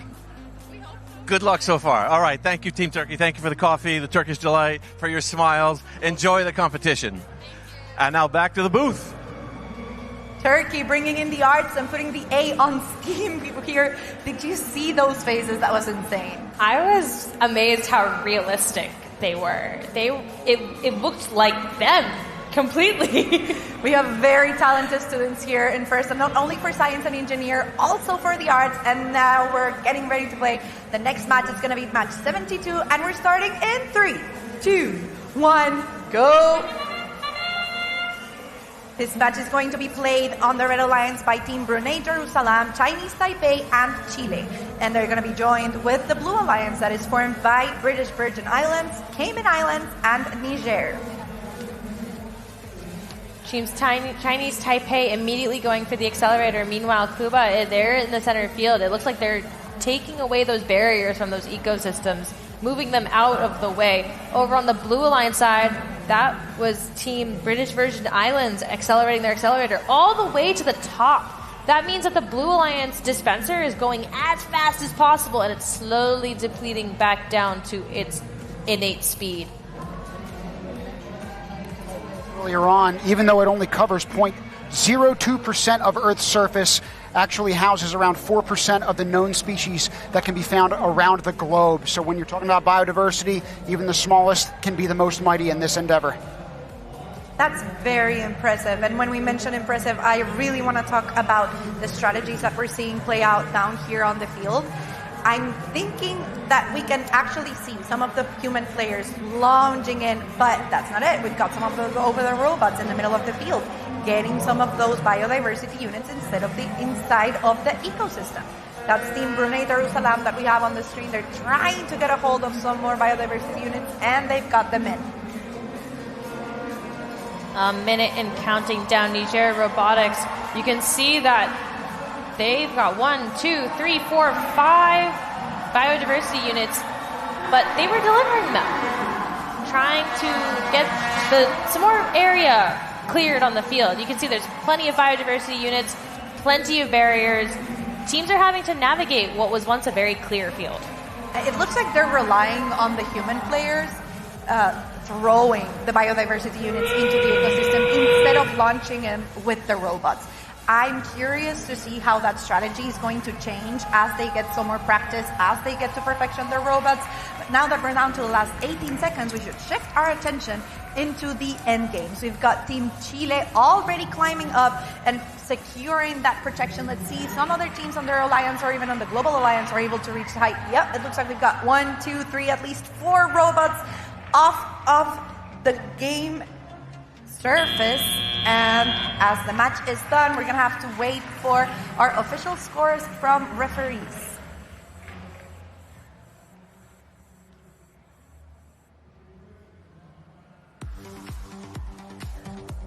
Quiet from all of the teams, waiting to see how the scores are going to pan out. Remember, the scores that we see on the screen during the match are just guiding us around somewhat of the scores that they're going to get. But it isn't until the end of the match where the referees get to count every single game piece and they get to measure the height that the robots were able to climb.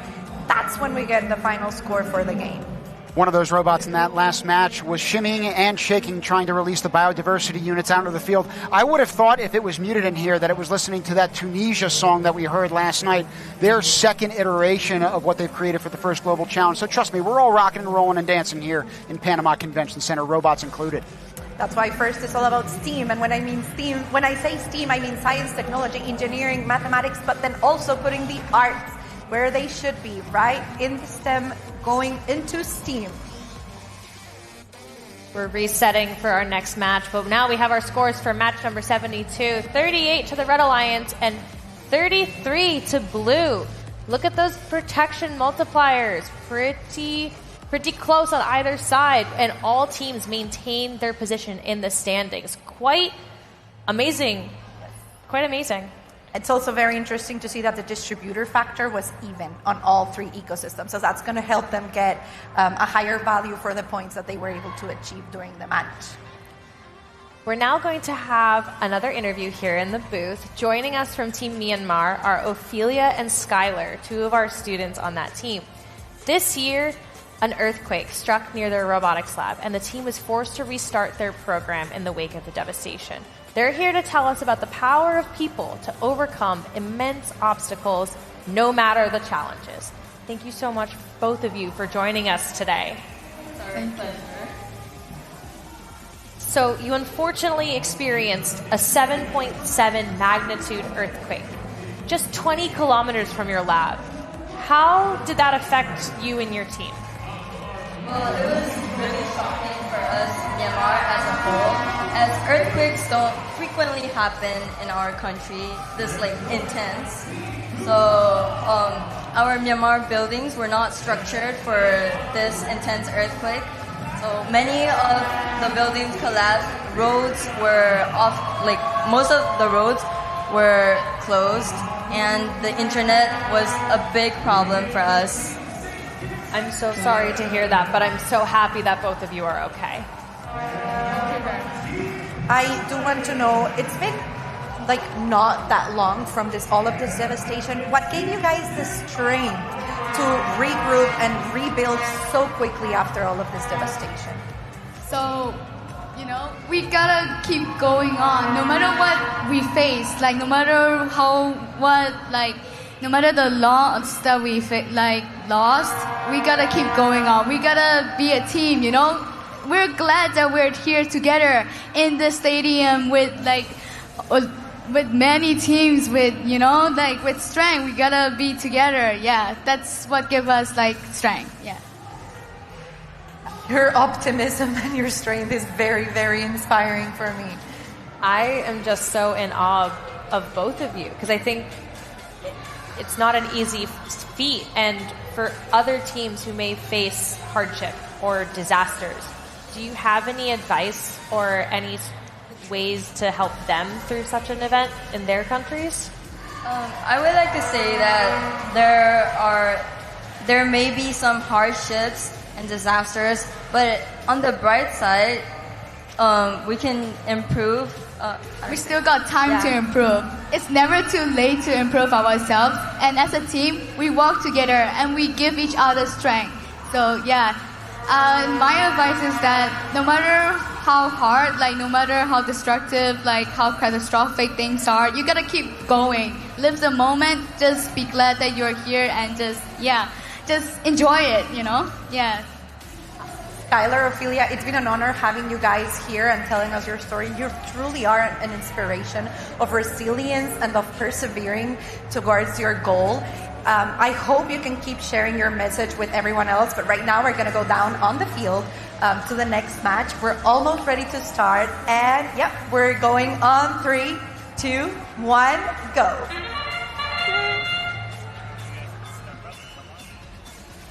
On the field right now, we have match number 75, Greece, U.S. Virgin Islands, and Chad representing the Red Alliance. Over on the blue side, it's Nicaragua, Namibia, and Yemen. We're starting this match with a lot of biodiversity units action. We are currently seeing one of the robots carrying the footballs, because basically they are small, colorful footballs, the biodiversity units, carrying them once again to the regional zone, down to the human players. Now, I'm obligated to talk a little bit about Greece, not only because they were a host nation for last year's first Global Challenge, but because they've contributed so significantly to physics and mathematics, providing the foundation for numerous advances in the modern sciences with figures such as Aristotle, Archimedes, Euclid, and others. Dean Kamen had referenced them in his speech last night, saying that we all build off of one another's successes, and that's a perfect example. Team, you mentioned Greece. I'm so sad that I wasn't able to be there last year, but I have to give a shout out to my baby who kept me from Greece, but made me a mom. So I'm glad to be here with you guys this year, even if I wasn't last. Buenos dias, Maria. Buenos dias. We're down on the field. Once again, we have a little bit over a minute of our match number 75. It looks like teams are focusing on human players, throwing those biodiversity units, and can you see that ecosystem? That's packed of those tiny soccer balls. The terrestrial ecosystem seems to be the focus for field number 5 in this match, as the barriers are untouched in our marine and freshwater ecosystems. Looking to see if the teams are going to change that strategy or if it's all in on the terrestrial ecosystem for the rest of this match, as we have just 38 seconds left. Hopefully they're able to get the distribution factor a little bit better. Otherwise, all of the points are going to be affected by getting only that 0.5 distribution factor of having such a large difference of biodiversity units in the ecosystems. Lots of different ways that each of these teams tries to ascend those ropes. You're seeing it in the foreground right now, trying to use that protracting arm to then establish it onto a rotating gear in order to climb. You're seeing another team do that successfully as we speak, but holding on for dear life. We'll see if they can do so for the last 5 seconds here. We're almost finishing our match. We can currently see one of the 3 robots is maybe 4 lifting up from the ground. We're going to have to wait to get the protection multiplier. Remember, that is the one factor that's going to give different scores to the Red and the Blue Alliance, and that's what's going to set them apart. So, that foghorn that you just heard, just in from the field just now, means that there was a field fault. So, we are going to take a pause. We're going to reset match number 75, and our teams are going to get back in action in just a few moments. So the red indicators on the field right now indicate a field fault. We will be right back. We're going to let our referees, we're going to let our teams take a breath, regroup. In the meantime, we're going to take a look at one of our new videos. Take it out.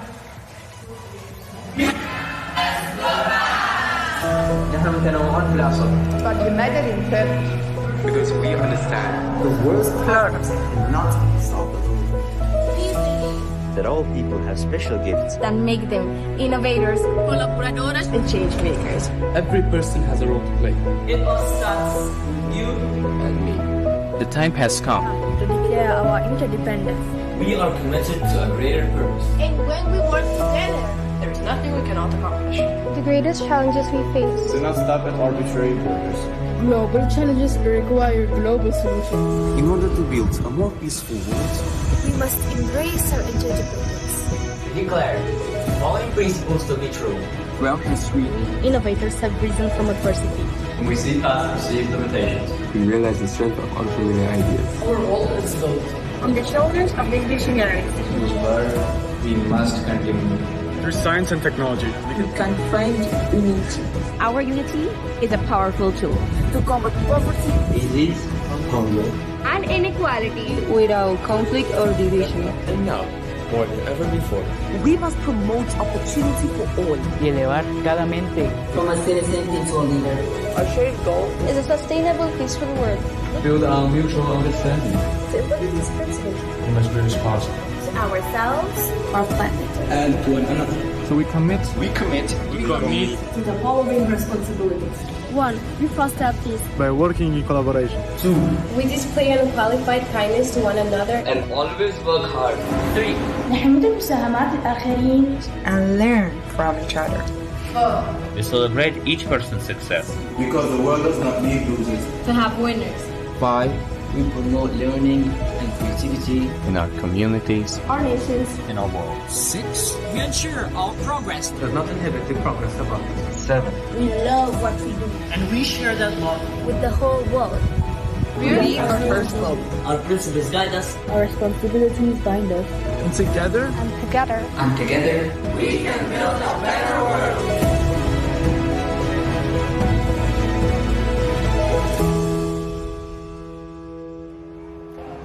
How eloquent to hear from these young learners and leaders, to see that responsibilities are what bind us, right?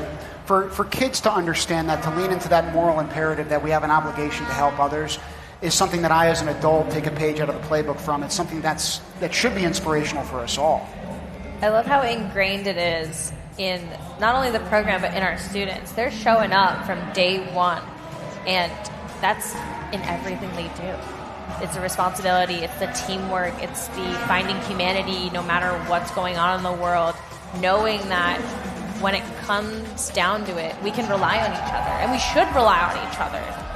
And for those of us who don't have the opportunity to be here in Panama and get to actually talk to the students, please take the time to go into the First Global website, look into the videos, listen to their experiences. They have a team profile page for each of the teams where they get to introduce themselves, tell you about what they've done during their time preparing before First Global, and all of the projects that they've worked on. It really is worth it hearing from them, because every single team member is worthy of admiration.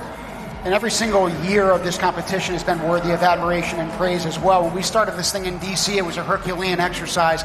Every single year, I can attest, at least from a personal experience, has gotten better, bigger, and brighter. Yes. Speaking of brighter, the bright lights are shining down on Field 5. We'll be back there for match number 75, round 2, in just a few moments. We're going to be joined by Greece, U.S. Virgin Islands, Chad, Nicaragua, Namibia, and Yemen. Going to do take 2. Huge shout out to our Rev Robotics team for helping us reset. In 3, 2, 1, go! All 6 teams getting a second opportunity on getting the better scores and improving on what they did on the previous match that had to be restarted. Let's hope they make the most out of it and do actually better and higher scores. And for making the most out of it, again, there are some policies back home that can always be incorporated to enhance biodiversity and its preservation. Namibia is no exception to that fact. They were one of the first countries to actually include environmental protections in their very own constitution. So again, another terrific example to emulate around the globe. We're starting the match looking at some empty ecosystems. They've been already taking out for all of the barriers, and now they're going to be just strutting around the field unless the teams are able to get them out all the way to the mitigators. In the last match, we saw our teams on this match focus on the terrestrial ecosystem, and it looks like they're going for round 2. A lot of the human players are focusing all of their energy on scoring in the terrestrial ecosystem, where the marine and freshwater ecosystems have been left untouched. All 3 burials still intact within those ecosystems. So since they have a second approach, I'm curious to see what our teams are going to change, if anything, in this match. I really hope they do start to focus more on those 2 ecosystems that, as you say, remain untouched. But just from the geography of the field and how it is designed, it is objectively harder for human players to throw the biodiversity units into those 2 ecosystems. And that's how it affects the scores in total, because in the end, if they're only able to get the distribution factor of 0.5, that's affecting their scores. Well, and if you think about it, with that terrestrial ecosystem, they're shooting from not only a closer proximity, but somewhat have a backboard in case they overshoot it. With the other 2 ecosystems, because of their angle being faced away, that backboard doesn't necessarily exist, and so that might be another reason behind that logic. Yeah, this is playing into the comment you made earlier, Tim, about practice. If teams are practicing certain shots, our human players have been quite consistent during this match. So I wonder if they've been really honing their craft on the terrestrial ecosystem as opposed to the two other freshwater systems. We've got 2 practice fields in the venue here today. So if you're here in Panama with us, just by checking out the fields, there's fields all along the way. Your practice fields where teams are troubleshooting, after repairs, taking a look at things. And with 3 seconds left, we're going to take a look and see which robots made it into the air for this second attempt at match number 75. We were previously looking at Team Yemen climbing all the way up the rope. It looks like they might be getting that level 4 protection barrier. But you were talking about, Manisha, I'm sorry, it was you, Tim, about the angle of the ecosystems and talking about how maybe the human players are going to be practicing throwing into those 2 other ecosystems. I personally think it was a strategic decision from game design, having 2 of the ecosystems being harder to achieve by the human players, forcing the teams to perfect their actually throwing mechanisms. And in terms of the collection mechanisms, a couple of seconds ago in that instant replay, you saw in that basin for that one particular robot a collection of about 12 biodiversity units. So again, there's going to be hyper-specialization in this game. Some are going to be collectors, some are going to be conveners, some are going to be trying to punch out those barriers that you see in each of those ecosystems, and then some are going to specialize in climbing like you see right now. I do feel, though, like as we've seen in other years, as the games go by and as we reach those playoff matches and the finals, I think we're going to see a more constant specialization doing better than the others. Like, it might be a better strategy and it might be paying off a little more. So I think we're going to see a lot more focus on a specific game element as the weekend goes by. We've got our final scores. It's going to be 41 points for the Blue Alliance against 38 points for the Red Alliance. All 4 teams out of the 6 are climbing up on the rankings. This looks like a good result for all 6 teams. Yeah, good result thus far. We have yet to see any triple-digit scores. We'll see what ends up happening again as we continue gameplay here. We've had hundreds and hundreds of matches over the years, but even hundreds more in store for you here. But right now we've got our we have our next pit interview ready to roll. Mel, who are we talking to?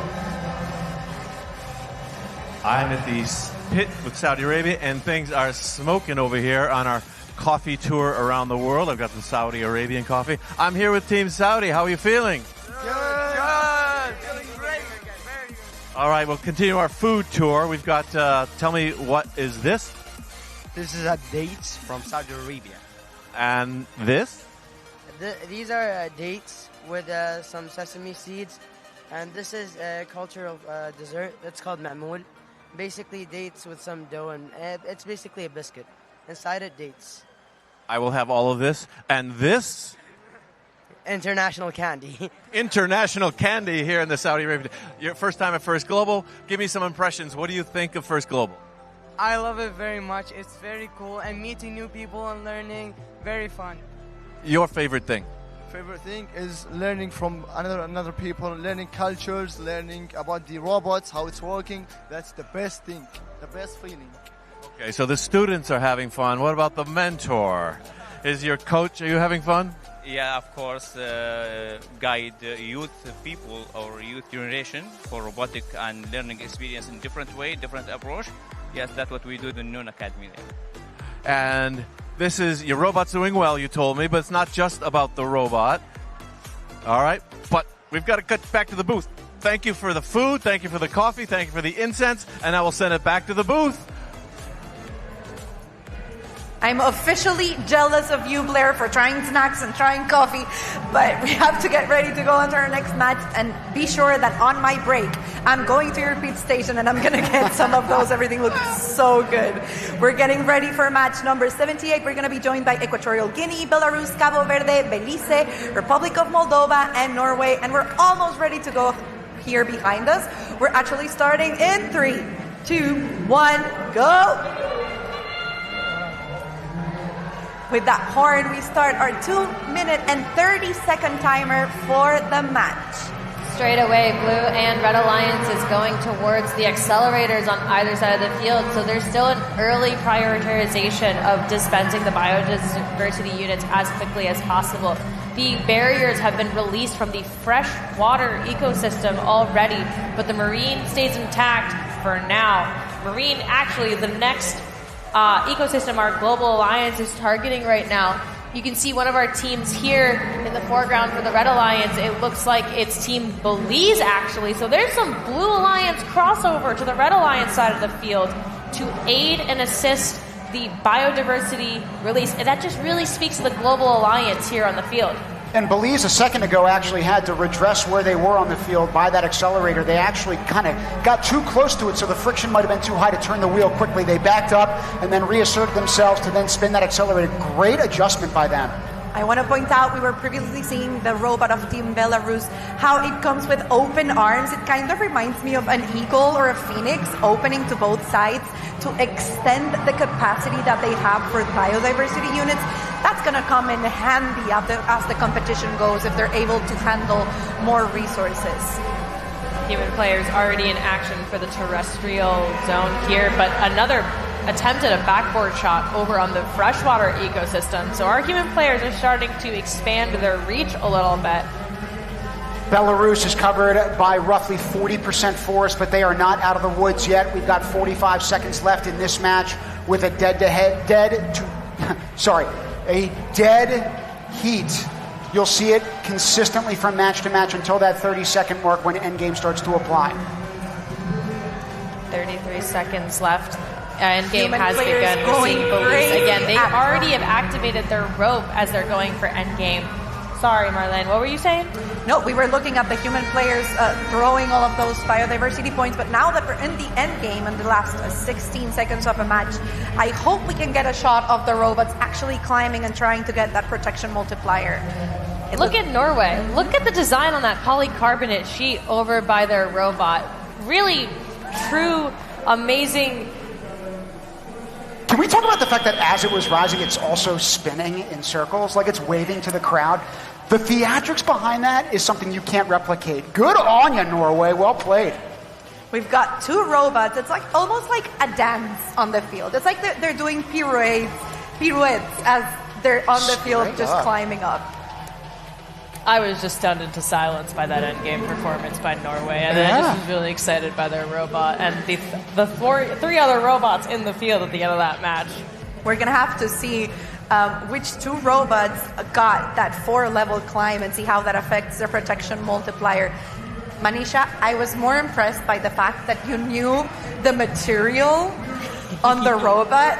I'm going to say it again. I'm so glad we have an engineer with us here in the booth. I did an absolute double take. I got whiplash looking at that and going, oh, okay, nice. But I love that the teams, they don't prioritize it, but they also try and they really make an effort and they succeed at making the teams so beautiful, the robots so beautiful. Okay.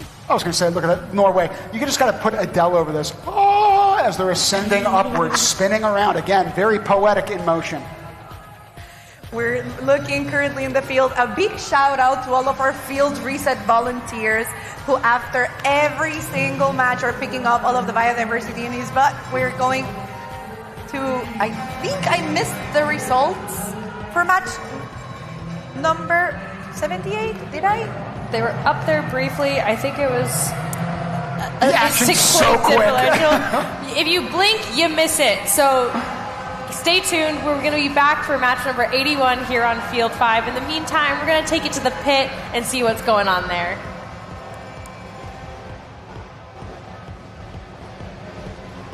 I'm in the pits with Team South Africa. Are you having a good time? We're having a great time, man. Definitely having a great time. So we're here with our Steadicam operator, which is a fascinating piece of technology that you can't see because we're using it right now. But this team was so fascinated in the technology. You've never seen something like this before? Honestly, I haven't seen a camera like this. I never seen a camera like that. Is it robotic? Is it robotic controlled? Is it robotic controlled? No, he's controlling it. Same applies. I've never seen such a wonderful camera like this. But then I think First Global is giving us opportunities to even learn more things. That's a great point. It's not just about the competition. It's not just about meeting people. You're seeing like new technologies. Have you seen technology on other robots that has been impressive? Well, I could say yes, especially the robots from China and India. That robots, like, it's so good. The shooting, the accurate angle. It seems like what I can say, the mathematics and the physics that they use was so perfect. They did it theoretically and then turned it into practicals, which is something that I've also learned. That's a great point. And you? Honestly, I didn't see such robots, but back to his point about China robot, it's right, like the physics, the math is corresponding. Yeah, the robot is amazing.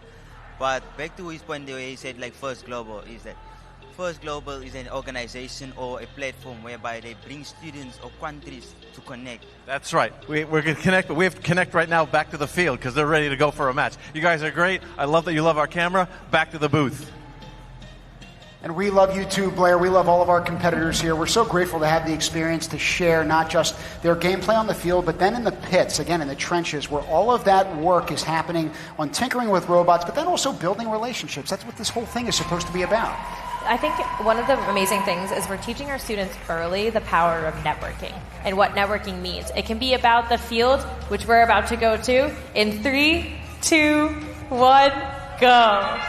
It's match number 81 that we're going to have behind us on the screen, which is going to be played by United States of America, Bermuda, and the Syrian Arab Republic for the Red Alliance. On the other hand, for the Blue Alliance, we have Suriname, Kenya, and Dominican Republic. I'm so sorry, I got excited by Bermuda. I had a note that their robot is named after the loquat, which is a fruit on their island. Fun! I love getting to hear the robot names and how the students get so creative. But for now, I want to go back and focus. I believe it was Team Suriname that actually was able to deposit one of those barriers straight into the mitigators so early in the game. This is going to come in as an advantage. Oh, yeah, I think that was Team Bermuda doing the exact same thing. This is a very active match from early on. We're seeing that the barriers have been removed from both the freshwater and marine ecosystems, but the terrestrial ecosystem, despite having biodiversity units being the target here for that ecosystem, there are still 3 barriers. Oh, 2 barriers. Our teams are now realizing that the terrestrial ecosystem needed some attention to remove those barriers. And I really want to point out, right now we have on the field Team United States of America. And as we know, FIRST has a huge presence in the USA. So it's where FIRST started. But here in FIRST Global, everything is put on a level playing field. Every single team gets the same kit of parts. They get the same opportunity, and they're all playing with the same elements. So this is an equal playing field for all 6 teams in the match and for all 190 plus teams that are playing with us this weekend.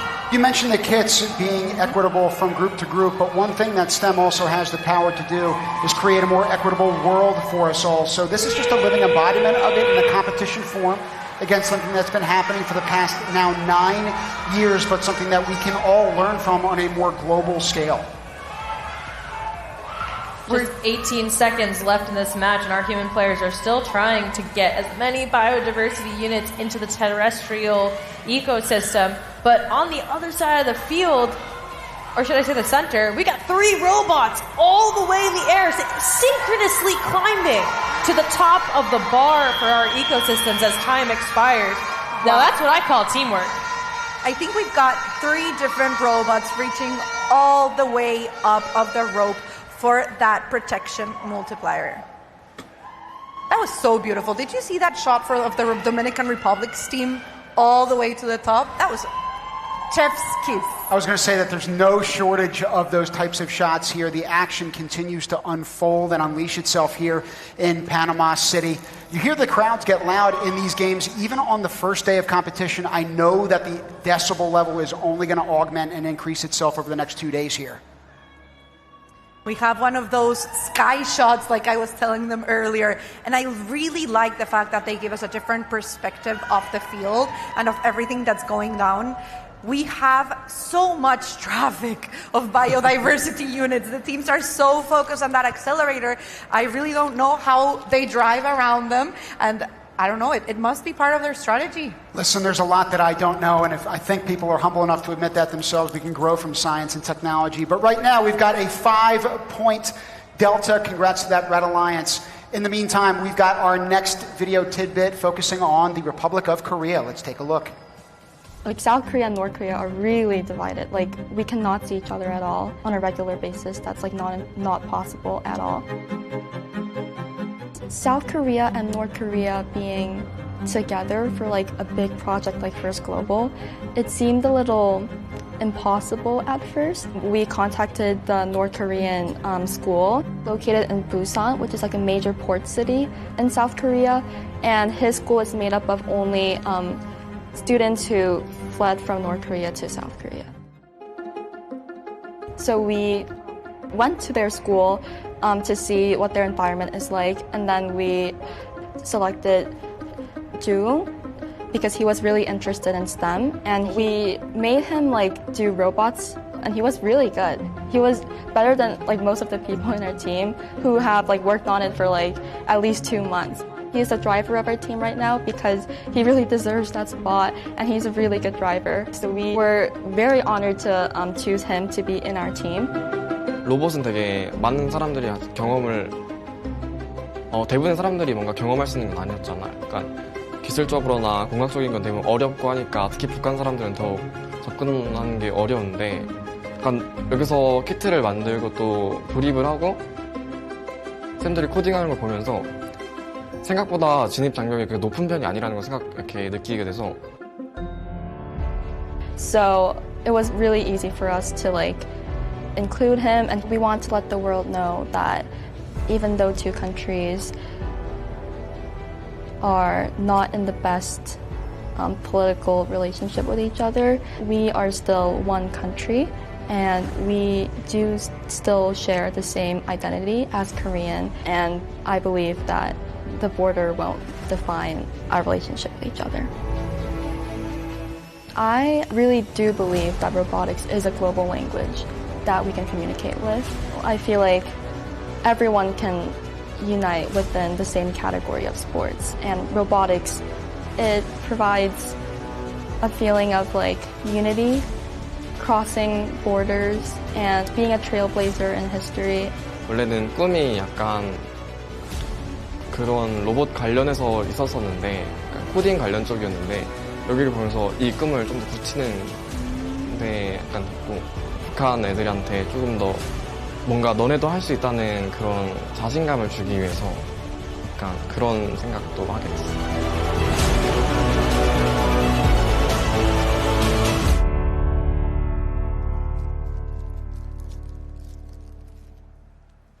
An inspiring video from the Republic of Korea, but now we're going to move on to our next interview, who is with Na So. She is here to tell us all about the rapid growth of robotics in Vietnam since the founding of the team in 2017. Their team slogan is Build, Bond, Beyond, driven to inspire young Vietnamese to dream boldly, create fearlessly, uplift others, connect passionately, and rise confidently at the global stage. Na So, it's so great to have you here with us on the field. Hello. So, as part of your team's preparation process, we heard that you hold a month-long retreat where everyone lives and works together. What was that experience like? Okay. I know how this because it's our team traditional in every year. We have just 1 month to live to working together, but in this year we're working a homeschool, a boarding school in Vietnam. Yeah. About my experience, I think it's like live in army. Yeah, we get up at 5 a.m. and do exercise, have meal, and come to the lab to working, start a daily meeting, working. Yeah, I think it's special is we live and working together in one place. Yeah. Now, you've helped Na So, to my understanding, to develop a national challenge back in Vietnam. How has that evolved over time? What? So there's a national robotics challenge in Vietnam. Yeah. How has that gone?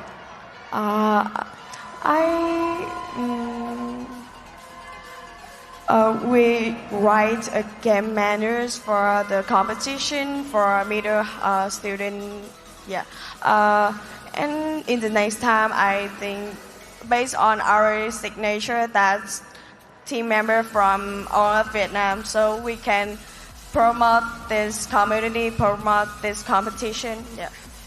Great. Naso, thank you so much for being with us. I'm sorry that we're so short on time, but we're excited to watch your team compete over the next couple of days. In the meantime, we've got another video vignette to show you right now. Dish it to it.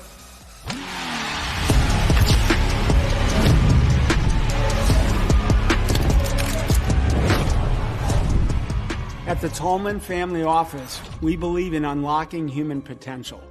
Whether in music, STEM, or workforce pathways, our mission is the same: help dreamers, doers, and big thinkers like you to thrive. When we speak of unlocking potential, we mean helping people see possibilities in themselves that the world too often overlooks. It is about giving individuals the tools, the encouragement, and the space to grow into the fullest version of themselves. We believe all people, regardless of where they are born, the resources around them, or the challenges they face, deserve that chance to thrive. First Global is particularly powerful because it uplifts the human side of STEM, the creativity that sparks new ideas, the connections built across cultures, and the inspiration that lasts long after the competition ends. Participants here are not just representing their nations. They are modeling what it looks like when borders give way to bridges. At a time when the world desperately needs examples of unity, they are showing us that science and technology can be the common language that brings us together. The challenges facing our planet, climate change, biodiversity loss, economic inequity, will require the very qualities being forged here. What you're doing here in Panama isn't just a competition. It's a rehearsal for the kind of global cooperation our future depends upon. When we look at you, we see a generation with vision.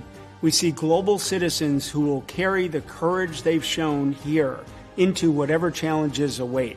You will have both an opportunity and a responsibility. Responsibility is not given, it's taken. With imagination, with cooperation, and with the unshakable belief that the future is better when we create it together.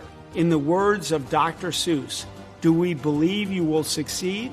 It's 98% guaranteed. So let's get going. Go First Global.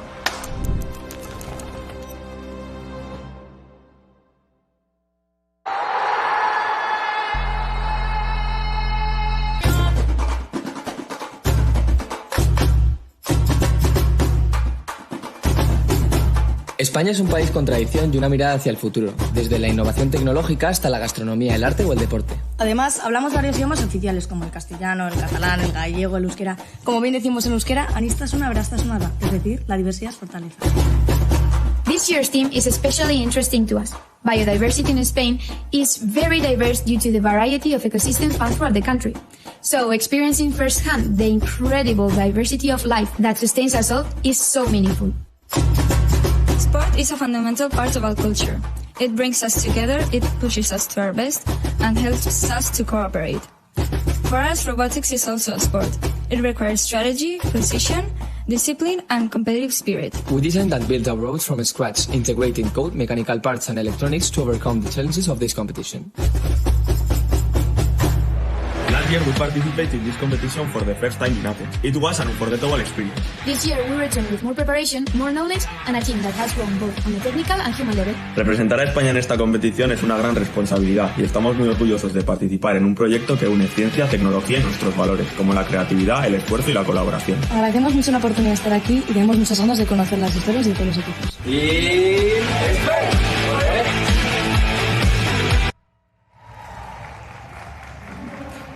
I think that we've had an amazing display of teams really owning and being patriotic of their countries, but not letting that patriotism overpower their ability to communicate with other teams when they're here or collaborate even. I was going to say it's a great point. There's such an intense pride that is brought here, but what eclipses that is that moral imperative and obligation to be together in solving these global problems. There's stuff we all suffer from. Our journeys may all be very unique in how we got here, but the solutions are going to be tag teamed by all of us. I think we can agree on that. I'm going to take you guys. I might say some words in Spanish as a hello to our Spanish friends during the match. We're almost ready to start. They're going to be playing with us on the Blue Alliance. Yep, I'm going to do the countdown. Empezamos en 3, 2, 1, go! In this match, we have Congo, Lao People's Democratic Republic, Federated States of Micronesia. Just kidding. We're going to try things again over on field 5. Segunda vez, ¿sí? Little practice, una otra vez. I think we should do it in English in case the Spanish is what confused everything. In English. In 3, 2, 1, go. Una disculpa a todas las personas que no entienden español, pero cómo no mandarles un saludo a nuestros amigos españoles. Ole a España, a todos ustedes por allá. Y un saludo también a mi chiquita que me está oyendo. And now we're back to English with our pre-programmed schedule. We're match number 84, and we've got almost 2 minutes on the match. I love hearing the Si Se Puede down on the field from Team España, but we've also got Team Congo, Team Lao People's Democratic Republic, and Team Federated States of Micronesia on the Red Alliance. As for the Blue Alliance, we've got Team Côte d'Ivoire, Team Iraq, and Team Spain. The terrestrial ecosystem has been depleted of all of its barriers. Good job by our global alliance here. We're hoping that they do the same thing for the freshwater and marine ecosystems as well. Human players are delivering biodiversity units. Look at that Blue Alliance human player. Just buckets and buckets and buckets over there. Blue Alliance also contributing some biodiversity units on their side of the field. I'm in at 16. There's still plenty of time on the clock. España over here accelerating their biodiversity delivery to the field. Now, an added challenge for Spain, that last team that you mentioned, is that their members actually speak different local dialects and languages that other colleagues don't speak. So, and again, here I go speaking Spanish. An added layer of challenge to this, frankly, this exercise that is a real test of the mental and mental affect of each one of these people. And that just comes to show that diversity doesn't only come from country to country, diversity is even within the countries. We're down to almost the last 30 seconds on the field. It looks like some of those biodiversity units going into the ecosystems. We hear the horn, and teams are going to go into the center of the field for that end game part and the regional alliance part of the game. Right now we're looking at a 20-20 scoreline for both of these alliances, but we know that the scores will develop and become more complex in these last 10 seconds as all of these robots look to ascend. They've gotten better and better throughout the day. Team Iraq all the way up. It looks like we've got Lao People's Democratic Republic climbing all the way up as well. Let's see, now that the time is up, what our referees think of which levels of the ecosystem they were able to climb, and see what protection multiplier each alliance is able to get. This is the first time we also saw on that screen the cross-match objective. 3 different figures there for the biodiversity unit levels across each of their matches. We'll talk about that in a few minutes. We're going to see some replays of the match. This is the start of everything. The field goes from being quiet, from being tense, to just being full power to do the game. I want to take an opportunity to talk about the cross-match objective. So as our competition progresses, the biodiversity across all 3 of our ecosystems is being tracked. So when you just saw our terrestrial ecosystem, that number was in the thousands.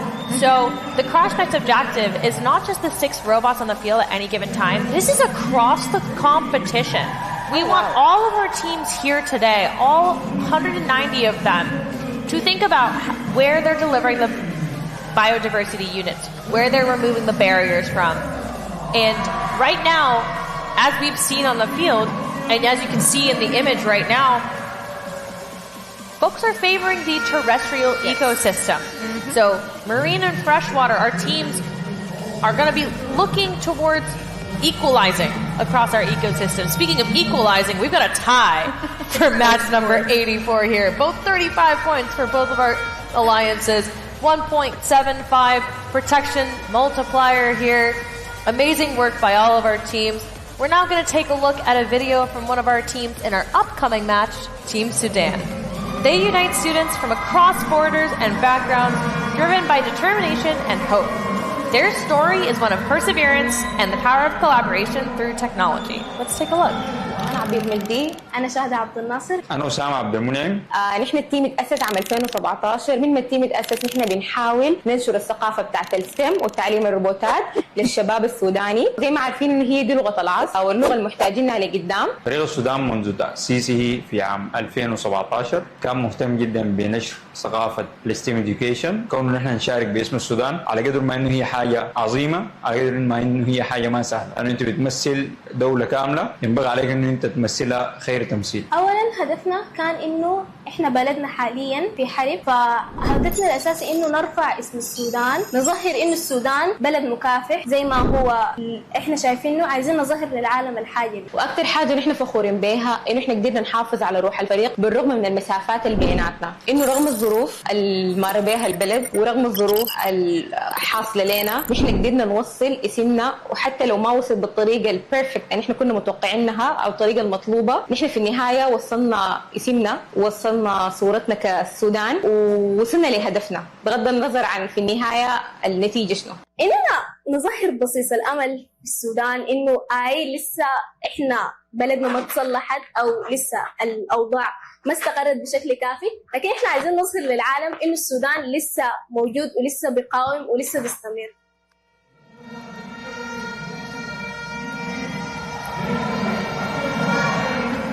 We're getting ready for match number 87. We're going to have 6 teams playing behind us, almost ready to go. Are you hearing the crowd? Let's get ready. This is starting in 3, 2, 1, go!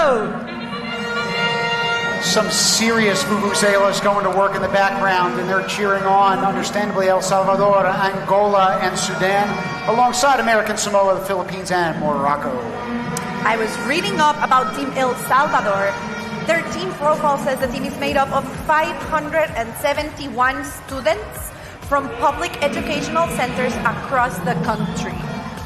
And not just that, I was going to say, Marlene, it's for the first time this year they're actually guided by a group of in-house mentors. Wow. And they're former members of Team El Salvador from the first Global Challenges of 2023 and 2024. Talk about numbers. They're coming with everything here. Vienen con todos los salvadoreños a esta regional, a este first global. And we're down to almost 1 minute and 40 seconds. I really am having a hard time hearing myself with all of the noise and the cheers in the crowd. Minute 32 seconds, and there's a ton of biodiversity all over the field. Barriers have been removed from our 2 water-based ecosystems at the forefront of the field, but the terrestrial ecosystem still has a bunch of barriers in the way. We're looking at Team Morocco right now, trying to take one of those removed barriers and deliver them to the mitigators. Get them out of the way, get them off the field. We're looking at Team El Salvador now also doing the same thing for the Red Alliance. I'm glad that we focused on this mitigation strategy because that's just one way that we can try to create more eco-equilibrium throughout the world. It hasn't, I would say, played into the point valuations too much into these games thus far. It's been much more focused on those biodiversity units. I think the reason why that is the fact that there's only 9 barriers and 120 biodiversity units in the field. So if you were designing a robot and you have to decide, okay, which of the 2 game pieces am I going to decide to design my robot to be capable of using? Honestly, I've used the field piece, that's going to be more vibrant on the field. Right now, it looks like American Samoa is doing its best to usher any of those biodiversity units into its robot while its competitors and colleagues try to ascend those ropes during this endgame challenge. Good job to Morocco. Also, Team Angola climbing all the way up. It looks like we've got one other team. I wasn't able to see which robot it was. We're going to have to wait and see what the referees have to say about how high they were actually able to fly. Looking at our cross-match objective for the field, you can see that 372 and 373 for our marine and freshwater ecosystems respectively. So they're neck and neck. So teams overall across all of our matches thus far have been focusing on the marine and freshwater ecosystems. Terrestrial, still in the thousands. That's almost triple, almost quadruple the amount of attention that the other ecosystems are getting. I'm not going to lie, the vuvuzelas in the background, you would think are for celebrating these teams. I could have just as easily thought that it was celebrating Panamanian Independence Day, which is only a week away. It's on November 3rd, believe it or not. So, could have fooled me. I'm glad we came to such a beautiful country in such a meaningful date. And to all of you guys who are joining us here in Panama, please take your time to enjoy this city. This is a beautiful country, beautiful neighborhoods, areas, and most of all, the great people of Panama.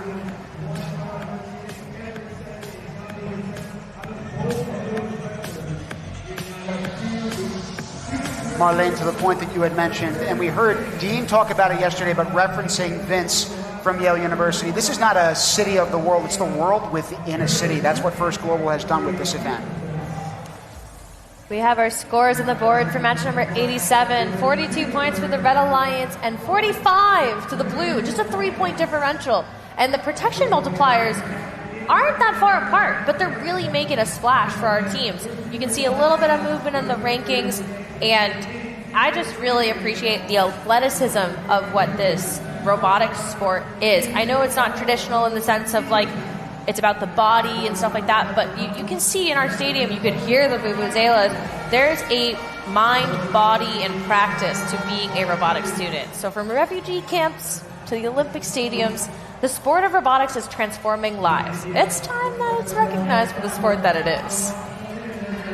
Robotics is a sport. It started in 1989 with the founding of FIRST, launched worldwide in 2017 through First Global, and now it's an international movement. Robotics requires teamwork, strategy, and physical skill, solving real-world challenges under pressure. This is the only sport where every kid can go pro, becoming the engineers, innovators, and leaders who shape our future. It's time the world recognized robotics for what it is. Sign the petition at first.global/sport. Our next team profile video introduces us to Team Mexico, my home team, who brings color, energy, and creativity from a nation where tradition meets technology. Their enthusiasm and teamwork embody the collaborative spirit of First Global. Let's take a look. Hi, we're Team Mexico 2025, a group of 8 students and 4 mentors from Torreón, Coahuila in northern Mexico. We're established in Colegio Cervantes de Torreón, a school where robotics is more than a hobby. It's our passion, our family, and our way to connect with the world. Our journey began in late May, competing alongside the best teams from across the country in a national robotics tournament. After more than 6 hours of learning, teamwork, and excitement, we were honored to be named the official Team Mexico for First Global Challenge 2025. From that moment, everything changed. We began the greatest adventure of our lives, building not just a robot, but our leadership, our friendship, and our purpose as a team.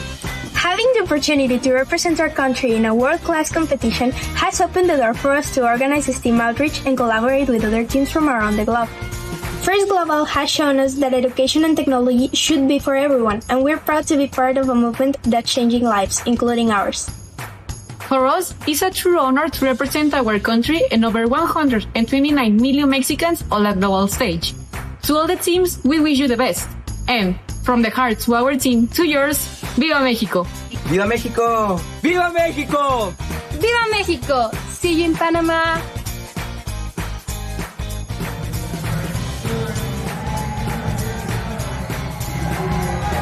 Viva Mexico, and a special shout out to my Laguneros that are watching us straight on the stream.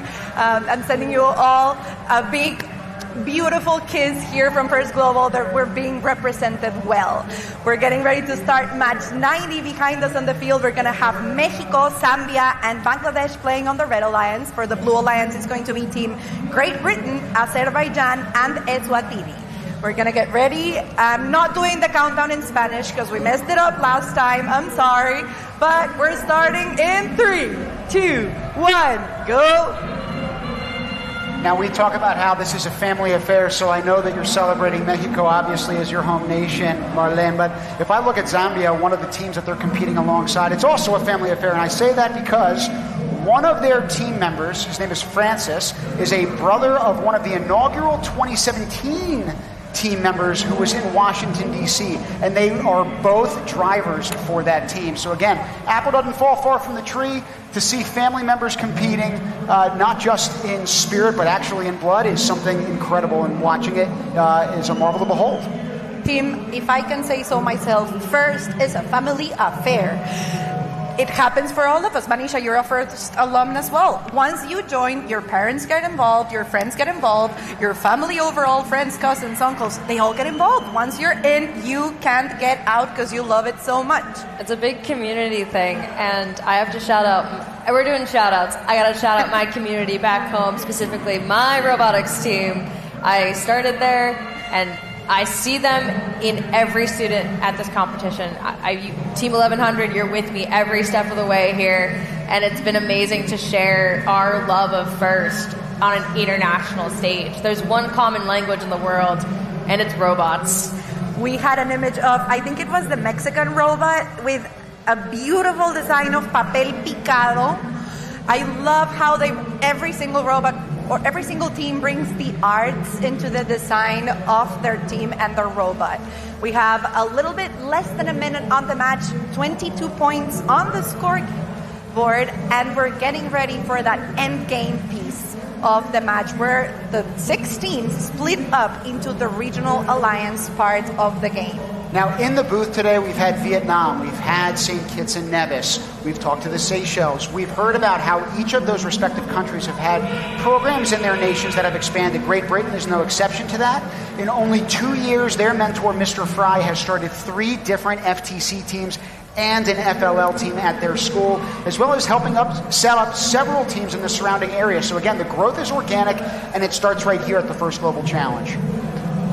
We're down to the last 10 seconds, and it looks like robots are trying to get that protection multiplier as high as possible, even in the last 2 seconds. We've got 1, 2, 3, 4. Let's see. Short from getting that 5th and 6th robot up, but it looks like we're going to get some high multipliers for the match. We have to talk about our ecosystem distribution here. So the marine ecosystem was empty, barriers gone, but very little diversity units. The freshwater ecosystem had 3 barriers at the end of the match, and the terrestrial ecosystem, for the first time all day, match number 90, I saw that was full of biodiversity units. And I haven't seen our teams work together to fill it to the top. Can only imagine how the cross-match objective is going to be blown out of the water now. It's crazy, and I think it's got to do with the way they are placed on the field. As we were discussing, that happens to be the ecosystem that's closest to the human player zone, which is human players have played a huge part on all of the matches today. I do hope that as the competition goes along and teams are able to practice and perfect their shooting mechanisms and their shooting strategy, I hope we're able to see a more even distribution of biodiversity units so we can get that higher distribution factor. Look, we've got 2 robots climbing up. That's a beautiful shot. We've got 3 robots right on the bottom left corner. I think this is going to be high scores. As you mentioned, Mexico in particular getting higher on that rope. I think they've also been climbing in the rankings. You'll see it as the scores pop up. Every single time that a new game is played, you see those scores reflecting in the new leaders of this competition. I would not be surprised if Mexico was towards the top of that leaderboard. I'm Mexican, so I can say I'm hopeful. But honestly, here in First Global, we're all a global community, and we're hopeful for each team. We have our scores of 60 points for the Red Alliance against 56 for the Blue Alliance. However, did you see that all of the teams in the winning Red Alliance stayed at the same spot, while the losing Alliance, which we don't use that word, actually climbed up in rankings? So we go back at, it doesn't matter if you win or you lose, it's the points that you guys achieve every single match that's going to bring you up in the rankings. This next video comes from a team quickly making a name for themselves on the musical stage. Let's hear their second original song, Panama, Here We Come.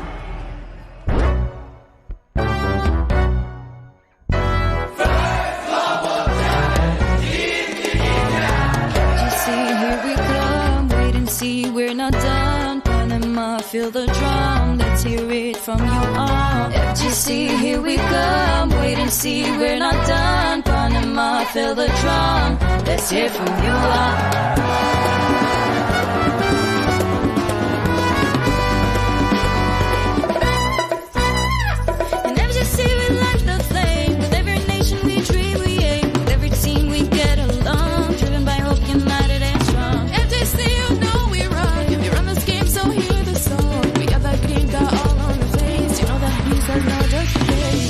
Today's our day, we feel it.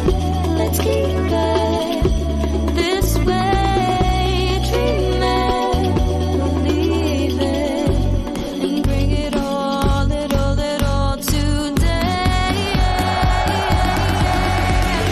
Panama cuando se siente el tambor, la cancha no se llama, se siente el calor. Millones se sientas un solo sudor, la meta es la misma, respeto y amor. Levanta la mano y grita gol. Unidos los pueblos, un mismo sol. Día presente con fuerza y honor, jugamos la vida con todo el corazón. FGC, here we come, wait and see, we're not done. Panama, feel the drum, let's hear it from you all. FGC, here we come, wait and see, we're not done. Panama, feel the drum, let's hear from you all. FGC, here we come. Panama, feel the drum. FGC, here we come. Panama, feel the drum. مبنيناها بالقلب يروح راية رفعناها فوق الجبال تروح حلم مبنيناها بالقلب يروح راية رفعناها فوق العلالي تروح بيلك من خيلك والنسمة اللي تفوق نارك وزرارك والنحشة عمرك فنونك وبحورك جاوي وبحورك نعلمي ونسورك شربت البلدان نعلمي ونسورك شربت البلدان 1, 2, 3, dale. We're not done, Panama, feel the drum, let's hear it from you all. FGC, here we come, wait and see, we're not done, Panama, feel the drum, let's hear from you all.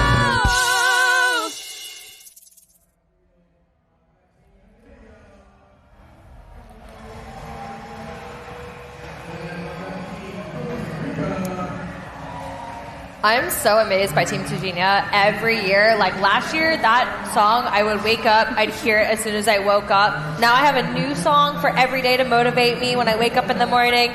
Other than the robots, which we're going to get back to now. It's match number 93 in 3, 2, 1, go! I love that we have a theme song for this year. I wasn't in Athens with you guys last year, so I missed the original song. But talk about a party. Every single day here in First Global is a party, and we're starting the game with, I think it was, the robot of Team Guatemala, focusing on that accelerator and getting all the biodiversity units possible down into the field.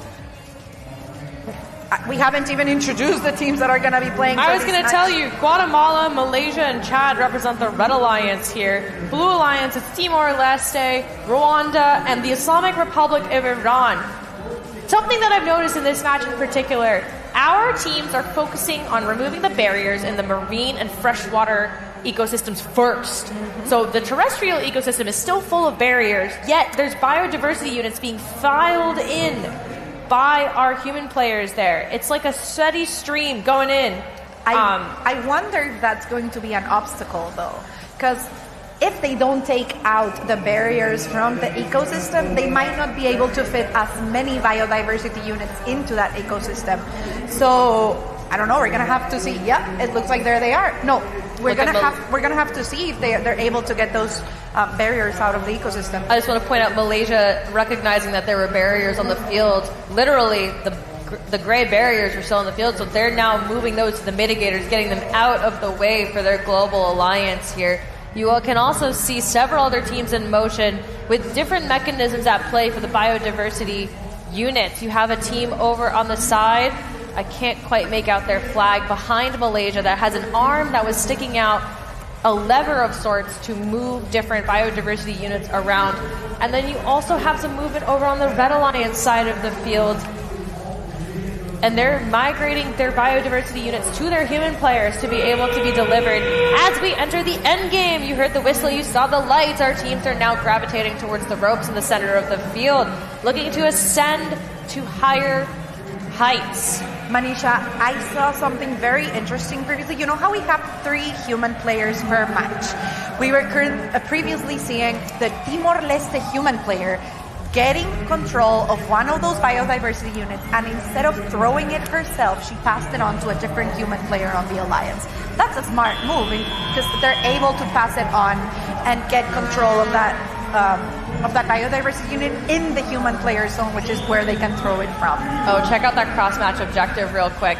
Our numbers are increasing steadily over on the freshwater and marine ecosystems. Terrestrial, still over 1,000, but not as quite of a gap anymore. Interested to see how teams are moving forward. This is Guatemala in the foreground here with the recap of their accelerator action.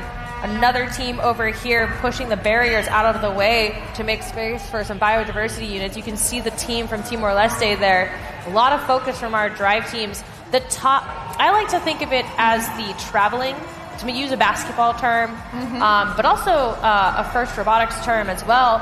With the human players, not all of them need to be the one lobbing the shots into the ecosystems. It's a big field that our students are congregating around. So to get the biodiversity units away from the human player entry station, where our drive team stations, there's a specific taped area where they're allowed. You can see it there indicated by red and blue tape on the field. Those are the only safe spaces that they can interact with their robot. Teams should not be touching their robots otherwise, right? It's a safety hazard. Yes. So if you're a human player, you're trying to work your way around the field to be able to take those biodiversity units, no matter where they show up, to hand off to the other human players who aren't allowed to leave that space. So you really want to bring things closer to you, kind of like hoard your biodiversity units. It's all about strategy, and we've got our scores. It's 43 points for the Red Alliance, 25 points for the Blue Alliance. Let's go down on the field and see what the students have to say. Melissa, take it away. Thank you, Maureen. That was an intense match. Congratulations to the Red Alliance. How do you feel? Good. I'm feeling good. I'm sure you are. You just won. How about you? Excited for our next matches. Okay, looking above to the future. Really proud about my robot. So how was your action and what was your strategy? What was your main thing? Excuse me, can you repeat me again? What was your main thing, your strategy on the field? All right, our strategy was just shoot the university. Oh my God, the biodiversity units only in one ecosystem, because this distribution factor is so difficult and it's more easier. Shoot in only one ecosystem, and that was our human player strategy. Perfect. Thank you so much. Obviously, it was a successful strategy. And now let's go back to the booth. Thank you, Melissa. To highlight, all 6 of our robots ascended in the rankings after the end of that match. So things are starting to shake out now that we've had a few matches under our belt. Remember, teams, your lowest score will be omitted from your final ranking. So there's still time for things to shake up. We're now going to go to Field 5 for match number 96. Joining us is the home team, Panama, Maldives, Armenia, Belarus, Slovenia, and Gambia. In 3, 2, 1, go! Un saludo y un abrazo especial para todos nuestros panameños que nos están recibiendo aquí en el Panama Convention Center. Que se escuche la porra para nuestros locales. De verdad que unos hosts excepcionales. And now that we're down to 2 minutes and 13 seconds of a great match, I'm glad to have our local hosts here in the match with us. I was giving them a shout out in Spanish. But I want to point out something super impressive about Team Gambia. We've been talking about how students take what they learn here in FIRST out into the world. One of the team members for Team Gambia, like I said, designed a blind assist stick robot that uses sensors to detect obstacles and alert users through sound cues. That's amazing for a student to be able to bring the technology and what they've learned here out into the world and helping the blind community. Just my respect to you and kudos for all that you're achieving. We're down to 1 minute and 20 seconds on the field. Manisha, what are we seeing? We're seeing a lot of barrier movement off the field right now. So all of our ecosystems are empty. So the gray barriers have been removed. There's a huge congregation of biodiversity units over by the dispensers. So our robots are encountering a bit of a biodiverse traffic jam on that side of the field. The biodiversity units are starting to make it into the air. Human players shooting into the marine ecosystem now over on the Blue Alliance side. Red Alliance focusing on the terrestrial ecosystem. So teams are recognizing that the cross-match objectives are into play here. Our barriers have made it off the field and into the mitigators. So our match 96 teams are looking at really trying to make the most of these last 33 seconds. Endgame is about to approach after all. Yep, we're down to those last 30 seconds. We're going to have to see how teams are able to get those protection points from climbing onto level 1, 2, 3, or 4. I do want to point out we were talking about biodiversity unit traffic. Every single unit that falls into the mitigator is out of reach for the robots for the rest of the match. So they gotta be careful. We've got at least one robot climbing, almost fell down, but it was able to catch up. We're gonna have to see. That was Team Panama, and it looks like they were able to get off the floor. We've got 1, 2, at least 3 robots that look way up from the field surface. We're gonna have to wait and see what our referees dictaminate as the levels that they were able to climb. I don't envy the referees the jurisdiction of figuring out what level the different robots are climbing at. It's not an easy job, so a huge shout out to our referees as they have made our lives very easy reporting that final score. It's also important to note that there are no revisions on final scores. We know, and it even comes on the manual, we are human. Sometimes we might make mistakes. But as I said, once the scores are published, after the match, scores are final. So big shout out to our referees, and also a big shout out to the Red Alliance, who takes the win with 26 points against 22 for the Blue Alliance. It looks like that protection multiplier made the difference, but it's interesting. Once again, the 3 teams that didn't get the win are still climbing up on the rankings. It's not about the wins or the losses with this year's challenge. It's really just about how can we all work together as a global alliance and ultimately regional alliances to do the best for not only ourselves, but each other. We're now going to take it to the pit and see who Blair and Melissa are talking to. I'm here with Team Ireland. Team Ireland, how are you enjoying the competition so far? Yeah, it's really good. Good fun. Yeah, going good. All right. One of the things that happens in the pits is not just working on the robot, though. It's strategy. And it's strategy within the team and between other teams. This is all Team Ireland, and this is Team Switzerland. Team Switzerland. And they're talking about strategies for the next match. And then after this strategy session, where are you going to next? We're going to go meet up with the other 5 teams in our global alliance. So all 6 teams in the match will have a strategy session. Does this happen for every match? Yeah, pretty much. We try our best. And does every team do this, or is this just what Team Ireland does? I've seen other teams do it, but I think we're the ones going around and getting other countries to us, so... You're the captain of the alliance, maybe you could sort of call it? Yeah. Yes. And how's it working out? How's the robot doing? It's going well. I think it's going pretty well. Could do better, but we have another 2 days to improve that. It's early in the competition. Well, thank you for talking strategy with me and letting me in your pit. And now, back to the booth. Thank you, Blair. It's early in the competition, but late in the day for us. Each of these countries that you're going to be seeing compete over the last few games of today are in their final match of today. But don't worry, we've still got 2 more days of heated competition coming up. And not only 2 more days, we've also got we're on our qualification matches, but we're going to keep going on all the way in the tournament until we reach the finals.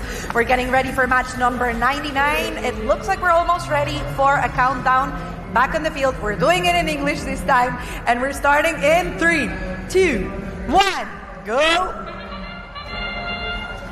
Joining us for match number 99 is Suriname, Kyrgyzstan, Bhutan for the Red Alliance. For the Blue Alliance is Seychelles, Ethiopia, and Nepal. Ethiopia is home to some of the hottest temperatures on planet Earth. The action is also heating up here in Panama City. We are almost at match 100, folks. We're almost at triple digits today. It's not even 30 seconds, and we've already cleared out the barriers from 2 different ecosystems. Let's hope they're able to get them all the way to the mitigators. It's Team Kyrgyzstan once again. Yep, they're getting a hold of that barrier. They're dragging it back all the way to the mitigator. And also, I wasn't able to see the shot, but another team on the match was also pushing a different barrier into the mitigator. Well, it looked like they were actually almost driving in reverse, right? They picked up that barrier and then seemingly very... I would say, admittedly, navigated that very tense situation, not just by the ecosystems, but with the other robots that are trying to navigate the space on this playing field. Talk about driver's skill. I remember back on my FRC days when we were trying to pick up drivers for the team, it was always the kids who played the most video games who did the best as drivers, so you never know where the skill is coming from. You also never know where this competition will go. We're about halfway through this match, a buck 15 left. Speaking of skill, all of our teams have worked together to clear the barriers, not only from the ecosystems, but nearly all the barriers from the field itself. They've been making their way into the mitigators. Right now, we've got one of the mitigators over on the Red Alliance side of the field that is currently blocked by several biodiversity units. So we're looking at one of our teams over there just got past all those it's Kyrgyzstan getting past those biodiversity units to get one of those barriers off the field. Make some more space. You're now seeing we had Team Suriname on the field moving not barriers anymore, but biodiversity units. We didn't really get the shot of if they were taking them back to the regional zone, but from the strategies that we've been seeing here on the field, they were most probably taking it to the human players. We're down to the last 15 seconds. Teams focusing on securing that protection. I really want to see if Nepal, that's home to the Mount Everest, is able to climb all the way up. We've got 1, 2, 3 robots up high. Manisha? Some of the robots in the end there, we were noticing that even though they're on the rope at the end and there's the zoom on the way up, slotting the needle with the thread is very challenging. So our teams, when they were designing their climber mechanisms, they really had to think about what is quick and easy, or what is working best for us, because we're noticing 2-in-1 systems for a lot of our teams. So some teams' intake systems are also their climber in the end game.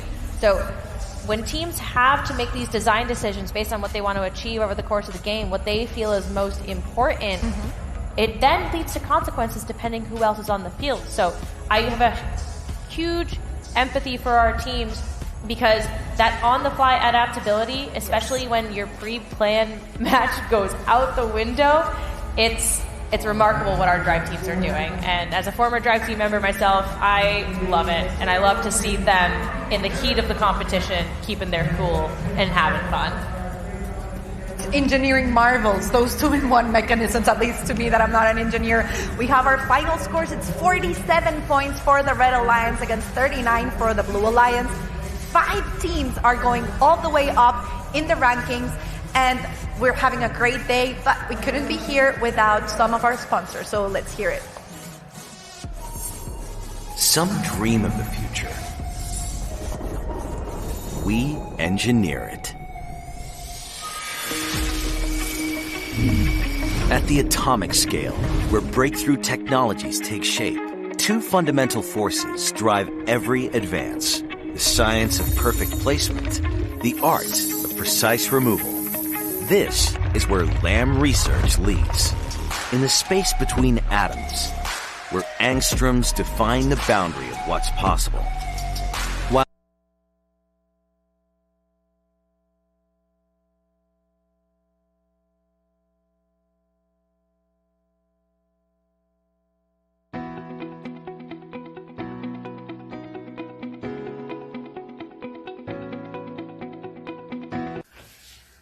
L'Italia, terra dove la storia antica incontra paesaggi mozzafiato, è una gemma senza tempo dell'Europa meridionale. Dalle Alpi innevate alle coste bagnate dal Mediterraneo, offre un mosaico ricco di cultura, arte e sapori. Culla dell'impero romano e del Rinascimento, il suo patrimonio vive in ogni vicolo e affresco. Che si navighi tra i canali di Venezia o si cammini tra le colline toscane, l'Italia regala un viaggio indimenticabile tra bellezza, passione e tradizione. Oggi siamo qui per presentarvi brevemente l'Italia. All'estero siamo famosi per la pizza.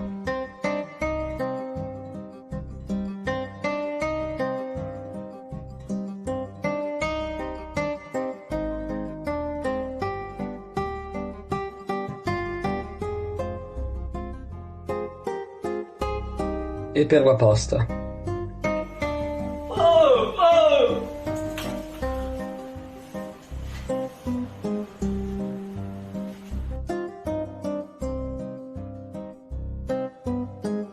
L'Italia è un posto bellissimo. Siete tutti benvenuti. Vi aspettiamo.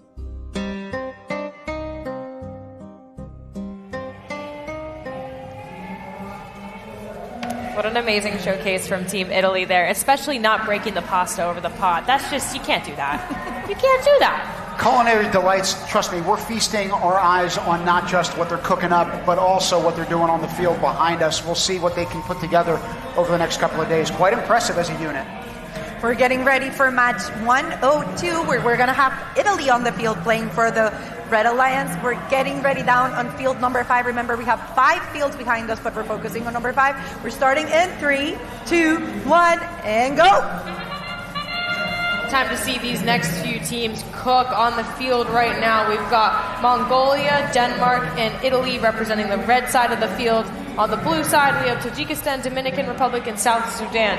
Even though we've got red and blue robots, you have to remember that this game is all about that global alliance. So it's not the things that divide us, but it's the things that unite us, like removing these barriers from the ecosystem. What are you seeing, Tim? I was going to say, in that bottom right corner, I didn't just see a barrier removal. It's actually instantaneously also sweeping it towards that mitigator in one fell swoop. Wow. Denmark's cooking over there. And talking about Denmark, we've been focusing so much on our maritime, is that how I pronounce it? The ecosystem that's for the sea. Denmark has 444 islands, and still 61% of their land is used for agricultural purposes. Let's see if they favor that ecosystem here on the match as well. Looking at our field right now, our barriers have been removed from the terrestrial ecosystem and the freshwater ecosystem, with one barrier remaining on the marine side. We have diversity units flying across the field. On the blue side of the field, we just now had one of our Blue Alliance partners revving the accelerator. So there's one dispenser that's dispensing quite fast. We'll see if our other accelerator will be activated in the next minute and 6 seconds left on the clock. South Sudan is one of the youngest nations in attendance here at the 2025 First Global Challenge. They gained their independence back in 2011, so even though they are young as a nation, they are old in terms of experience. This is now their 8th year participating in STEM-related projects such as the First Global Challenge. Mamma mia, look at that Italian shooter. Did you see him go? He's doing amazing. You know, the human players here on the field are being such an important element of the game. I'm very curious to see if that's going to stay as the competition goes, or if it's going to change once we get to Friday and Saturday. But we're down to the last 23 seconds. We've got at least one robot trying to climb. Yeah, we've got one out. It looks like we're going to get 2, 3. Dominican Republic all the way to the top. We've got 13 seconds. Denmark climbing as well. I believe it's also Tajikistan getting all the way up. I'm excited to see the protection multiplier. Like I said earlier, we're seeing some difficulties with the way that the climbers are getting threaded, right? So it's not just about ascending the rope once you're there, but actually obtaining the rope within the robot. So we'll see if our teams can iterate and improve on this. Maybe it's a little practice, maybe it's a little robot tweak, but that's what this program's about. Learning from your previous experiences, not mistakes, not wins, your experience overall. It's not about the pros and the cons. You want to think about the bigger picture. And speaking of bigger picture, we've got a replay highlighting the achievements of Match 102, our 6 robots in the field there. Manisha, I want to go back to, I think, at the end of the match, we saw one of the climbing mechanisms not break. I don't want to say the word break. It kind of came loose. Let's use that term.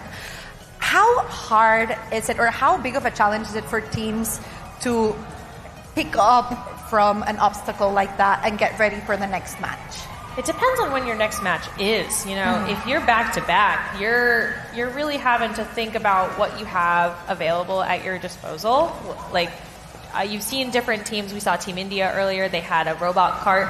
So across the different FIRST programs, teams will bring certain things with them to the field, leave certain things in the pit, have certain, your pick list of these are the prioritizations of like, we really need our intake to work on the field instead of trying to shuttle the biodiversity units to have someone put it in our robot. It's like we need to prioritize the ground intake so that way we ourselves can go anywhere around the field and then shoot. Speaking of anywhere on the field, we have our field scores 32-30 from that last match. Really tight window. And I'm just loving all of the action that we're seeing from our teams.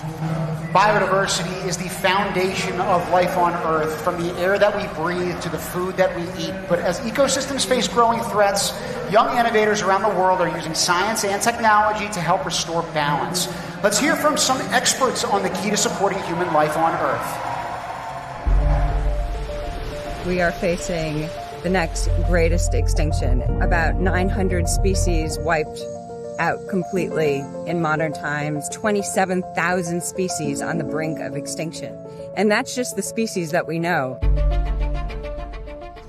Life on Earth depends on having biodiversity. All the varieties of the life forms that live on planet Earth, from microorganisms, fungi, plants, animals. It is a signifier of the health and vitality of an ecosystem. The planet itself is an aggregate of communities. The more diverse we are, the more resilient we are, the more healthy our collective livelihood on this planet will continue to be.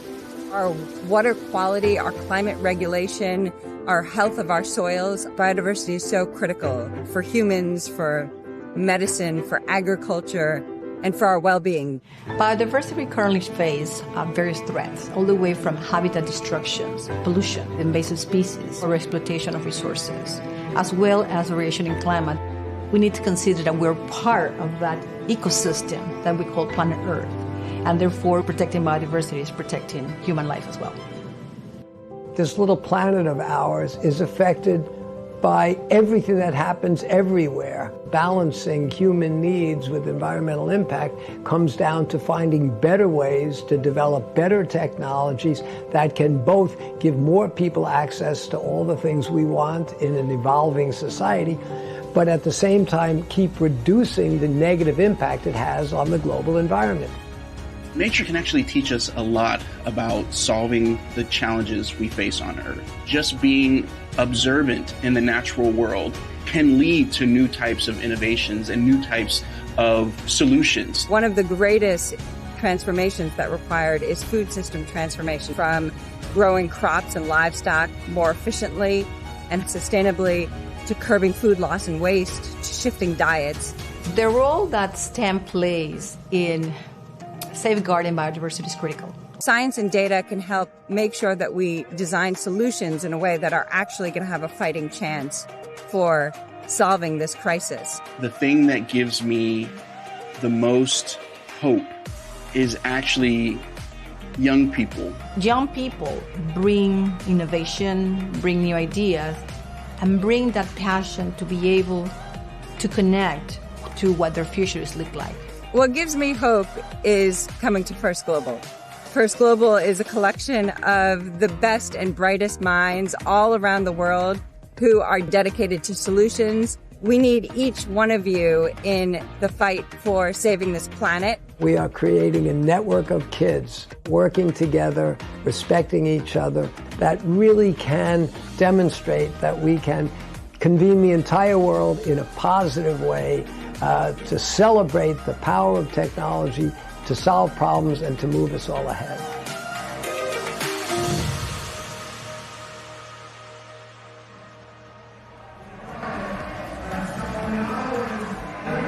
Biodiversity is such an important thing that all of us need to come together in order to not lose that thing that makes planet Earth so unique and makes humanity, thrive the way that we do.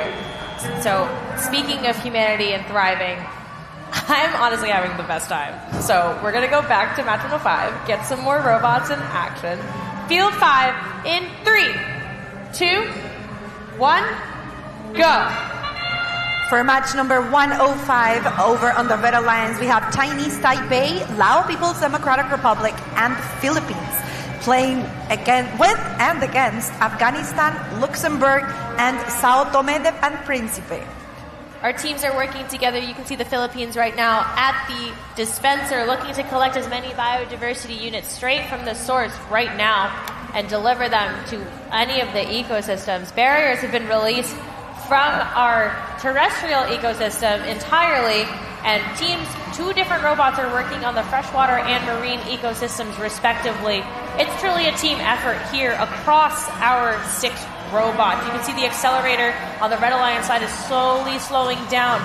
Teams will need to go back to the accelerator as they are on the Blue Alliance side of the field right now to speed up the distribution of biodiversity units in order to fill those ecosystems. There's plenty of space in the terrestrial and marine ecosystems right now. Freshwater systems have a few barriers in the way, but is an active work in progress from what we can see. It's very impressive to see how some of the robots actually go all the way directly into the dispenser and have been designed to collect the biodiversity units just as they fall. They don't even have to pick them up. They're only falling right into them. We were looking at Team Luxembourg trying to take control of one of those barriers, and I want to point them out as they are a prime example of protecting biodiversity. Over half of Luxembourg is protected land. The country has 473 protected areas. Let's hope they can bring that spirit into the match and get so many points as well for protecting the EcoEquilibrium on the match.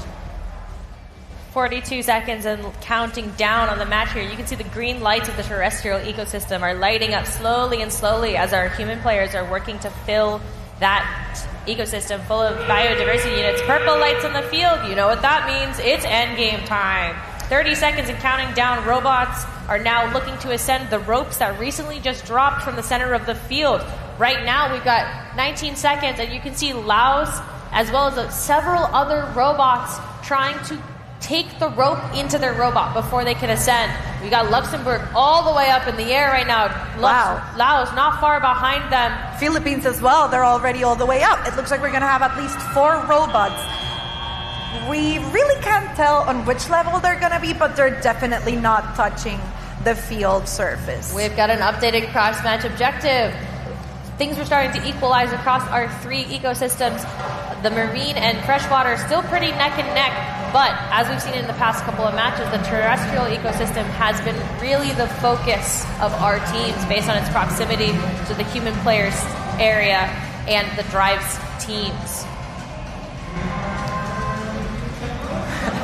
Look at the crowds going crazy, but it's very interesting to see how, in this case, we're looking at Team Luxembourg at the accelerator. Once again, look at the traffic being caused by the biodiversity units in the field. Teams are going to be very mindful of whether it is in their best interest getting all of those biodiversity units in the field or if they're going to play as an obstacle. Our scores are being tabulated, but let's have a huge shout out for all of our field staff. And I want to shout out all of our game announcers. You know, we're not the only people that like to talk on a microphone. We've got some of the best in the world joining us on our other fields, so make sure to tune in and give them some love. We're going to be waiting for our scores in this most recent match, but we're also going to be sharing the microphone shortly with 2 new guests. In the meantime, those scores have popped up. Congratulations to that Red Alliance in particular. So as we share the mic, I was particularly interested in having this interview because it is with Team Zimbabwe. We have the mentor, Priska, along with Tadiwa Mashapa through... in terms of speaking at this competition, it speaks volumes to the fact that this team is largely deaf or hard of hearing, so a very dissimilar experience and challenge from other teams and squads who are here. So it's so wonderful to have you both with us here today. Thank you for joining us. Thank you very much. And in terms of every member of your team being deaf or hard of hearing, what unique strengths does that provide to your team as you compete here?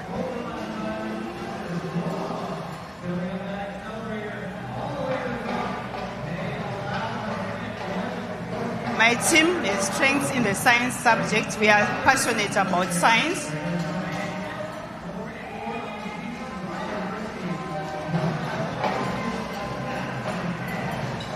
We are very confident because we have accepted who we are.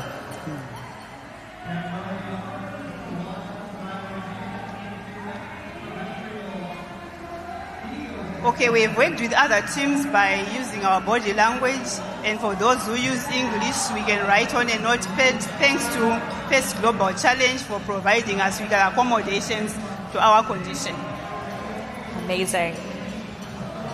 I think it's truly inspiring the way that you have overcome so much with your team. And what would you say has been the biggest obstacle that you've overcome as a team, and how did you do it together?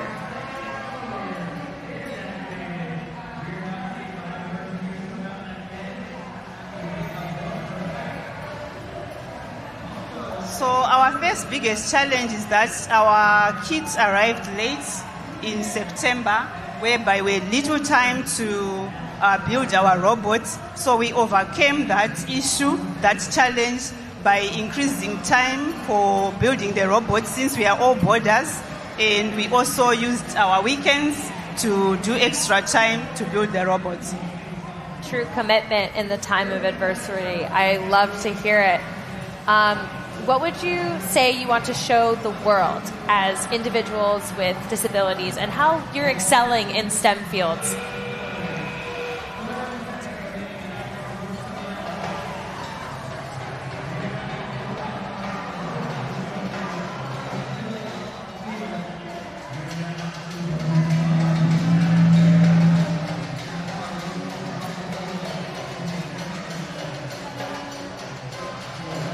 Okay, so initially there is a challenge that people look down upon people with disabilities in my country, such that they've always thought nothing can come out of these people. But thanks to First Global Challenge, we are here in Panama to showcase that we are also students of STEM, we have interest in science, and we can do it.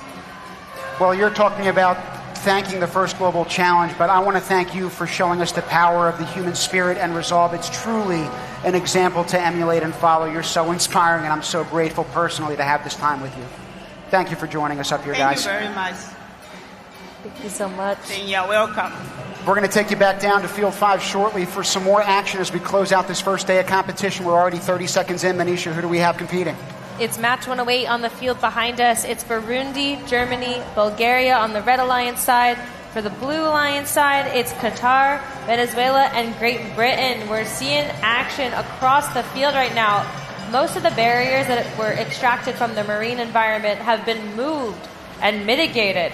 We're now seeing that the terrestrial ecosystem is following not far behind, with the freshwater ecosystem still facing some barriers, as you can see by the height of the pedestal inside the system itself. But there is some biodiversity units in the freshwater system. So despite barriers that we face in our communities, there's still a lot of diversity and goodness to be found. There's also goodness on Team Qatar, in particular on that Blue Alliance. And I say this because they have got 25 different team members from 11 different nationalities and 10 different schools from all around their nation. 2 of the 3 mentors have been mentoring their team for FGC for the past 7 years, so there's considerable experience, but again, challenges when they're trying to articulate the objectives with one another. It looks like we've got a violation here, right? So I wouldn't say violation, I would say field fault. The red indicates that the match needs to be stopped, something's gone wrong, not sure what's happening, but the Rev team is making sure that we're going to get back in action here shortly. So we've got a brief pause, everybody. We're going to let our teams reset, we're going to let our field reset, and our referees start over. We're going to do match 108, take 2 very shortly, so just bear with us. I really want for us to talk about the previous interview. 100%. Talk about inspiring. We all keep talking about the hardships that we come across, but the fact that they're able to be here and overcome and say, hey, we're capable, we're proud, they're just an inspiration for us. And we also want to focus on other teams here with us. We're going to go into the next team. From land of Asian traditions and a modern ambition, Team Turkmenistan brings ingenuity and determination. They're proud to represent their country on the global stage. Let's take a look.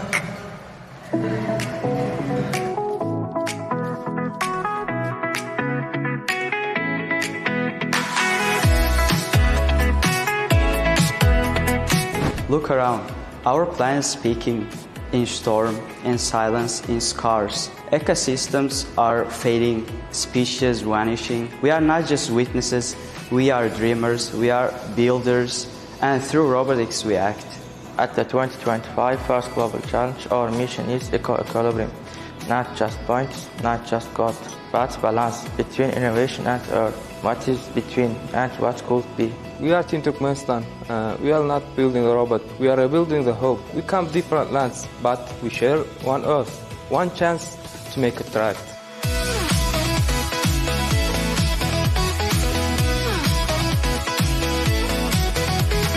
In every wire we connect, in every part we design. We are not just building, we are restoring. Every tree matters, every clean river's promise. We believe in the future, where technology serves nature, not replace it. And this future begins here, together, for the forests, for the oceans. This is not just a competition. This is our stand, our voice, our revolution.「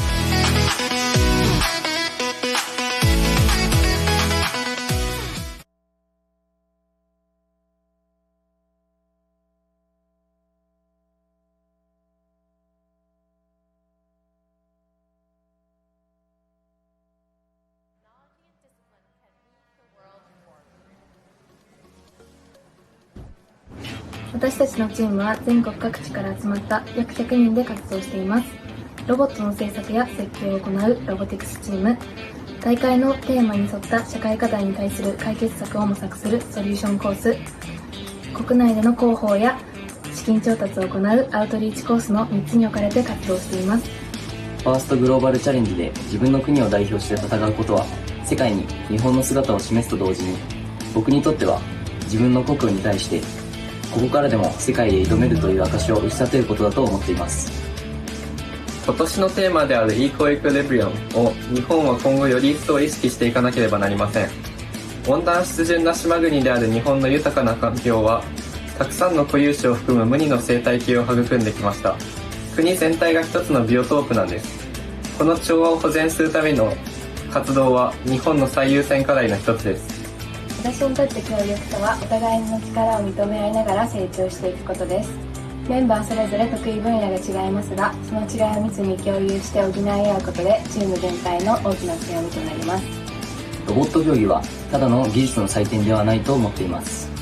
その過程には本気や熱狂、努力が詰まっていて、それはスポーツと同じくらい、あるいはそれ以上に心を熱くさせる物語があります。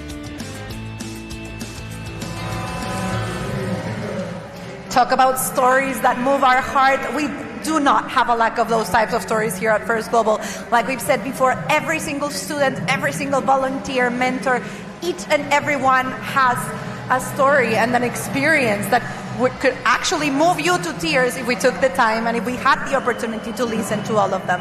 We're about to go down to match 108 after our field fault. Manisha, thank you for explaining that for us a little bit earlier. As a reminder, in the Red Alliance, we're going to have teams Burundi, Germany, and Bulgaria playing with and then against Team Qatar, Team Venezuela, and Team Great Britain.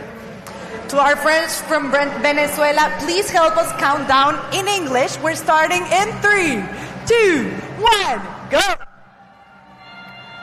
We're back in action here on Field 5, 2 minutes and 30 seconds, counting down. Barriers have been removed from the marine environment nearly instantaneously into this match. Same with the freshwater ecosystem as well.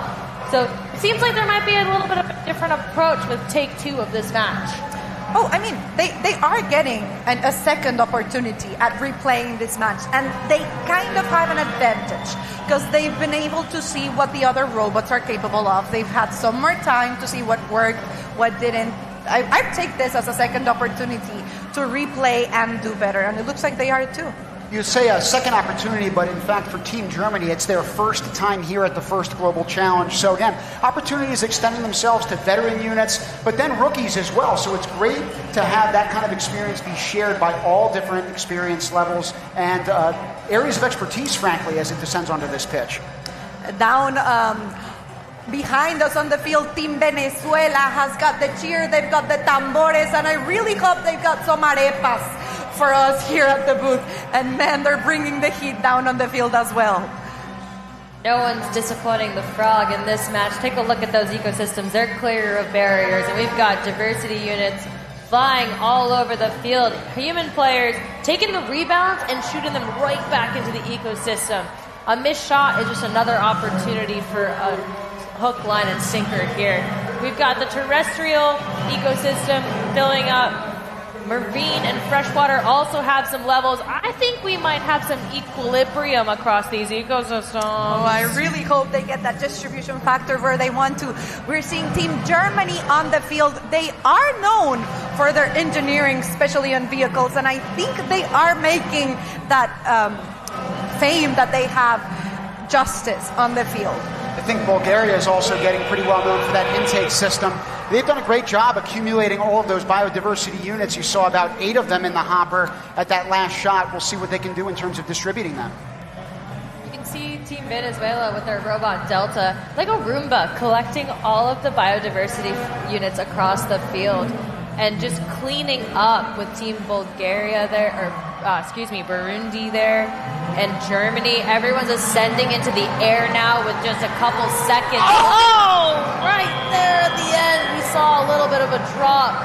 We'll see what the referees have to say about that. It still looks like the robot was kind of elevated from the field surface. We're going to have to see if they at least get that level 2 climbing and protection multiplier. What we might see out of that robot that fell, I believe, was Qatar. As they were climbing up, the rope just went over that outside edge of that wheel, and so as much as it was spinning, trying to lift itself up, because it had less area to cover, it wasn't climbing as high or as quickly as I'm sure they were anticipating or expecting.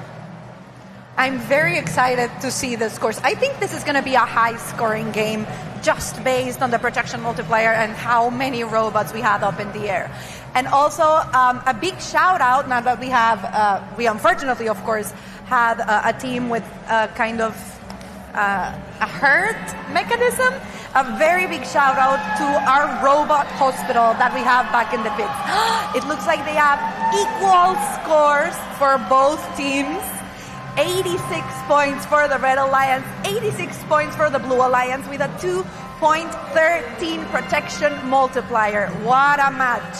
And talk about that even distribution factor. Yeah, as we saw in the ecosystems during that match, things seemed pretty neck and neck across the ecosystems, and you can see that in that even 1 times X distribution factor, a full cooperation bonus. As we mentioned, the robot hospital when teams get hurt. We're going to take it to the pits where the robot hospital lives, amongst many other things. Thanks. I'm here in the pits with Team Kazakhstan, obviously. They've dressed me like a prince.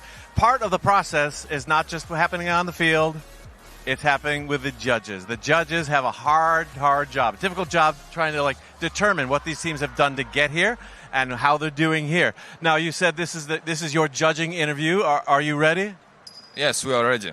You're ready. Are you ready? Yeah, I'm very confident. Okay, this team is very confident. So we're going to let the judges start the process. This is happening with every single team. Every team gets interviewed, and the judges deliberate. First question. Hi, everyone. Well, first of all, thank you guys so much for taking the time to talk to us. The first question is that may we see your engineering notebook, please? Here it is.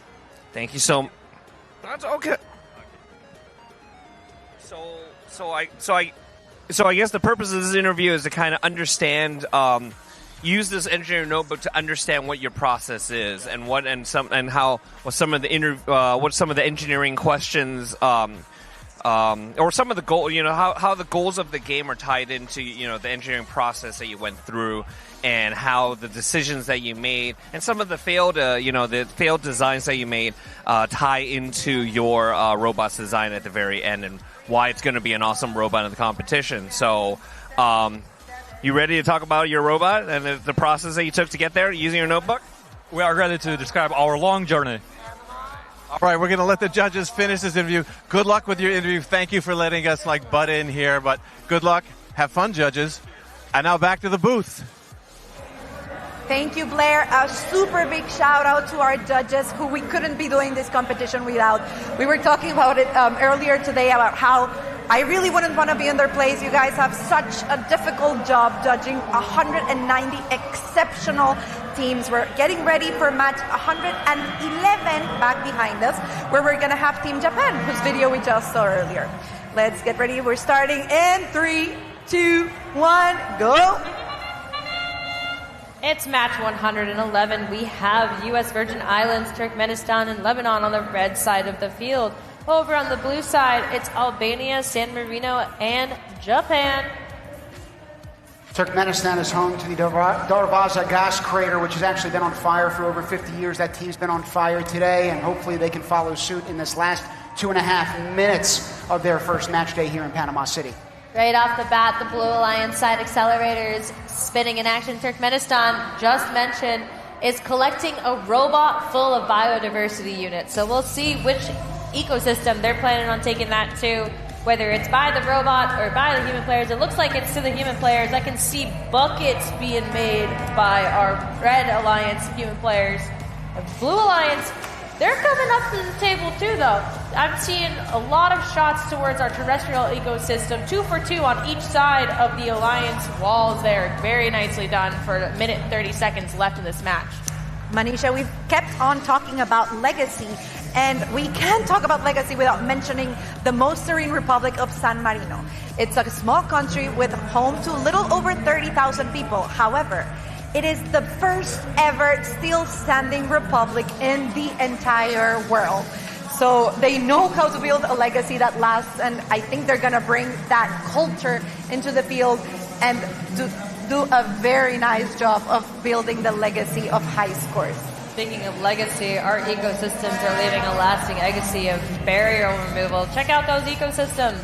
All of our gray barriers have made it out, but there's still quite a few on the field, so the mitigators don't seem to be the #1 priority for the teams right now. Those biodiversity units, however, you can see our dispensers are nearly empty, and several of the biodiversity units are making their way to the drive teams for them to be scored into the ecosystems. We're now entering the end game. You heard the whistle, you saw the purple lights. We've got 24 seconds and counting down. Teams are making their way to the ropes that have just dropped down from our center bars over here. Trying to see how many robots can make it in the field, but more importantly, how quickly they can obtain the rope and get enough tension to ascend the heights. You can see one already in the air. Marlene, who is it? I can't really... Oh, is that Turkmenistan? I believe... Yeah, it's Team Turkmenistan up in the air. It looks like we've got another robot up high. I wanted to say those last 30 seconds, it's almost like rush hour. You have all of the biodiversity units on the field. All of the teams are trying to get to downtown gameplay, and it gets a little crowded. Teams are going to have to be very mindful of their strategy of when they decide to go and start climbing, even though the ropes only drop for those last 30 seconds. Taking a look at the highlights from that previous match, you can see the accelerator spinning really fast early on in the game. I think that's what really contributed to the biodiversity traffic jam, as you just alluded to on the field there. A lot of focus from our drivers, and you can see Team Japan, as we've previously seen their video and everything. They're locked in on that. A lot of precision involved with Team Japan's driving style there. A super big shout out, as we were seeing at that shot with the controller, to Robotics, our partners who designed and gave us all of the robot kits. And it looks like we've got the final scores for the match. It's 21 points for the Red Alliance against 18 points for the Blue Alliance. And once again, all 3 teams for the Blue Alliance are going up in the rankings. We're now going to take it to the field. Mel, who are we talking to today?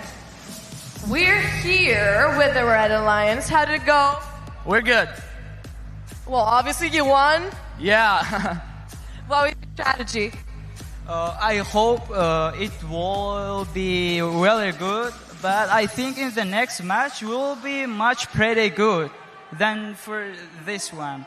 Are you planning on changing anything? We will plan to change something. We had shooting system, but it didn't work really well. But we hope we will repair it for the next match. That's the way to go. Now, what was your role in the team?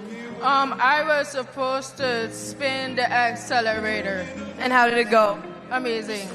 The main strategy was we want to collect a lot of balls. We can collect about 20 or 25 balls of biodiversity and gave it to the human player so they can shoot it. So this team take the accelerator, and this team take also this 3 barrier, but the other alliance was not so good, so we lose points. You know, we can take a lot of biodiversity, but we. Perfect. Thank you so much. Let's take it back to the booth. Thank you, Melissa. Thank you, Melissa, for giving us some insight from the actual students about strategy. But from the heart of the Pacific, let's talk about Team Kiribati. They embody resilience and resourcefulness. They're ready to demonstrate how island innovation can make a global impact. Let's go look at their video. Howdy, everyone. My name is Lockton Moses Andrew.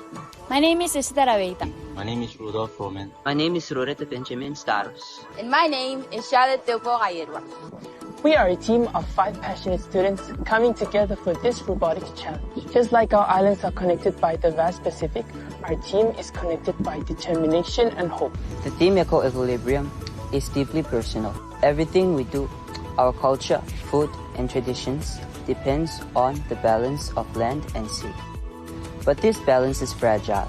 We face rising seas, coastal erosion, and ecosystems under threat.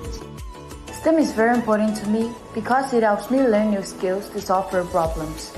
As part of the next generation, I want to use my skills and knowledges based on STEM to make a better future for me, for you, and for our beloved country, Kiribati. With this experience, I intend to promote environmental stewardship by engaging communities in conservation and protecting mangroves and marine life, and ultimately to contribute to global efforts that safeguard ecosystems for future generations. The sport of robotics has helped me gain and improve my understanding about the fundamentals of STEM. It has helped me and my team learn how to communicate and cooperate with each other, fulfilling the true meaning of teamwork.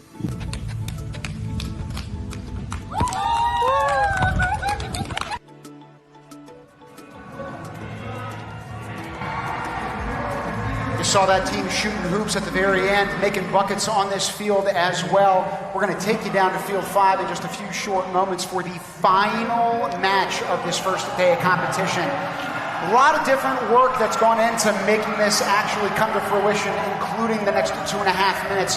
We're going to take you down to that field in 3, 2, 1, go!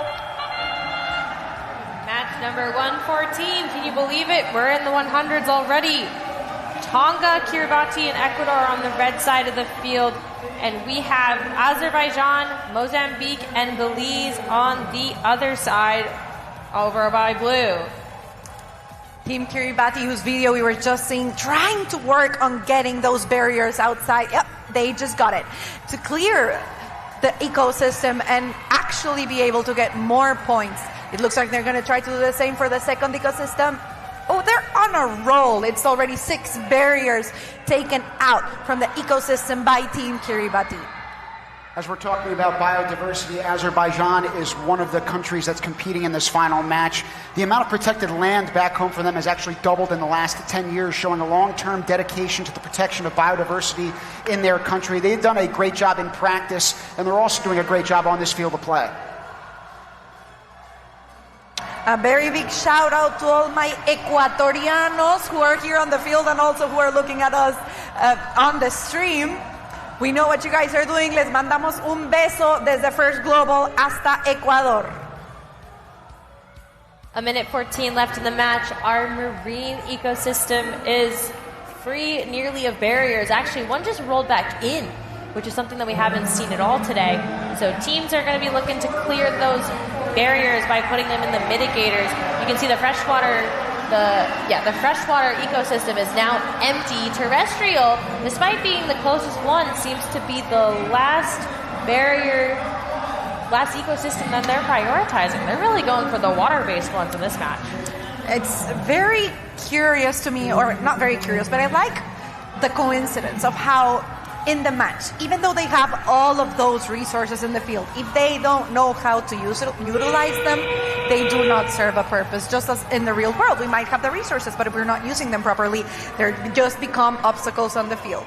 Back to that end game now on the regional alliance portion of the game. We've got one of the robots climbing up. I really wish we could see the flag to give them a shout out. Coming up and down and up and down and up and down. We've also got that one's Belize that we're seeing that's teetering up and down. Mozambique in the foreground as well, trying to make their way up in these waning seconds of the match. That was a tough one. A lot of buzzer beater attempts there. You can now see our cross-match objective, with this being the last match of the day. Teams are really favoring the terrestrial ecosystem, and the marine and freshwater ecosystems are pretty close in our objectives here. I wouldn't say too surprising, considering they're equidistant from the human players on either side of the field, but the terrestrial seems to be the crowd favorite. Oh, for sure, especially because of its location on the field and the closeness to the human player zone. It's by far preferred by the teams to actually throw those biodiversity units in. I personally hope that as the competition goes by, we see that the distribution become a little more even, so we can get higher distribution factors and higher scores, so teams can actually amplify the results of what they're doing on the field and climb on the rankings. Our scores are coming up here on the board for match number 114. The last one of the day, it's 9 and 11 points for our red and blue alliances, respectively. A little movement of the rankings, and that's okay. There's still plenty of ways to go in this competition. Remember, your lowest score will be eliminated from your overall portfolio for the week. So, not to fear. There's still plenty of EcoEquilibrium to play for the rest of the week. And we're still missing the next 2 days of action, so we still have a lot to go. Let's go down to the field with Melissa to see what the students have to say about the last match. Melissa? Blue Alliance, congratulations. So this was an epic match. How did it go? Kaylani. And how do you think the match went? I think it went great. It could have been better. We still have to try to work on some things, but I feel like everything's going and we have our hopes high. So, yeah. Do you also have the same notion? Are you feeling the same way? Yeah, I felt we did good. We could have done a little bit better, more competition, but it was good enough. And on your strategy, what were you counting on? Wait, could you repeat it? What were you counting on? What's the strongest part of your robot? Our climbing mechanism is good. It's fast. We had a scissor lift. A lot of people saw that. Instead of shooting the ball, we made a scissor lift, and it would just lift the ball, drop it. But then we saw it makes the robot too heavy, so that's why we changed it, and now it's very light. That's excellent. So what were your roles in the Alliance? We managed to storage the biodiversity units inside, and I'm not sure if they were all like equilibrated, but yeah. That's so fantastic. How about you? Well, we tried to get a lot of balls with the accelerator and collecting balls to get to the human player to utilize the human players, so that worked out really well and get it evenly distributed. Anything you're planning to change? We'll just fix the cable problem. There was some problems that we found with the cables, and we'll try to fix that. Perfect. Thank you so much, and congratulations. Back to the booth. Thank you, Melissa, and congratulations to all 6 teams in the match. As we said before, there are no winners or losers here in First Global. It's only teams participating and doing their best. It's been a really great day. First day at the First Global Challenge in Panama City this year. We have some rankings to show you based on the few hours of international teamwork and innovation that we've been able to see. So leading the rankings right now, we have Finland, followed by Venezuela, Lithuania, Team Hope, and Team Great Britain being our top 5. There's going to be plenty of thrilling twists and turns out on the field over the next couple of days. I'm really excited by what we've seen thus far. And these athletes have already brought a lot of spirit to today's matches, but we're really just getting started here. Tonight they'll head back to their hotels to strategize and prepare for another exciting day ahead tomorrow. Whether you're here in Panama City or cheering from somewhere else in the world, thank you for joining us today. We'll see you right back here tomorrow morning at 9 a.m. Eastern Standard Time. Ready for another day of the coolest sport there is. Until then, let's take a look back at some of the highlights from today.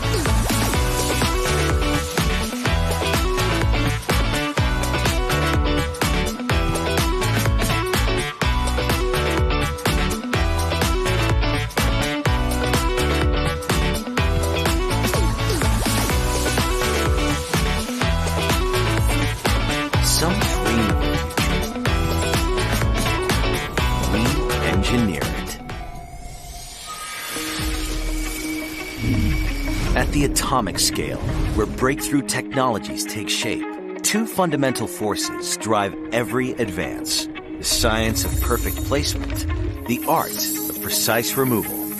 This is where Lam Research leads. In the space between atoms, where angstroms define the boundary of what's possible. While others question if it can be done, we prove it. From advanced memory to logic, from cloud computing to artificial intelligence, deposition and etch drive progress in semiconductor manufacturing, and our innovations keep pushing the industry forward. Now, let's prove it. Lam Research.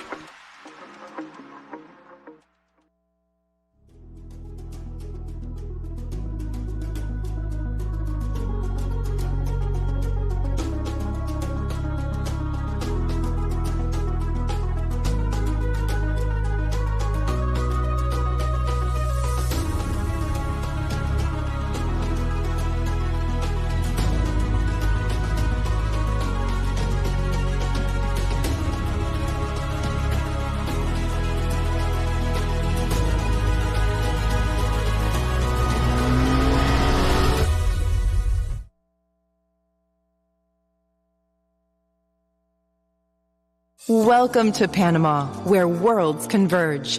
Immerse yourself in the rich cultural heritage of Panama's 7 indigenous communities and Afro-Caribbean descendants, experiencing their traditions, cuisine, and way of life. Panama offers what travelers desire and provides what you need for an unforgettable journey. Welcome to Panama.